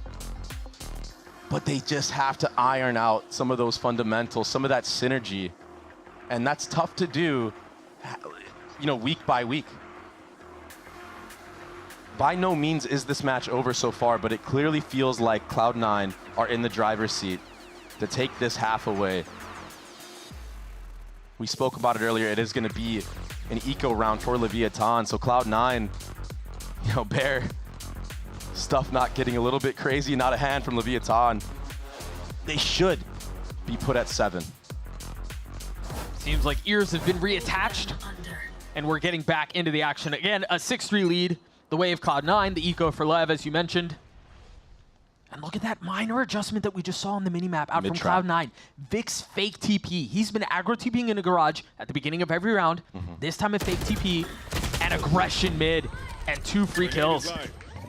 Absolutely free. That fault line can't get out in time. And now you can really go anywhere. Layer your utility if you're Cloud9. Yep. Make sure you safely get into sight. They want to lean A. Look at the minimap. That was an ambitious way to approach that kill. But traded back, all good. I've never seen that. Rossi does get one. How does he do that? It's not going to matter, though. No, we're seeing a lot of eco frags, and we're seeing a lot of those, I would argue, pointless kills. And those are coming through for LEV, but Cloud9 in firm control. Yeah, I have to point out again the silent approach in mid. If you make any steps, if you use utility like the gate crash to get into vent, that fault line comes through. Maybe you don't get those kills. So another great call from Mitch to just silent walk up mid, catch those players off guards that are trying to pounce on the trap if there is any sound mid. And now for LEV, you're left to worry, even in the gun rounds. Are they going to do a mid walk again? Do we need eyes on this? Demon 1 will upgrade to a Vandal here, trying to get some exits. It does feel like there are a lot of gaps in the defense for LEV. I think you're absolutely right. One enemy remaining. Oh, man. That's a nice one for the highlight reel, but doesn't convert to a round win. Does get the Omen ult online, though, so now you have 2 characters that can do a quick rotate wherever Cloud9 decide to hit. Here's that replay of the peak and event. Yeah, it's just too many bodies to look at. I don't know if you caught the the chat there. I didn't see what it said. What did it say? I didn't catch all of it, so I'm gonna let it go. I was hoping you'd seen the rest of it. Either way, Cloud9 up 4, 3 ults for the attack, and a different look. It's not the Omen presence towards B. A commitment. It's heavy A. The kill traded right back. Spike sitting on the ground, as they've been able to deal, or at least weather, some of the early storm from the attack. Finally, Leviathan getting the 1-up in the trades. That stealth bot being heard makes it so Cloud9 have to go back and push back that A line even further. Otherwise, it's going to be an obvious lean towards B, but Mitch gets taken out because of it. Big from King. That's going to try to alleviate some of the pressure on the other side of the map. And he will succeed against Demon 1. That's such a huge 1v1. Yeah, but you still have the pit, and you've got to flush Tex out of here. You can't leave him here. Where are you headed? Committing to getting the spike down. I mean, maybe a plant for spawn here. You flip the map a little bit, go CT. He's going to hear these footsteps in vent, I believe, or... No, he doesn't. Yeah, you see the pings on the minimap. A really good idea that Ned has gone exploring. I mean, this is such a late flank. Vic has to delay for so long here. And he's on his own. And they know where he is. Tex has to stay in the pit, though, concerned about where the rest of the members might be. Great tail missiles used. Flushed out and killed, and that's going to arrive at the party, but he's going to be a bit late. Yeah, but they're not sticking it, Doug. He has a chance here. I mean, you're holding 3. Maybe you stop the defuse, but Calm winning out that duel should secure things. He's going to have his ult online for the next round as well. Yeah, good trades. Calm getting that kill onto A ramp, putting numbers in favor of Leviathan, just making it easy. It's a Viper ult play that we saw previously as well from the side of Leviathan. The punish on that type of play would be a B split, but Cloud9, Mitch, opting to go towards that A site, getting completely stuffed, back to back.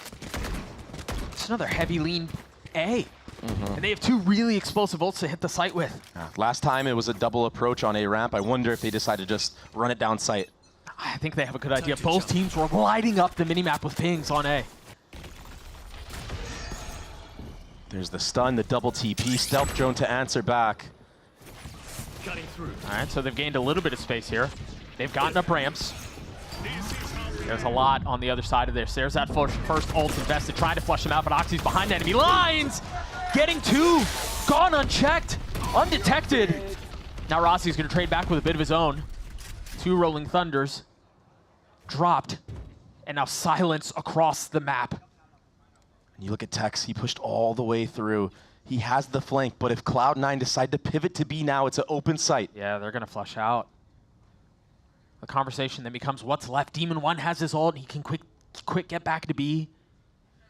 But with the way that Leviathan have been approaching some of these retakes, they want to be grouped up. It looks like Demon 1 will start slowly shifting towards B. If he can get a pick on the cross here. He still has full utility, by the way. Yeah. Still has his flash, still has smokes, TPs, everything. And same with Rossi as well. Mitch with the stun back up. Gonna find a vacant site. Demon 1 smoked off. And all of a sudden, the prospect of that is gone. Spike planted. Rossi's so worried about a lurk from the minimap. He invested the flash. It's a speed up. And now Tex dies. They don't have a paranoia to play around anymore, and Rossi's still halfway across the map. Second smoke to use. Mitch tucking, finding a little bit of corner to play around. A crispy shot out from Demon 1. Still a 2v2 to play around, though. TP invested. Trying to divide the attention of the attack. That's snappy, leaving things in a 1v1. Captains clashing on the site, the last round of the half. Footsteps aplenty, and Rossi has no options to play around. Vic has played this beautifully. Cloud9 get to 8. Vic has been a rising star for Cloud9. He's looked more and more comfortable being a part of this roster. He has so much talent. We saw him devastate the Tier 2 scene, and to see him clutch like that is amazing. This was Oxy playing spoiler. Again, managing to get behind them, getting 2 free kills. And yeah, Rossi did his best to respond, gets a couple of kills of his own, gets down to the 1v1, but just does not go Leviathan's way, and that feels like that's been the case for the entire half. 8-4 for Cloud9. We're going to take a quick break.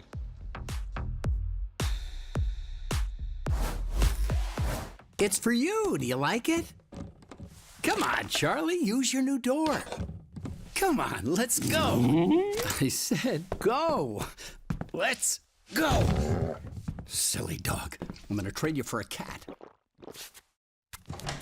Red Bull gives you wings. The new Red Bull Zero is here. 100% wings with monk fruit extract.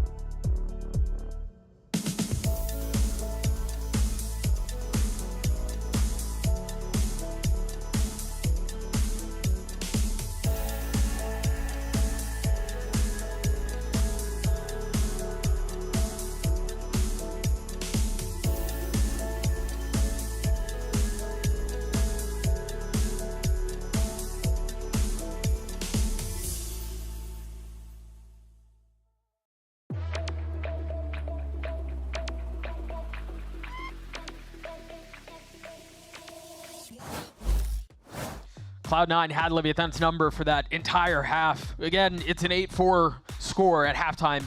2 of those rounds were because Lev won that pistol. So it really has been all Cloud9 here, Dre. Yeah, I think it was just a full dismantling, a countering, and that's the benefit of not showing a map like this and then busting it out. You get to see Leviathan's entire defensive side. That's why Cloud9 chose to go on attack. Now it's Lev who are going to test their mettle on that side of the ball. Yeah, it's really interesting because usually when Leviathan go for the 1-3-1 default like this, it's Rossi in B main using a fault line that hits all of male and vent. Well, this time he's across the middle of the map. Yeah. Rolling with the pack. There's a lot on the other side of that smoke. They have to be careful. Do you face check this? They try. Vic's there to get a first, but Calm. A great response, ultimately falling to the missiles. And it's Bedlam. As the round slows down, the spike is scooped up, and Rossi immediately falls, putting it right back down. Demon One had an incredible pistol to open the map, but he's gonna have to do it again with the classic. Yeah, he does have Paranoia online as well. If he could find the 1v1 against Mitch, maybe you can argue he has a chance into this, but with the way that Cloud9 have been playing doubled up, yeah, there's no... I think that's the difference. It feels like it's going to get traded instantly. He's taking the long route around. I feel like he made a step right there. Shadows traveling. No pings on the minimap. 30 seconds left. It doesn't seem like they know. They have no idea. Oh, they actually thought that he was going to go from bottom mid, I think, with those tail missiles being used. Well, the fact that the smoke went ropes would suggest he was coming up mid. He has found a window. He's done it. He's found a window, but he's got to hurry up now. He doesn't realize the trap is in the smoke. Yeah.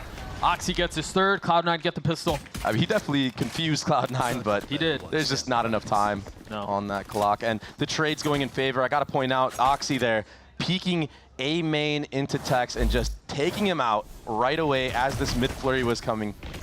It allows him to pivot, not have to worry about his back anymore, and that's why Rossi just gets taken out for free.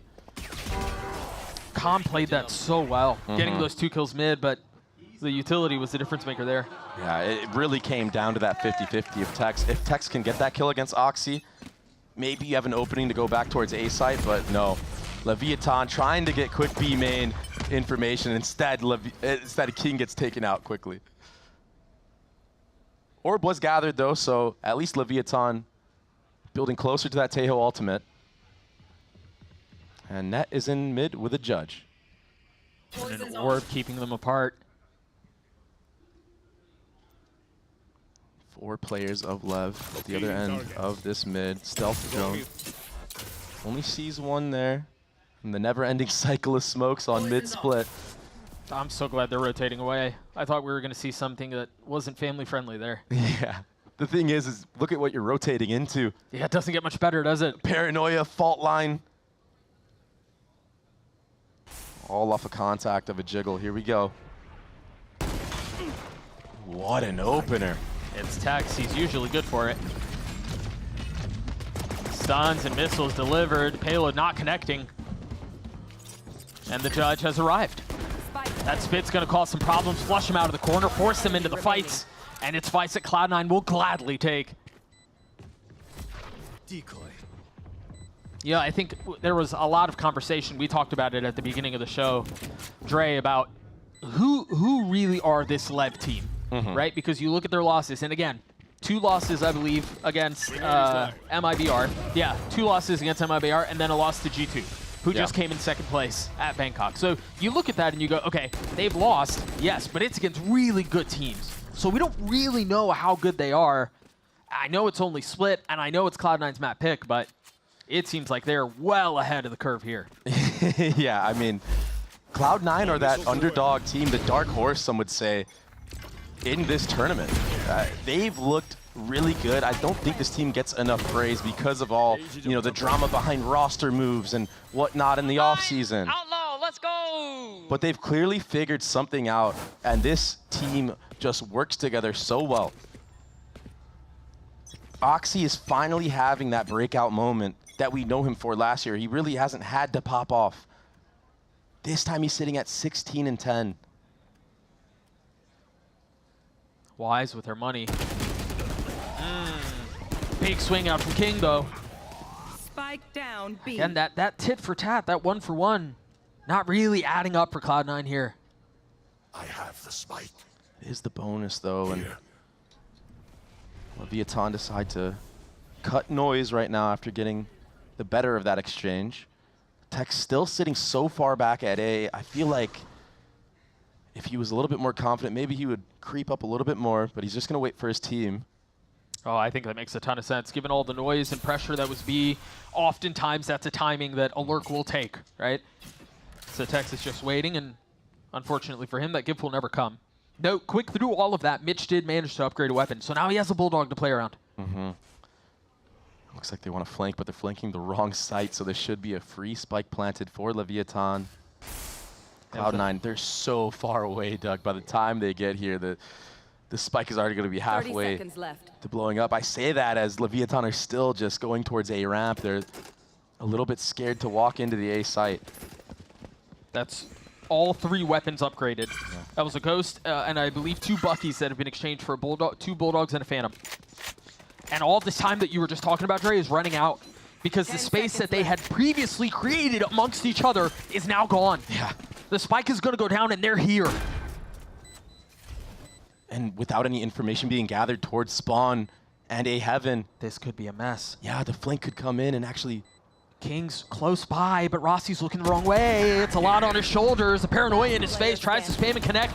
3 found for King. Disaster averted. Leviathan get their 5th. He wasn't shooting against MIBR, but he showed up today. 13 kills apiece for the IGL, Demon 1, and King. Tex, the one struggling this time around, but it doesn't matter because they convert this round win. One enemy. He got that kill fully flashed. Yeah. The first one was easy, One but enemy remaining. yeah. Full commit on the spray. He would have gotten traded anyway from Rossi in A heaven. But you're starting to see the Leviathan players get a little bit more comfortable the second time around on this composition, on these roles. That was their bonus. They were supposed to win that one. If there is going to be reason for hope, if there's going to be a glimmer, it has to start here for LEV. So much utility used on the site. Vic avoiding all of it. You've got Mitch close by, though. Net? What? And now Vic fills on the space that he was previously flushed out of. They gained nothing out of that. He got away with a quick one there. I mean, if King could have settled the spray right there, surely Net dies. He was full flashed. Bit of a caster's curse, huh? Gets a 3K into a whiff like that. And Oxy, he's pushed all the way up at A here. How many can he get, though? And is he going to get traded out quickly? He does have a TP set up. He can get his 1 and then get out. Beautifully done. So sick. Still 3 members of Cloud9 so far away. The Omen ult to rotate in, though. But they have the advantage. Oxy, if he gets any, was icing on the cake. Ultimately cannot. But Vic does. A 4v2 reinforcement starting to arrive. The spike still not planted and time running out. They all crumble as Cloud9 get to 11. All those kills accumulated from the pistol, from the bonus from Vic, pays out to that Omen ultimate, and he's able to quick rotate onto the A site. So although there was 3 members stacked here in the beginning of the round for Cloud9, the forward aggression from Oxy TPing back into spawn allows for Vic to get there, and Zeppa just cleans up house. It's just good team play and fundamentals from the side of Cloud9. Leviathan now, their last time out. Keep in mind, Cloud9 still have 2 in the chamber. They haven't used a single one. They've had no need to. They've been in control. They've been in the driver's seat of this match. They've been in the driver's seat. Emmy's been hands off the wheel. And it's just been cruise control through all the split. Again, LEV have 5 rounds, and 2 of them are courtesy of the pistol. And they struggled so much last time on their attacking side as well. I think that Cloud9, what lead that they were able to gather just makes it so oppressive for LEV. It just feels like, yeah, you've won 3 out of the last 4. Or you've lost 3 out of the last 4. It just feels like you're just choked right now. Yeah. You're scared to make a move. You're scared to make a round-winning play. You don't want to make any mistakes because you have to play near perfect to make this comeback. Yeah, I think you can look at the other side of that coin as well and go, well, we're down by a ton. Roll the die a little bit and maybe take an aggro peek and try to do something to be a spark. Vic denying all of that B garage space already. Back to his antics from the first half. Stealth drone did get a bunch of info towards a ramp for the side of Leviathan, but it's the 1-3-1 with the breach in mid. Which I'm surprised, given on the other side of the timeout, that the approach is the same. Either way, they're going to try to fly their way into B heaven. Armageddon drop. Mitch will manage to get out and immediately fell back in behind it. He's ahead of this timing. The smoke is going to keep him back, but he's in a position to make a play. Pops out, gets his one, falls, but Ned is way more successful. It's a slaughter again. Demon 1 left alone in a 1v4. And Vic was playing so far back from the start of the round.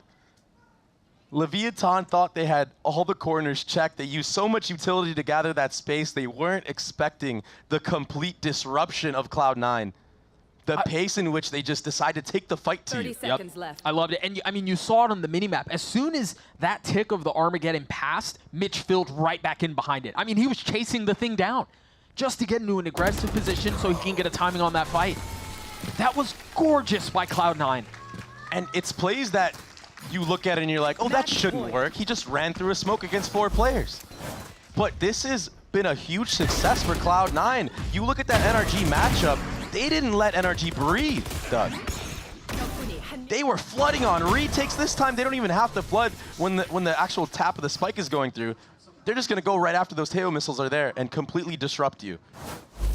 A little bit of frustration there out from Ito, but for good reason. Yeah, and this is something that Leviathan need to be aware of, though, in the future maps, too, if they want to make a comeback. Cloud9 love to flood through smokes.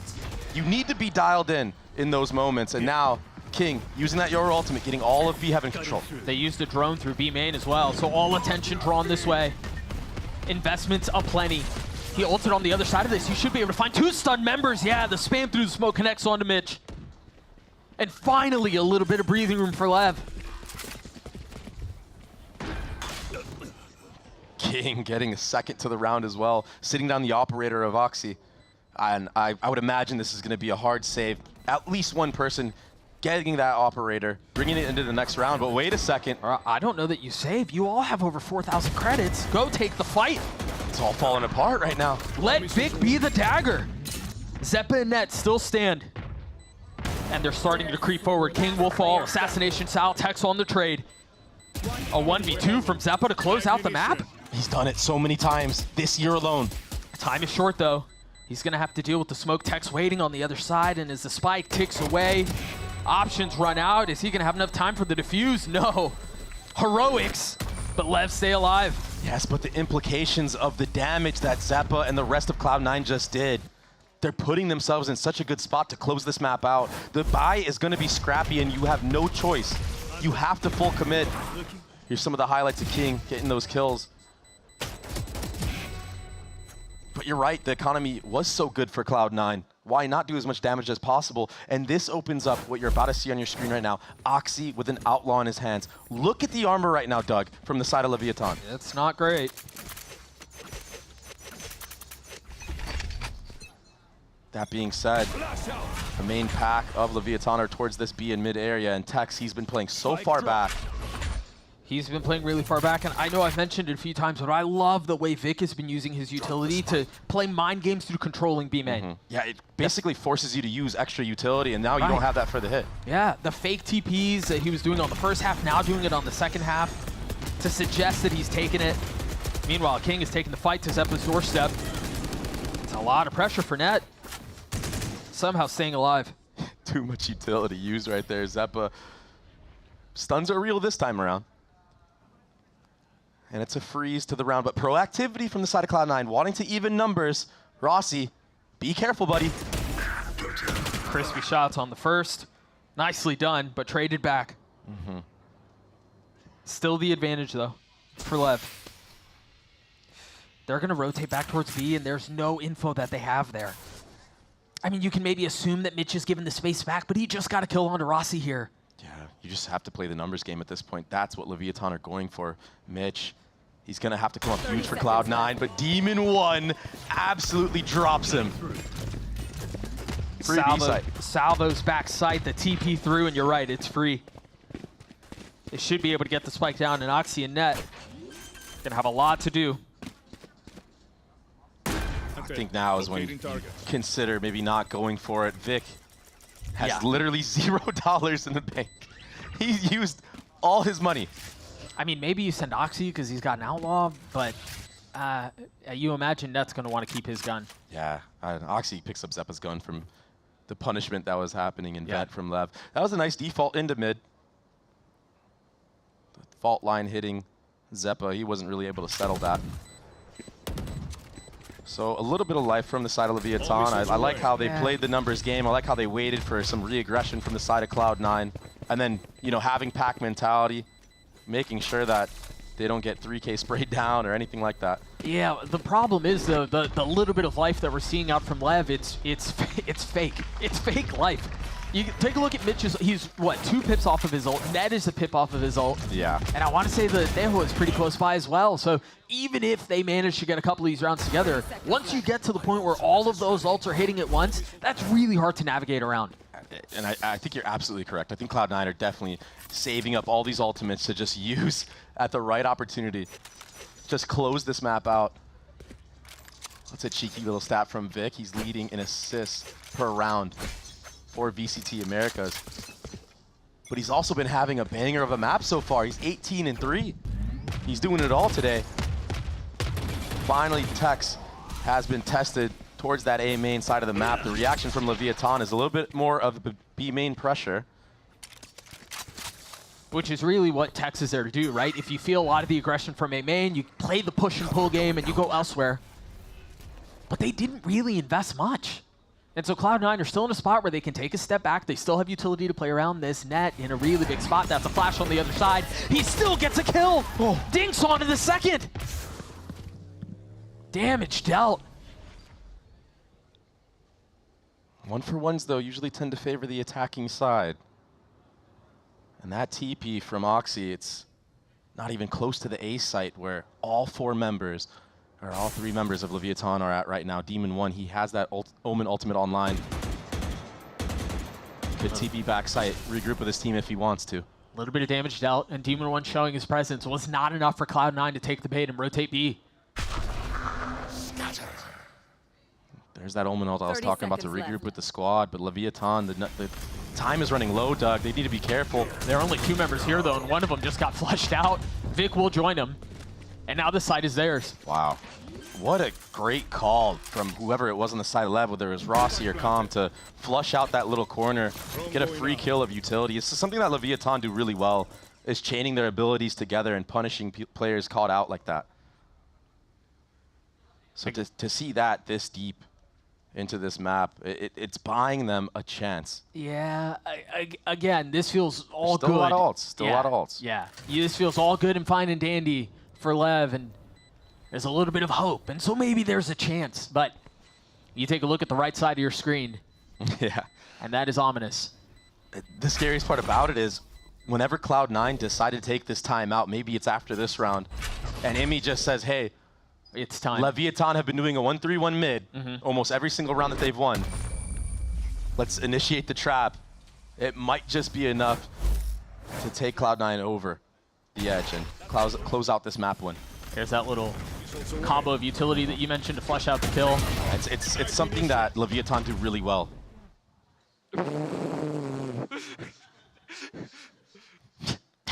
He just knew they were there.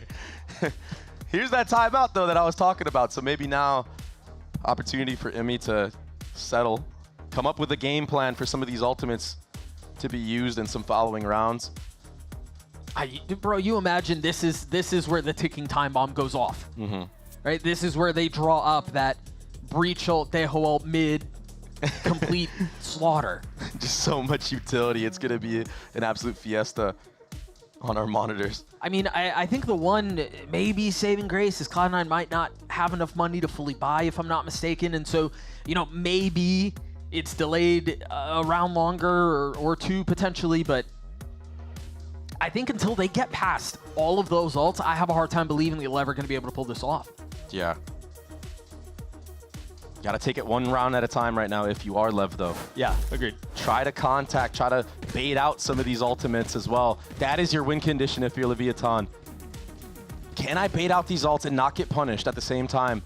But look at the mini-map. Look at where everyone is gearing up towards. There's 3 members, a fighting squad for Cloud9 here at A, and all 5 members of Leviathan are about to face it.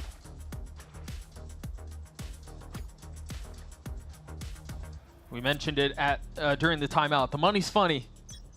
You wonder here, if you're Cloud9, how much are you willing to invest? If you're given an inch, do you take the whole damn round? That's the double-edged sword, though. Sometimes when you get that pick, it's what we saw Leviathan do when they got a kill right away. Wasting that Teo ultimate was calm, right? Yep.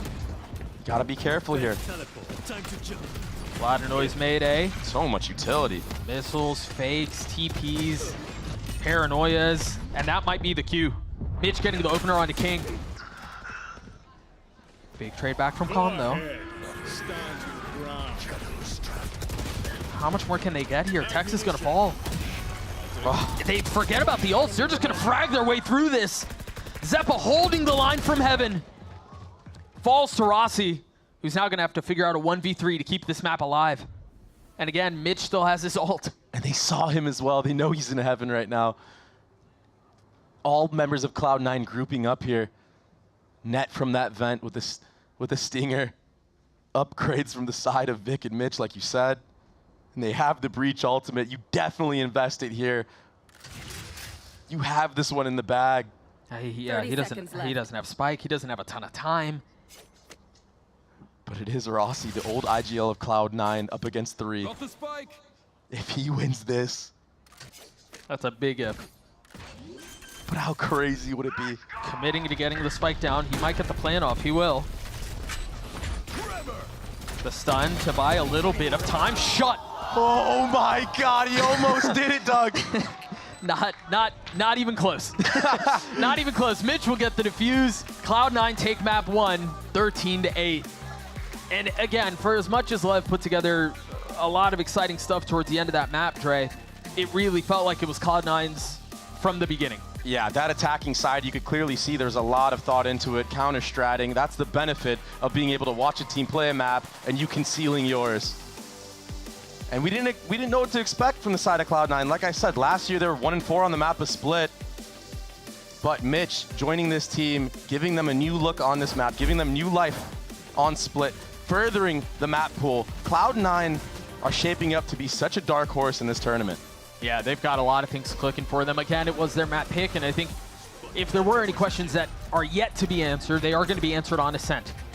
Right? You would think Cloud9 will have the advantage. That's exactly how Split played out. We'll see if map 2 holds a bit of the same. We'll see you guys on the other side of this break.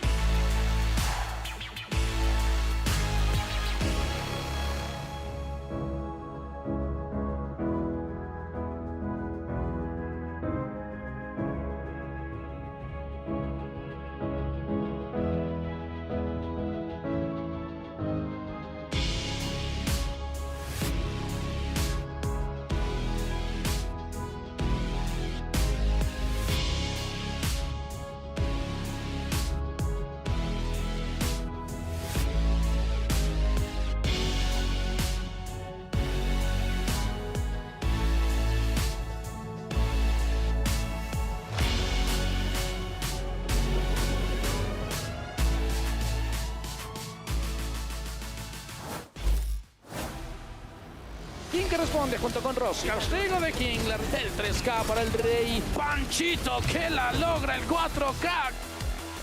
That's great out of net. The entry falls, and another out of net. C9 hold the line flawlessly.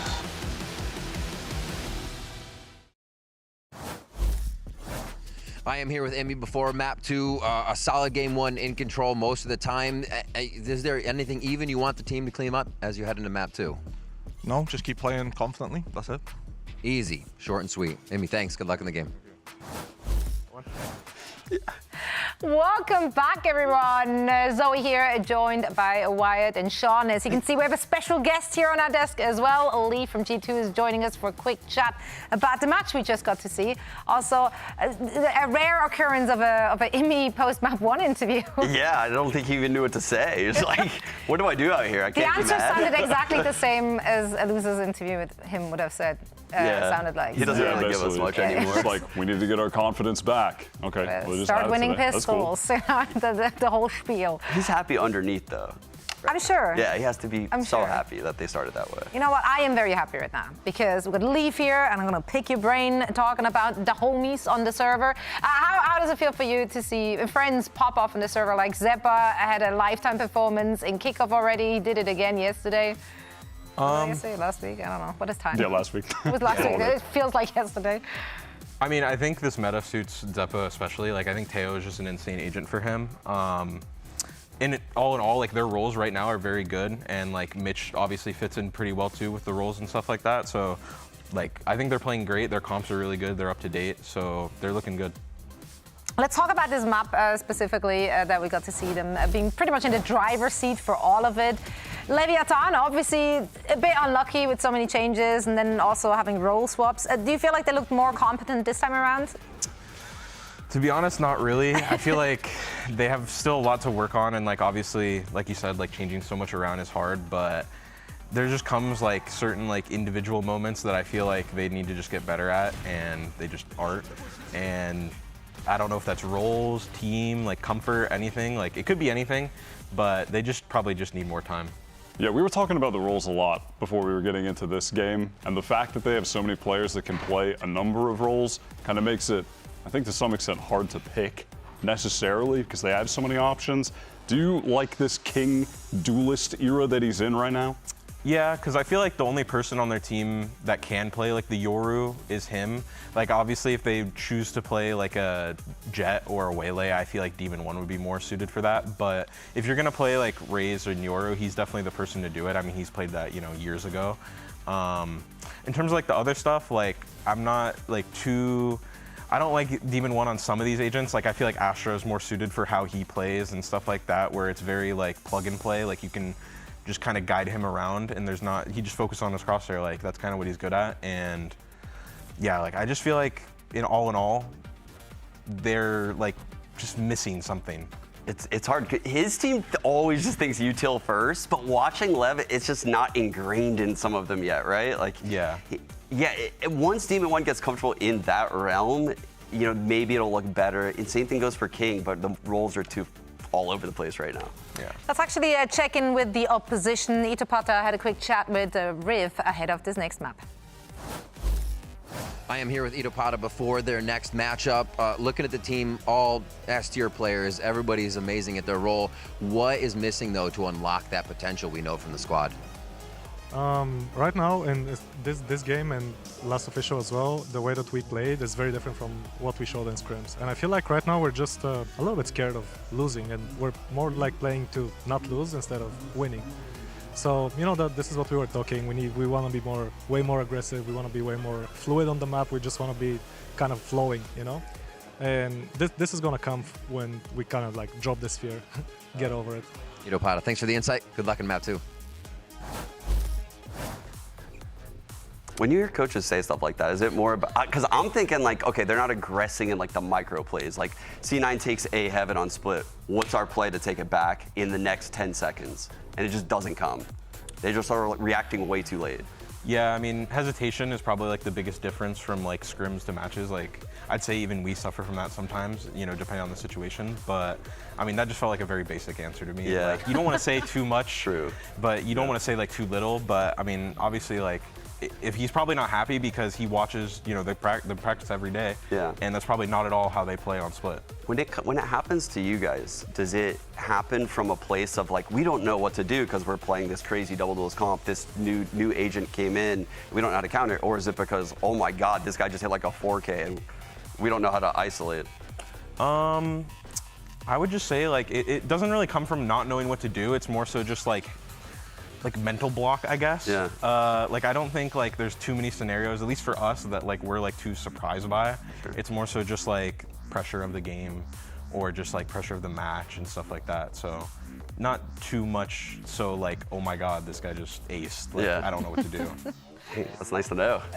So getting that insight here on the desk. LEV, thank you so much for joining us for a quick chat. We're heading into Ascent. Let's see if LEV can bring this one back and perhaps take us to a map 3. We'll find out after this.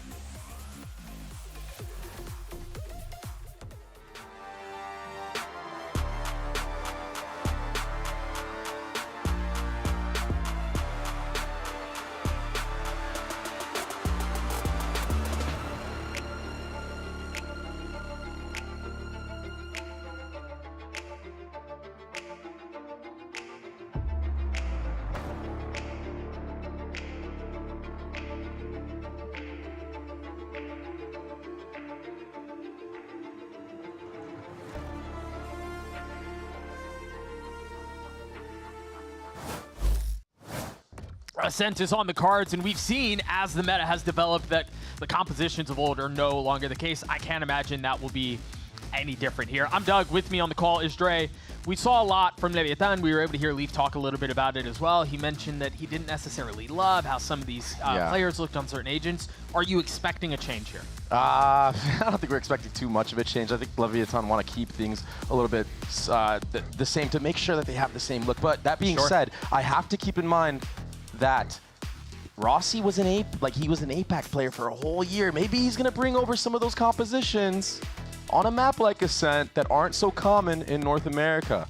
We're already seeing a lot of not common. What is this? On the side of Cloud9, and we got the double Senti cop from them, and it looks like we're getting the double Senti from Leviathan as well. Yeah, and by the way, this year, Cloud9 have been the only team to run a deadlock. Yeah, it's on Lotus normally, but now bringing that over to the Ascent, it could be very deadly. I mean, that paired with the Vice is very interesting. And look at this from the side of Leviathan. It's a double Senti composition as well. But this time a Cypher deadlock.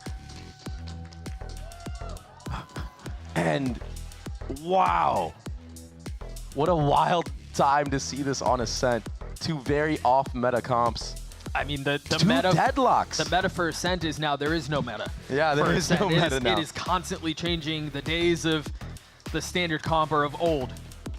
And this is the dawn of a new era, and so far the era seems like it's being shaped by double Sentinels comp. Deadlock on both, a Vice on one side for Cloud9 and a Cypher on the other. Lev on the attack, and it seems like they're going to test some of that defensive aggression right off the bat towards B. Look at this crunch. Oh, the drone's not going to catch anything. Oxy finds a perfect time window to strike. Talk about aggression. Mitch, he does get seen by Calm here. Doubling down, he's going to try to flush out. Someone's waiting on the other side again. Oxy on the peak. Falls, but Mitch is there to clean it up. I mean, they are persistent in this, aren't they? Yeah, Mitch avoids the threat of that Cypher cage, but he makes the call out for his team that there's two players in market here. And look at backside B right now, Doug. Zeppa alone on an island, but he has two. He has one Thorn and one Flash to work with, so very comfortable here. And while that was all happening, the double walk up off a Cat, I mean, they know. You've got to be concerned of what's happening behind you. There's no way you let your guard down. And that's exactly what happens. Vic, a couple to the back of the head, puts one between Tex's eyes. They know where Zeppa is, and he's glad to take that fight. The little things from Lev seem to strike again. Talking so much about not being afraid. Cloud9 are the ones who aren't afraid at all. Oxy walked all the way down mid and wide swung before that drone could get any value. Yeah, the timing that he found there was perfect. Yeah, Rossi just gets caught with no util. And the discipline, the trigger discipline from Vic, I cannot state it enough. He's shaping out to be such a superstar for Cloud9. It was always a question of when is he gonna be able to show that mechanical talent that we saw in Tier 2 Valorant. Experience is all that he needed. Spike down. Great shot up from Oxy, waiting for the second swing. Look at the disrespect. I mean, he lets the Sova dart scan him in full, and he doesn't move. And he gets a kill onto Calm and gets out. Yeah, that's criminal. He's just bullying Leviathan right now. I think for Cloud9, this is, you know, in a lot of ways, a similar recipe that we saw against NRG Week 1, that we saw against Lev on Map 1. And for them, it seems like it's either you swing or be swung. Yeah, they do and Cloud9 are pushing at a pace that we have not seen for a little while. Exactly. They do not let you play your game. You're kind of forced to have to take these fights, take these gun duels. And if you're not stepping up to the challenge, it's going to get messy for you. And even if you don't necessarily do that every round, what you've done is you've instilled fear. And so now if you are going to get hit a late hit through mid to B, guess what? There's going to be someone looking over their shoulder the entire time. Yes. You're forced to use extra utility because right now you even heard Hitupata talk about 30 it. seconds left. One enemy They're scared. Leviathan are scared. I don't know that they were scared enough on that pistol. But a clean round out from Cloud9 in the anti-eco. Didn't drop anything. Maybe a couple of members are going to have to buy up some armor, but they don't have to invest much. Yeah. Something I want to talk about, Doug, is the utility on this defensive side so far and how spread it's been. You really have the Deadlock and the Vice utility on both sides of the map. Vic. Which is what you would expect from a double Senti comp. But it's so sick because they can both anchor B and still have some utility at A for their teammates of whoever's playing there. This time around, look, full Deadlock utility with the solo Vice at A. it's so much that you have to deal with, so much you have to bait out. And when you're running a double Senti comp yourself on the attacking side, it's super difficult to do that. A fully fortified site. Zeppa, I mean, he doesn't have to do much with all that utility that's there.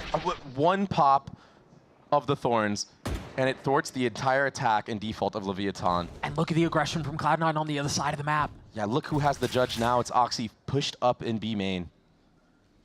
Now more of a heavy lean towards the A site for the group of Cloud9. But Tex, he's got so much to deal with. He doesn't know what's behind B main right now. Cape giving away some of the aggression, and Oxy swings back around to finish it up. And if they try to go in through tree, which is what it seems like LEV are going to try to do, you still have all this utility to deal with. So much delay, and you're getting wrapped by Oxy and Spawn right now. They play at a different speed. They play at a different pace. And so far, it seems like it's too much for LEV to deal with. 30 seconds left. I mean, they still haven't made it out. Now, finally, Zeppa's going to get involved in the play. And the wrap, oh boy, cleans it up. Demon 1 had no option there. Net throws the wall out in A main to block him off completely. And Leviathan run into a blender in CAC.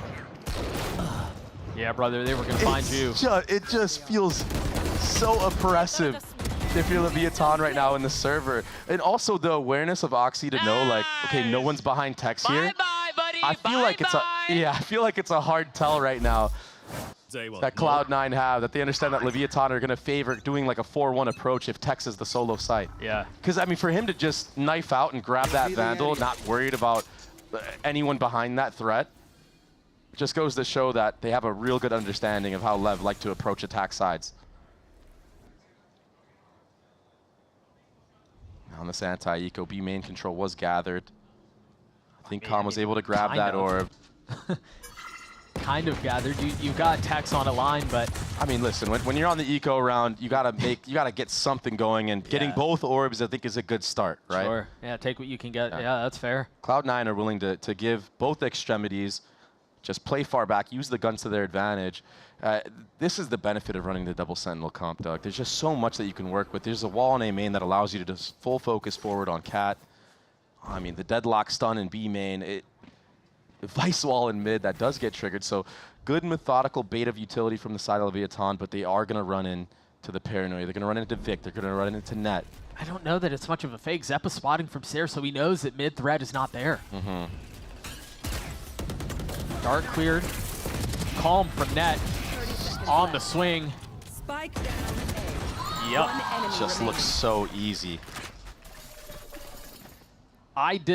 Part of the issue here for LEV is I don't know how they solve dealing with all this utility. You have to try to bait out more of it. They did a good job of baiting the Vice wall out in mid. I think that is a good start. But you kind of have to use the Yoru to be the forefront of baiting out that utility on Cat or A main. One enemy remains. I mean, you definitely got to break the utility in Garden. There's no doubt in my mind about that. The only character that can do it safely is Yoru because of the fact that he has a TP, right? If you can bait out that grav net that Net has been throwing, that's great. Oof. But those are hard numbers to look at, man. Yeah, super early timeout. They really haven't had a chance. I mean, you think about the first couple of the first round, even the pistol of Cloud9 taking the fight to them, and then how quickly they change the pace and just play off the utility. Yeah. They're showing a lot of depth in their gameplay right now. Yeah, they are. It's very, very impressive if you're a Cloud9 fan. Yep, this is the best Cloud9 we've seen in quite some time. I think if I may be allowed to inject a little bit of hope, is this, and tell me if I'm wrong here, tell me if you disagree. Okay. This comp should succeed on the defensive side of the map. And so, I mean, let's pretend that LEV are able to get the ball rolling a little bit here. What feels like enough as they go to, on the attacking side? Is it 4 rounds? Does 4 rounds feel enough because you assume that the double Senti is going to be good on the other side? 9-3 curse. I'd say I think you need a 9-3 curse if you're LEV right now. I think you're gunning for that. And this is something that's very interesting, is that King invests in an attack side operator. He is towards B main with it. I don't know if he's going to take a pop shot towards Cat first. I feel like B main is where you'll find success with that off, but it's a set play from Cloud9. And there's no room for the op to get any space. The flash on the other side of the cage, and they continue to push the matter. Kane finding a tiny little sliver to play around, but yeah. You can't walk out there. They heard the deadlock traps. They're so scared to walk out A for good reason. Look at the blender setup there. And also the TP from Oxy. He just fought somebody in B main. He's at A site already. King not hitting that shot. He does bait out the deadlock wall. Yes, one of 13 bits of utility that they're going to have to navigate around. This is such a difficult approach. And look at this deadlock stun right here. I think Calm is going to try to sell a solo fake here towards the catwalk. But, I mean, no one's shifting behind this. No one's breaking that deadlock stun. Oh, he does break it at the end of the day. And so now there's a little bit of reason to think that they might be going up tree. 30 seconds left. This is the right call so far from Leviathan. This is the best chance that they've had so far in this first map. Yeah, you're not wrong. King still has the attack off in his hands, though. And he's got 31 HP. And they have to use so much utility to clear out what they think is on the other side that that's a telltale sign of where they're headed. And Net is the greeting party. Just a brutal approach from Lev. Net looks like he's just playing in the training range, man. 14 down lane. A 14-0 between Vic and Net. Yeah, I mean, and Vic has 9 assists. Something that was very micro that we didn't get to catch in this replay was his Omen smoke at the front of the B main choke to get his teammates out. Yep. It's something that's so micro, but allows them to get out unscathed, allows them not to get traded, and sets them up for success. It's 5-0, a complete stuffing so far of Leviathan. And more aggression outside of B. They're trying to bully Tex here on the extremity. And they will succeed. I think there's been much that has been said around the double Senti utility and how miserable it feels to play around, but a couple more eco frags cleaned up for Cloud9, but I do think you're right, as Demon 1 gets 2 of them. Vic gets the last, another round for Cloud9. All of the Sentinel utility is really strong and really good, but then you add Vic's utility on top of it. Oh my goodness, and you add him being 10-0-10. I mean, the guy's doing it all. Yeah. This is a different form. One enemy down mid. We always knew he had it in him. It hasn't really shown. This double Senti comp is enabling him to be a pseudo-duelist, I would say, and just taking these aggressive fights with his paranoia, with Oxy being behind him. And you heard Oxy firing him up as well when he started popping off on split. This is tough. It is a desperately needed round for Lev. And Tex already falls. They're going to try to slam their head into the door. There's a little bit of control across the middle of the map. King's able to alleviate some of that pressure and clean up Mitch. Rocky joins in on the fun, but there's a lot of presence on the other side. Net playing from behind the wall. Trying to connect onto both, but they're both flashed up. They can't see a thing. It's mine. Now get Yeah, while all that commotion was happening in B main, we couldn't even tell what was going on the other side of the map. It was a double push through either A main or Cat. Killing the solo straggler outside of B, getting that flank. So much chaos was ensued there, and Net with the stall was too much of a threat. I mean, look at this. Calm has no chance. No hesitation from the Cloud9 members to get that flank in and take him out. And then they hold W all the way through B main. Net delays, yeah, he doesn't get a kill with his deadlock ult, but he did enough.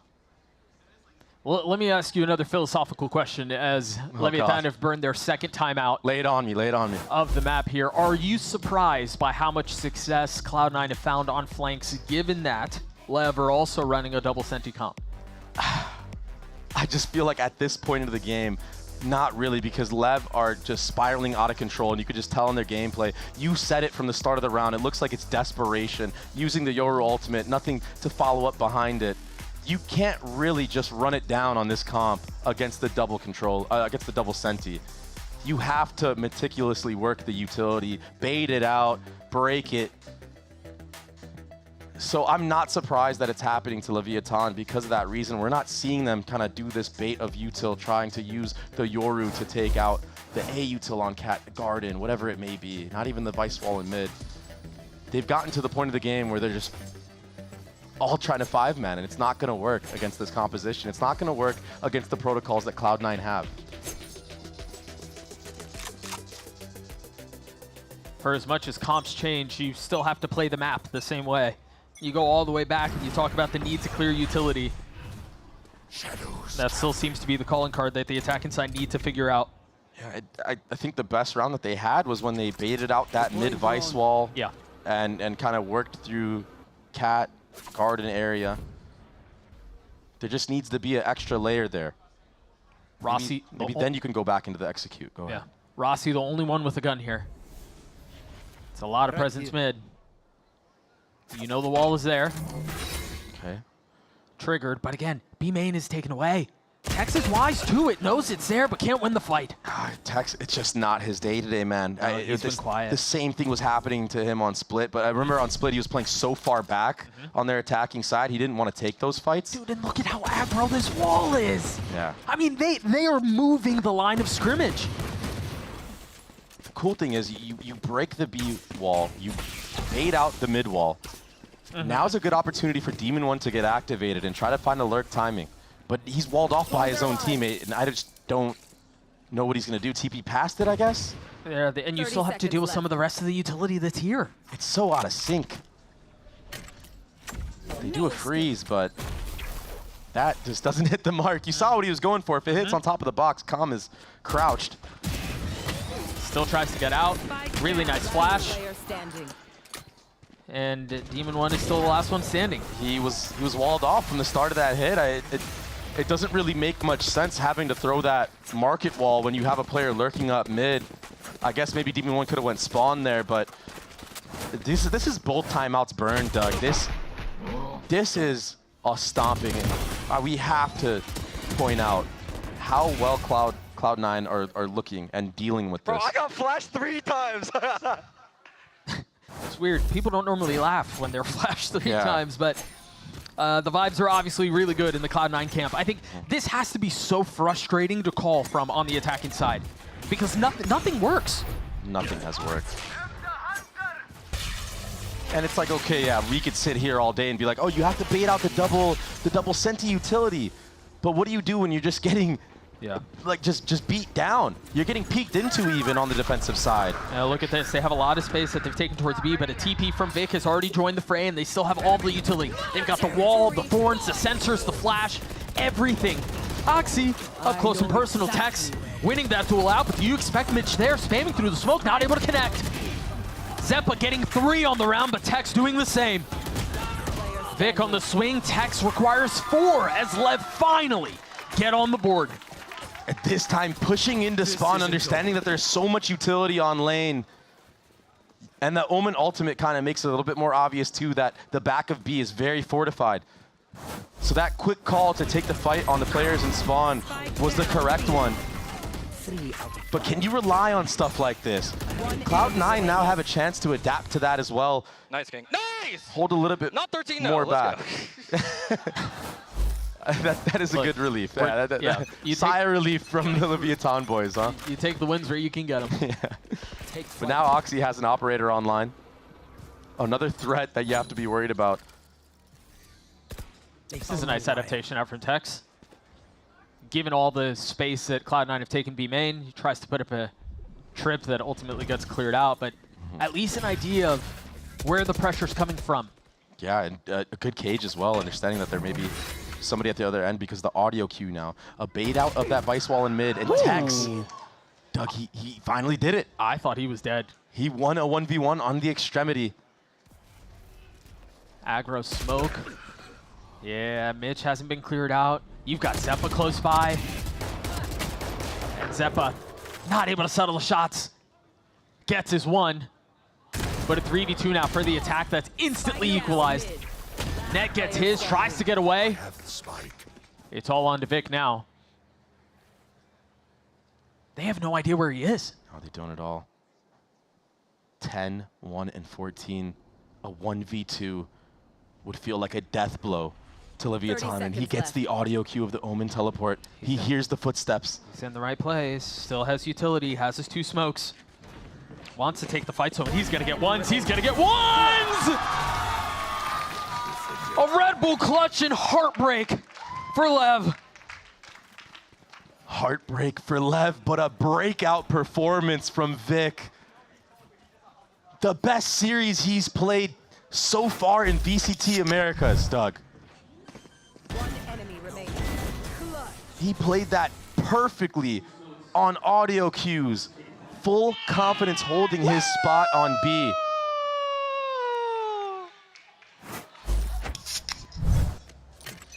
Now he's popping off. We said 9, well, you said 9-3 might be enough. I think even that, Dre, given how this half has gone, even that seems like a reach. Yeah. I mean, the mechanics are really shining through from the side of Cloud9. The synergy has looked great. Utility has been on point. It truly feels like they can do no wrong. The only round Leviathan won was pushing into spawn at B. And that was because of Tex's ult, to be honest, that he was able to get the 4K. King has a rifle, and it's a deeper, more aggressive wall. If you play that a little bit faster, you're caught on the other side of it. Yeah. That's a cool little adaptation from Zeppa. Yeah. This time, wait, he opting to run through it. Yep. You left the spike. The spike's waiting on the other side of the wall. Makes you slow down, and that's something you don't want to do. Not in this position. There's 3 members here from the side of Cloud9. A dart is going to be shot. Will there be spam kills? The flash is out. Vic gets his 2. He's already got 13,000 kills on the half, and he just continues to light it up. Look at him. Flawless round win from Cloud9. 10-1 on the defensive side of Ascent.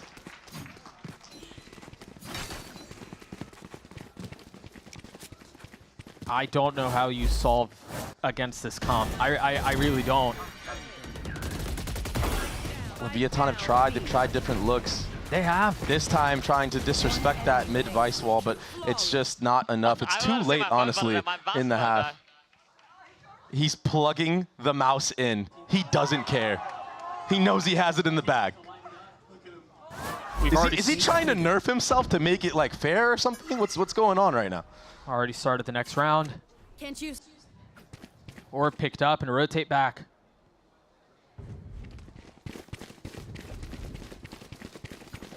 And trample their way back towards B. A lot of the, I mean, really all of the Sentinel utility set up A.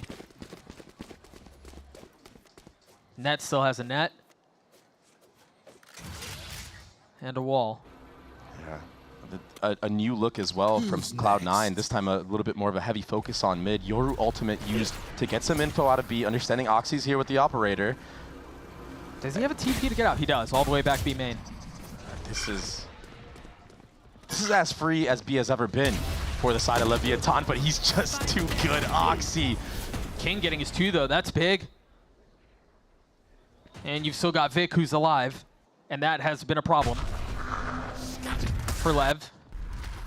Spike picked up. Oh, Vic too far, too aggressive. Everyone hiding. 30 Little seconds too left. crazy. Now, Neural Theft making it known that B site is free for the taking. Note that Calm has his ult. Zeppa also has his ult though. Yeah, and they're all funneled in. Oh, but it's only going to connect onto 1, I believe. It's only hitting Tex. He pushes forward into his death.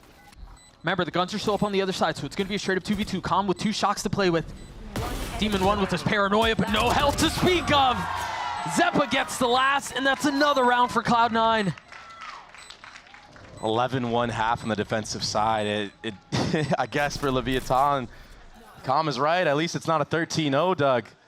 They are on the double sentinel, though, going into the defensive side. We've seen magic happen before. They would really have to dig deep here.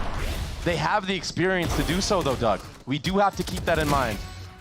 They've got the experience, they've got the comp, but is the runway just too short? It's a massive lead for Cloud9 at halftime. We'll see if they can pull off the miracle. We'll see you guys shortly.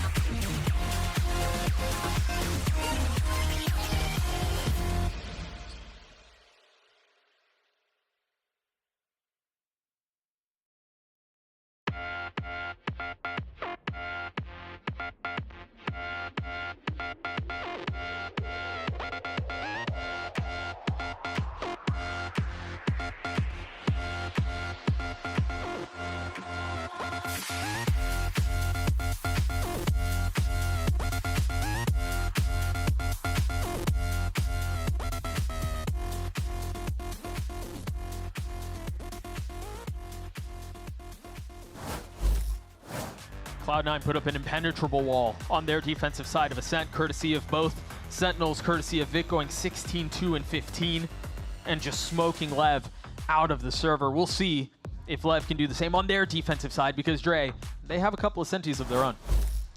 This has been said so many times before, but you have to win this pistol round. It's a must-win pistol round for Leviathan, and a must-win bonus on top of it. If you want to come back into this, everything has to be going for you in favor the way it was going for Cloud9. It's just going to be a very passive, defensive side right now. Don't give from them the any side chances. of Leviathan.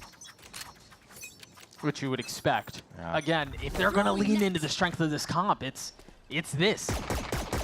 It's wait back, play around your util. Net lineup. Very cool set pieces. Not having to worry about any mid vice wall. Break of a cam to see if there's a little bit of a trap. I mean, they've already been more methodical about clearing util in the pistol than LEV were for most of the half. That's a great shout. Demon 1 just gets overwhelmed. The pressure from A main and Cat is too much. I mean, he was trying to alleviate some of that with a flash, but as you were saying, overwhelmed. Ooh. That's okay. That's cleanup from King. A 3v3, and we're seeing the A site for the first time all game. And we're seeing Vic wrap all the way around Cat as well. A lot of stall utility here for the side of Cloud9 and its post plant. There's still a dart online. This 1v1 may be the decider. Oh, Vic's human. Yeah, who would have thought? Good pressure though. It delays Tex from getting into the A site. It delays a ton of time. And that spike has been taken for a little bit here. Zappa playing on the other side of the smoke, waiting for the right time to swing, and he finds it. Drops Kong, never had a chance to fight back. And that was the desperately needed pistol for LEV, going the way of Cloud9. That's 3 out of 4 pistols for Cloud9, isn't it? Yes, yes. Listen, LEV, they won 1 pistol in this series. It's something that they couldn't do at all in the previous. So we're seeing a little bit of, you know, advancement. But this map has just been brutal. Both teams playing it for the first time. Their VCT debut 2025, and so far Cloud9 have just looked so much better. And to talk about strength of schedule for Cloud9 specifically, keep in mind last year in stage 1 they went 5-1, right? They have to play against MIBR next, a chance at redemption, losing to them in kickoff, right? Cloud9 looking to put the finishing touches on this slaughter. Demon 1 punching back though, as the rest of LEV does. Time to jump. And you blink and you miss it. Oxy's on the site by himself, tries to get to the spike, runs right at Com, okay. Time to jump. And he's gotten it down to a 1v2. This would be a brutal way for this to end. Oxy gives some of the space up, spots one, swings onto the other, and Rossi gets the kill. I mean, thank God he got that kill. He grabbed netted himself. That would have been, if they would have lost that round, that would have been just nightmares for the ex-Cloud9 player. Viaton not out of this one quite yet. Demon 1 had some nice share shots connecting in this round. But it was sloppy, it was messy. Oxy almost did it too. Enemy remaining. Oh! Yeah, see? He knew. You can feel it. Cloud9 on pistols. Meanwhile, LEV with much stronger weaponry. And they're gonna push into this. They've got the Cypher Cam and they have 2 sensors here. Shocks out from Calm too. Rossi playing towards stairs, and a Judge on the other side. 1 sound sensor has been tripped, and again, I think Cloud9 are doing a really good job of using trips and baiting out util and using their bodies sometimes to open up some of the map. I mean, when you have an 11-1 buffer to do so, it gives you a little bit more confidence to, you know, try to bait out some of that utility. And look at the stark difference in the defensive setups, though, with the trips and whatnot. Towards the A site specifically, they're so far back. Demon 1 trying to turn the flash, will succeed. Gets a kill onto Oxy, but it's just there to trade. Enemy remaining. And the pistols go down with a whimper. Right here. Yeah, Net being seen as well. He's going to get faced by multiple players pushing out a Cat and a main. But this trip setup towards the A site specifically for Leviathan, if they use setups like this on an actual gun round and Cloud9 decide to face them there, it might be dangerous. Yeah, I think, and this is, I'm sure this is obvious for everyone watching at home and here in the studio, but the fact that the lead is so massive isn't even the real issue. The big issue here is that Cloud9 are at map point. They're at series point. And so even if it was a massive lead, but they had a couple of rounds they could give up, maybe there's a chance to really believe this. But LEV have to play perfect. Absolute perfect VALORANT. And when we saw Cloud9 on that last map of Split just, you know, starting to let LEV crawl back in just a little bit, all they did was save all their ultimates. And look at the ults right now from the side of Cloud9. Almost every single ult is going to be online in the next round. Sees the wall, decides to hold on to the ult for now. But again, no other set of utility here from the side of Leviathan. Their A is so weak. Stark contrast to Cloud9. They know two players are in this A main. Couple of kills found for LEV, but of course traded right back. The paranoia through, and Demon One's gonna try to TP away. Succeeds. But that leaves A open. And are you ready for Oxy pushed all the way up into heaven? Portal closed. No, they're not. They have no idea. He spots his one, but they maybe did see Demon One right at the end there. King's going to be rotating from so far back. He's so far away, and Demon One, he knows that he wants to even the score before King gets here. But he's got 19 HP. He's so low. I mean, what are you sending him out to do? The double hell setup. Zeppa being the guarantee on catwalk. The safety valve, if you will. King will fall. Demon One, of course, on his own. Spam through the smoke, and if it's Vic, who else but Vic to get the last kill of the half? Bookended an outrageous series by him as Cloud9, I mean, you gotta call it what it is. Obliterate LEV. Yeah, Vic was just a sleeper agent in his previous matches. This was a standout performance from the rookie. 24-20. The best series he's had to date, Doug. And I think it's because Oxy hyping him up. Honestly, we heard it on that map of Split. Oxy's like, let's go, Vic, let's go. If that's the fire Vic needs, I mean, do it every game, man, if you're Cloud9. The underdogs of this stage are looking really good. 347 ACS out of Vic. An outrageous performance. I mean, he did everything right. And again, a lot of it was heavily benefited from that double Senti comp and the fact that Leviathan were not able to find a single inch to play around on the attack side. But holy smokes, what a performance from that kid. Yeah, just ridiculous. I mean, a lot of players had their moments here. We can't forget the IGLing of Mitch. He looked great. Yeah, he called an exceptional series, really. I mean, to go back to the attack side on Split and how effortless it looked and how Leviathan were just constantly on the back foot and clearly countering. Yes. Clearly countering. Like him and Imi came up with a great game plan to take Leviathan on there, which Lev looked so good on the defensive side in their last matchup against MIBR. It was very impressive to see how C9 were able to break them down methodically.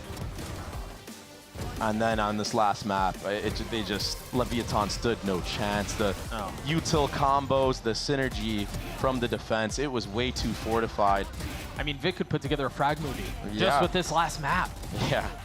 And it was, I mean, it should have been foretelling. We should have seen it from the beginning. Vic getting those 2 kills on the pistol at the very beginning as he flanks back through mid. All the way up until the end. What was so impressive was you're running a double Sentinel comp, but it's not like they didn't have aggressive set plays with it too. So it's like you don't really know what to expect running up against Cloud9's defense. They really took the fight to Leviathan, and it paid out dividends for them. Leviathan were scared. They were left shaking in their boots, and it's something that the coach was talking about in the timeout at half. It was just like, hey, we're not playing how we do in scrims. Yeah, I don't know that confidence would have made much of a difference there. I'm not going to lie to you, at least not on Ascent. I think you can play feared, you can play more boldly, but the truth is they found no way to get past any of that utility. You mentioned it, Imi and the rest of the team had a flawless game plan to take care of LEV 2-0. We're going to throw it down to Riv at the stage for the Verizon post-match interview with Mitch. I am down here on stage with Cloud9's Mitch. It is lit up blue because of the Cloud9 victory they take home today. A great series against LEV. You had a great series against NRG last week. What's been the key to unlocking this Cloud9 to start the stage? Honestly, just trusting the system, doing, everything we need to do in practice, always like saying 100%, in it, dedicated in practice, taking it seriously. Like, it's honestly paying off. Awesome. I keep hearing the system. Is the system the collaborative? Is the system kind of like Emmy saying, here's the system, we should follow it? Or is the system everyone? It's a collaboration between everybody, basically. Me, Googly, Emmy, even the managers, we all have a great system. So it seems like everybody's hand in the pie. Feeling pretty good here. Was there any pressure going against the old IGL, going against Rossi on this one? No, not at all. I mean, we knew everyone would think this is like a grudge match for Rossi, but we just came in playing our game. We didn't really care what the people were saying. So. And you played your game on Ascent. What was the plan there? What was the idea? I mean, we saw the deadlock again come out for both of you, but what were you guys loving so much about it? I mean, starting defense on double Senti is always insane. So that's what we trusted. All right, and you yourself, since what, 2020, you've been grinding C9, then you want Oxygen in your back, but you have played so much. I can still remember you sometimes on Killjoy with an operator, back a split B. Yeah. Like, you've shrunk the agent pool a bit now just to the initiators somewhat. Have you been able to hone anything else? Does it feel better? Are you focusing on some more of your craft? Oh, I mean, yeah, I'm able to play like any agent, honestly. Like, yeah, you are. I try to flex to everything I can. I play, in ranked and whatever. But yeah, honestly, it feels good playing all the initiators for me right now. I could play, maybe a duelist in the future. Who knows? All right. It's all there. What are your goals for the split besides playing duelist in the future, Emmy? What was your goals for the stage? Yeah. I mean, honestly, we want to win every match. That's goal number one. Get to playoffs and do well in playoffs. We want to qualify to Toronto. Heck yeah! And you got MIBR next. They're looking absolutely fantastic. Yep. Is it focus on C9 there, or are you gonna have to check that MIBR reel? I mean, we focus a little bit on the other team, but yeah, we're gonna go back and redraw up some plays and we bring our game. Hell yeah. Watching Vic play, watching everything, what's it like kind of watching everybody grow as a teammate and whatnot on Cloud9 now since you're back? I mean, it's amazing to work with, Oxy and Vic, the young guys, and watching them grow and helping them out, just like I did for Redux and Verno on Oxygen. So, I mean, they're taking everything in like a sponge, so it feels great. Sick. Mitch, thank you for the insight. Congratulations on the win. Another one for Cloud9 coming in. They start off the stage very strong, and we're not going anywhere. We got more Cloud9 brains to pick. It's going to be Zeppa and Oxy over at Match Point. Take it away.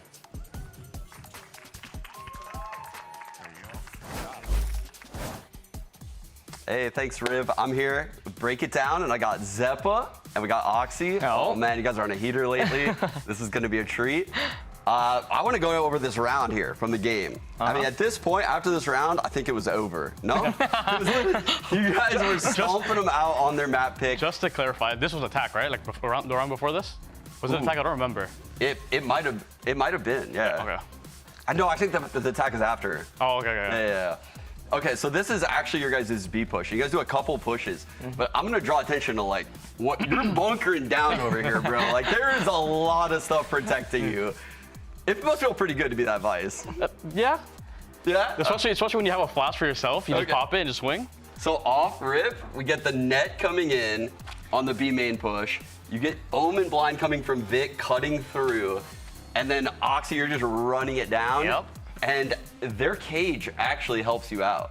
So this is crazy. And the Omen Blind allows this dart from the Sova over here to get a ping right next to King right there. Yep. So it's really sick. And if you rush A, you are cooked. Yep. So the dart gets a scan because of the Omen Blind. King is scrambling, he's off it, you blind him. We get a helping smoke from Vic to get out. And all of this is happening, and Net still has the wall. That's actually a UI bug down there. This guy still has the wall that he's holding onto and stalling out B main. So he's jiggling B main, and if anyone peeks that, he's gonna drop the deadlock wall. Like, in this moment of the round, like, what are you guys saying? Are you guys like, just don't make any mistakes? Like, what are you guys saying right here? Well, the initial push after we got the kill, I think I was like sitting heaven, and I was like, yeah, just run away, run away, run away. Yeah. And I think everything felt slow motion because it felt so long for them to run away. Yeah. And I'm like, he TP's out, and I'm still calling, run away, run away. And then, yeah, I mean, all we had to do was just sit and watch them like walk into us, and that's it. Did you feel these two at all putting any pressure? Oh, like no, no, they didn't even do anything, I don't think. Yeah. So when you guys do this in practice, I'm pretty sure you guys have done this like a million times. Do teams often just like react A and go into that? Surprisingly, no. Yeah, they know better. But they know better. But you wouldn't believe us. We actually drew this up right here the round before. This is not a set thing. Bro, you guys are just cooking this on the fly? I'm telling you, Mitch is like, let's just do this real quick and just the Yuto on the fly. You can't say that you did that to them on their map. No, deadass. They're cooking like this on their map pick? That's wild. So you can see at a minute, he's still jiggling. He spots us, he walls. At this point, you're just in shambles mentally. If you're on LEV, we picked the wrong map, y'all. We definitely picked the wrong map here. So they go back up cat for some cat pressure. And again, you guys just aren't giving them anything. Like, you guys have all this stuff here. Mitch falls off, calls the drone, still playing deep on A. You have the double face over there on B stairs, which we will see in a second. Oh, we will see it. So they wait the wall out. They end up going towards B. And you can see you guys are even proactively rotating. You guys are all over this team right now. Whew. Someone's ready. Look at this guy ready to break the dart. Who is that guy? That's crazy. And Net closes it out. This is wild. Hey, I'm surprised that Vic didn't peek once. In a scrim, I think he double peeks with him and dies. No, he's peeking on the eco. Yeah. That's all I really have for you guys. Man, we were so happy to see the Vice deadlock. We've been waiting for that. Yes, that was sir. a treat, y'all. Anyway, thank you guys so much. I'm going to have you guys head over to Zoe. Thank you. Yeah, come on, join me for a quick chat. Thank you so much, Sean. Right there, take your seats.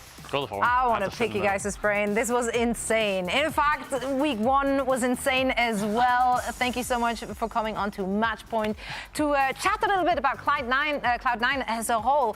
I actually want to start with just like the team identity. Zeppa, you've been on many iterations, of course, of Cloud9.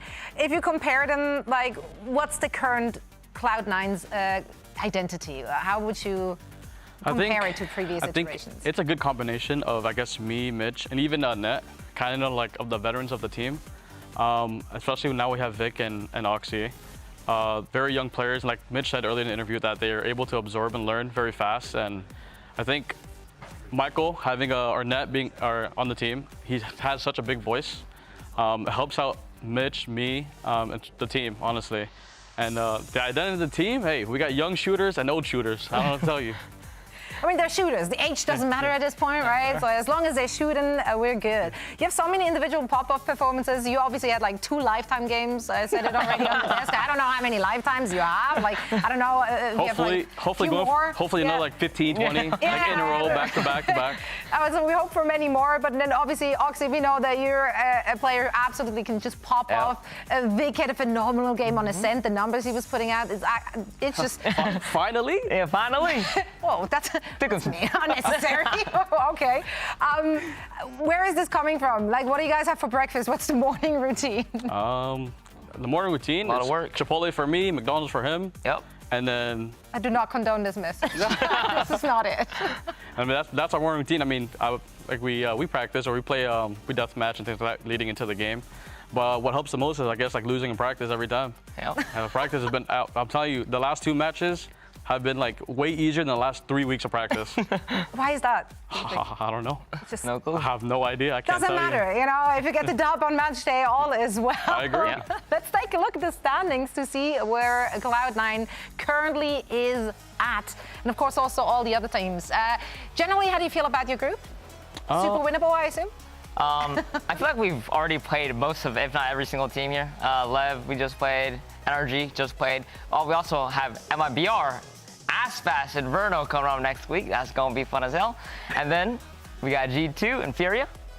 I think our group's pretty evened out, but it'll always be fun. I agree. Is there a team you're super excited to face off against? I'm always excited to play G2, because for me, Leaf has been my ex-teammate, obviously again. I'm always excited to play him, and I think he's had my number the last like 2-3 matches. I don't even count the off-season event, but hopefully we can beat him here and then make playoffs and beat him in playoffs. Cause I know they'll be like the front runners of qualifying. Yeah, I'm excited to see what you guys have in store for all those matches. As you just shared, that you guys cook up stuff like that on the fly on your opponent's map picks. So we're heading on to Ascent. We're seeing that Vice deadlock. I want to talk about that as well. Whose idea was that? And how do you make this work right now? Like, walk us through this comp. I mean, it was our coach and Imi and Mitch, and our assistant coach Googly. We just get told what we're playing. Yep. And honestly, I don't mind what I play. It's kind of fun because at least I think a lot of the maps I play different agents. But yeah, I just listen. They tell me I'll play this, do that, and that's it. Okay, just listen. Just listen. Follow their lead. So if you're in game and then like, let's look at Split, for example, you're winning that pistol round that you really should have won. What's the comms like? Who's keeping the team focused and make sure that no one derails? Honestly, all of us are calm-minded, but we also like super hype at the same time. But it's a good mix, and we just run it down. We just play. I'm not gonna lie, that might have been the easiest match ever. Why? I don't even think you answered the question. But what the hell? You know what? It's fun. It's fun to see you guys pop off like that. It's also just fun to see like the face cams, the listenings and the comms, and clearly you guys are having a great time. They're gelling well, so all is good. Let's take a look at our upcoming schedule and chat a little bit about upcoming matches to see what's to come. This is what the next week is going to look like. Let's make some bets here. Which team do you have your jelly beans on?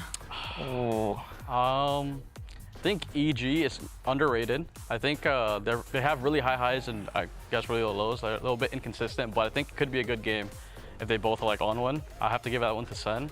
What was the second match? I don't remember. It was 100 Thieves versus Loud, I think so. I should know this. I do not know. And for me, I have 100 Thieves is Loud. I have to go with 100 Thieves, even though, the 100 Thieves. 100 Thieves. Why? Why do you have to? No one's forcing you. Loud lost to 2G today, right? Yeah. Yeah. We don't talk about that. And by the way, whatever happened, whoever they lost the past couple of days, 2G and Scrims, they're showing it. That's all I'm saying. They're looking insane. Yeah. All right. Well, they looked insane in the match today as well. Yeah. This was a phenomenal performance. So that shakes things up a bit, of course, in that group. Now I'm gonna let you guys go and celebrate or rest up or like eat your chipotles, like whatever you're doing post-match. Thank you so much, Zeppa and Oxy, and thank you all so much for watching. It's been an absolute blast this week, and there's more action to come in just a few days. And for now, I'm just gonna leave you with our Samsung SSD Fast Replay.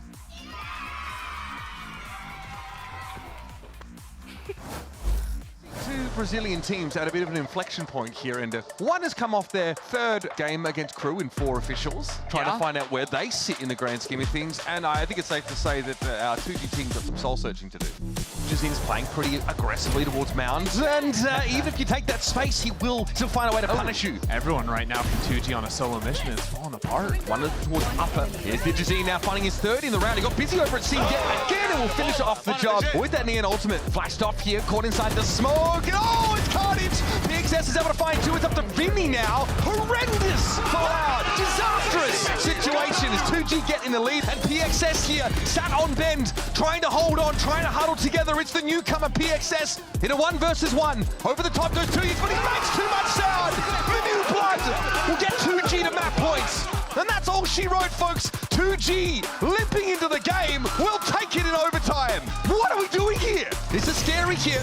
And there's Askia emerging, takes Digizine down instantly. That's the Nightfall doing work. A second here for the 2G duelist. Gotta respect that special delivery. The Steel Garden comes in, and Askia is unstoppable. Loud get into it, start to download him a little bit more. And there it is, folks.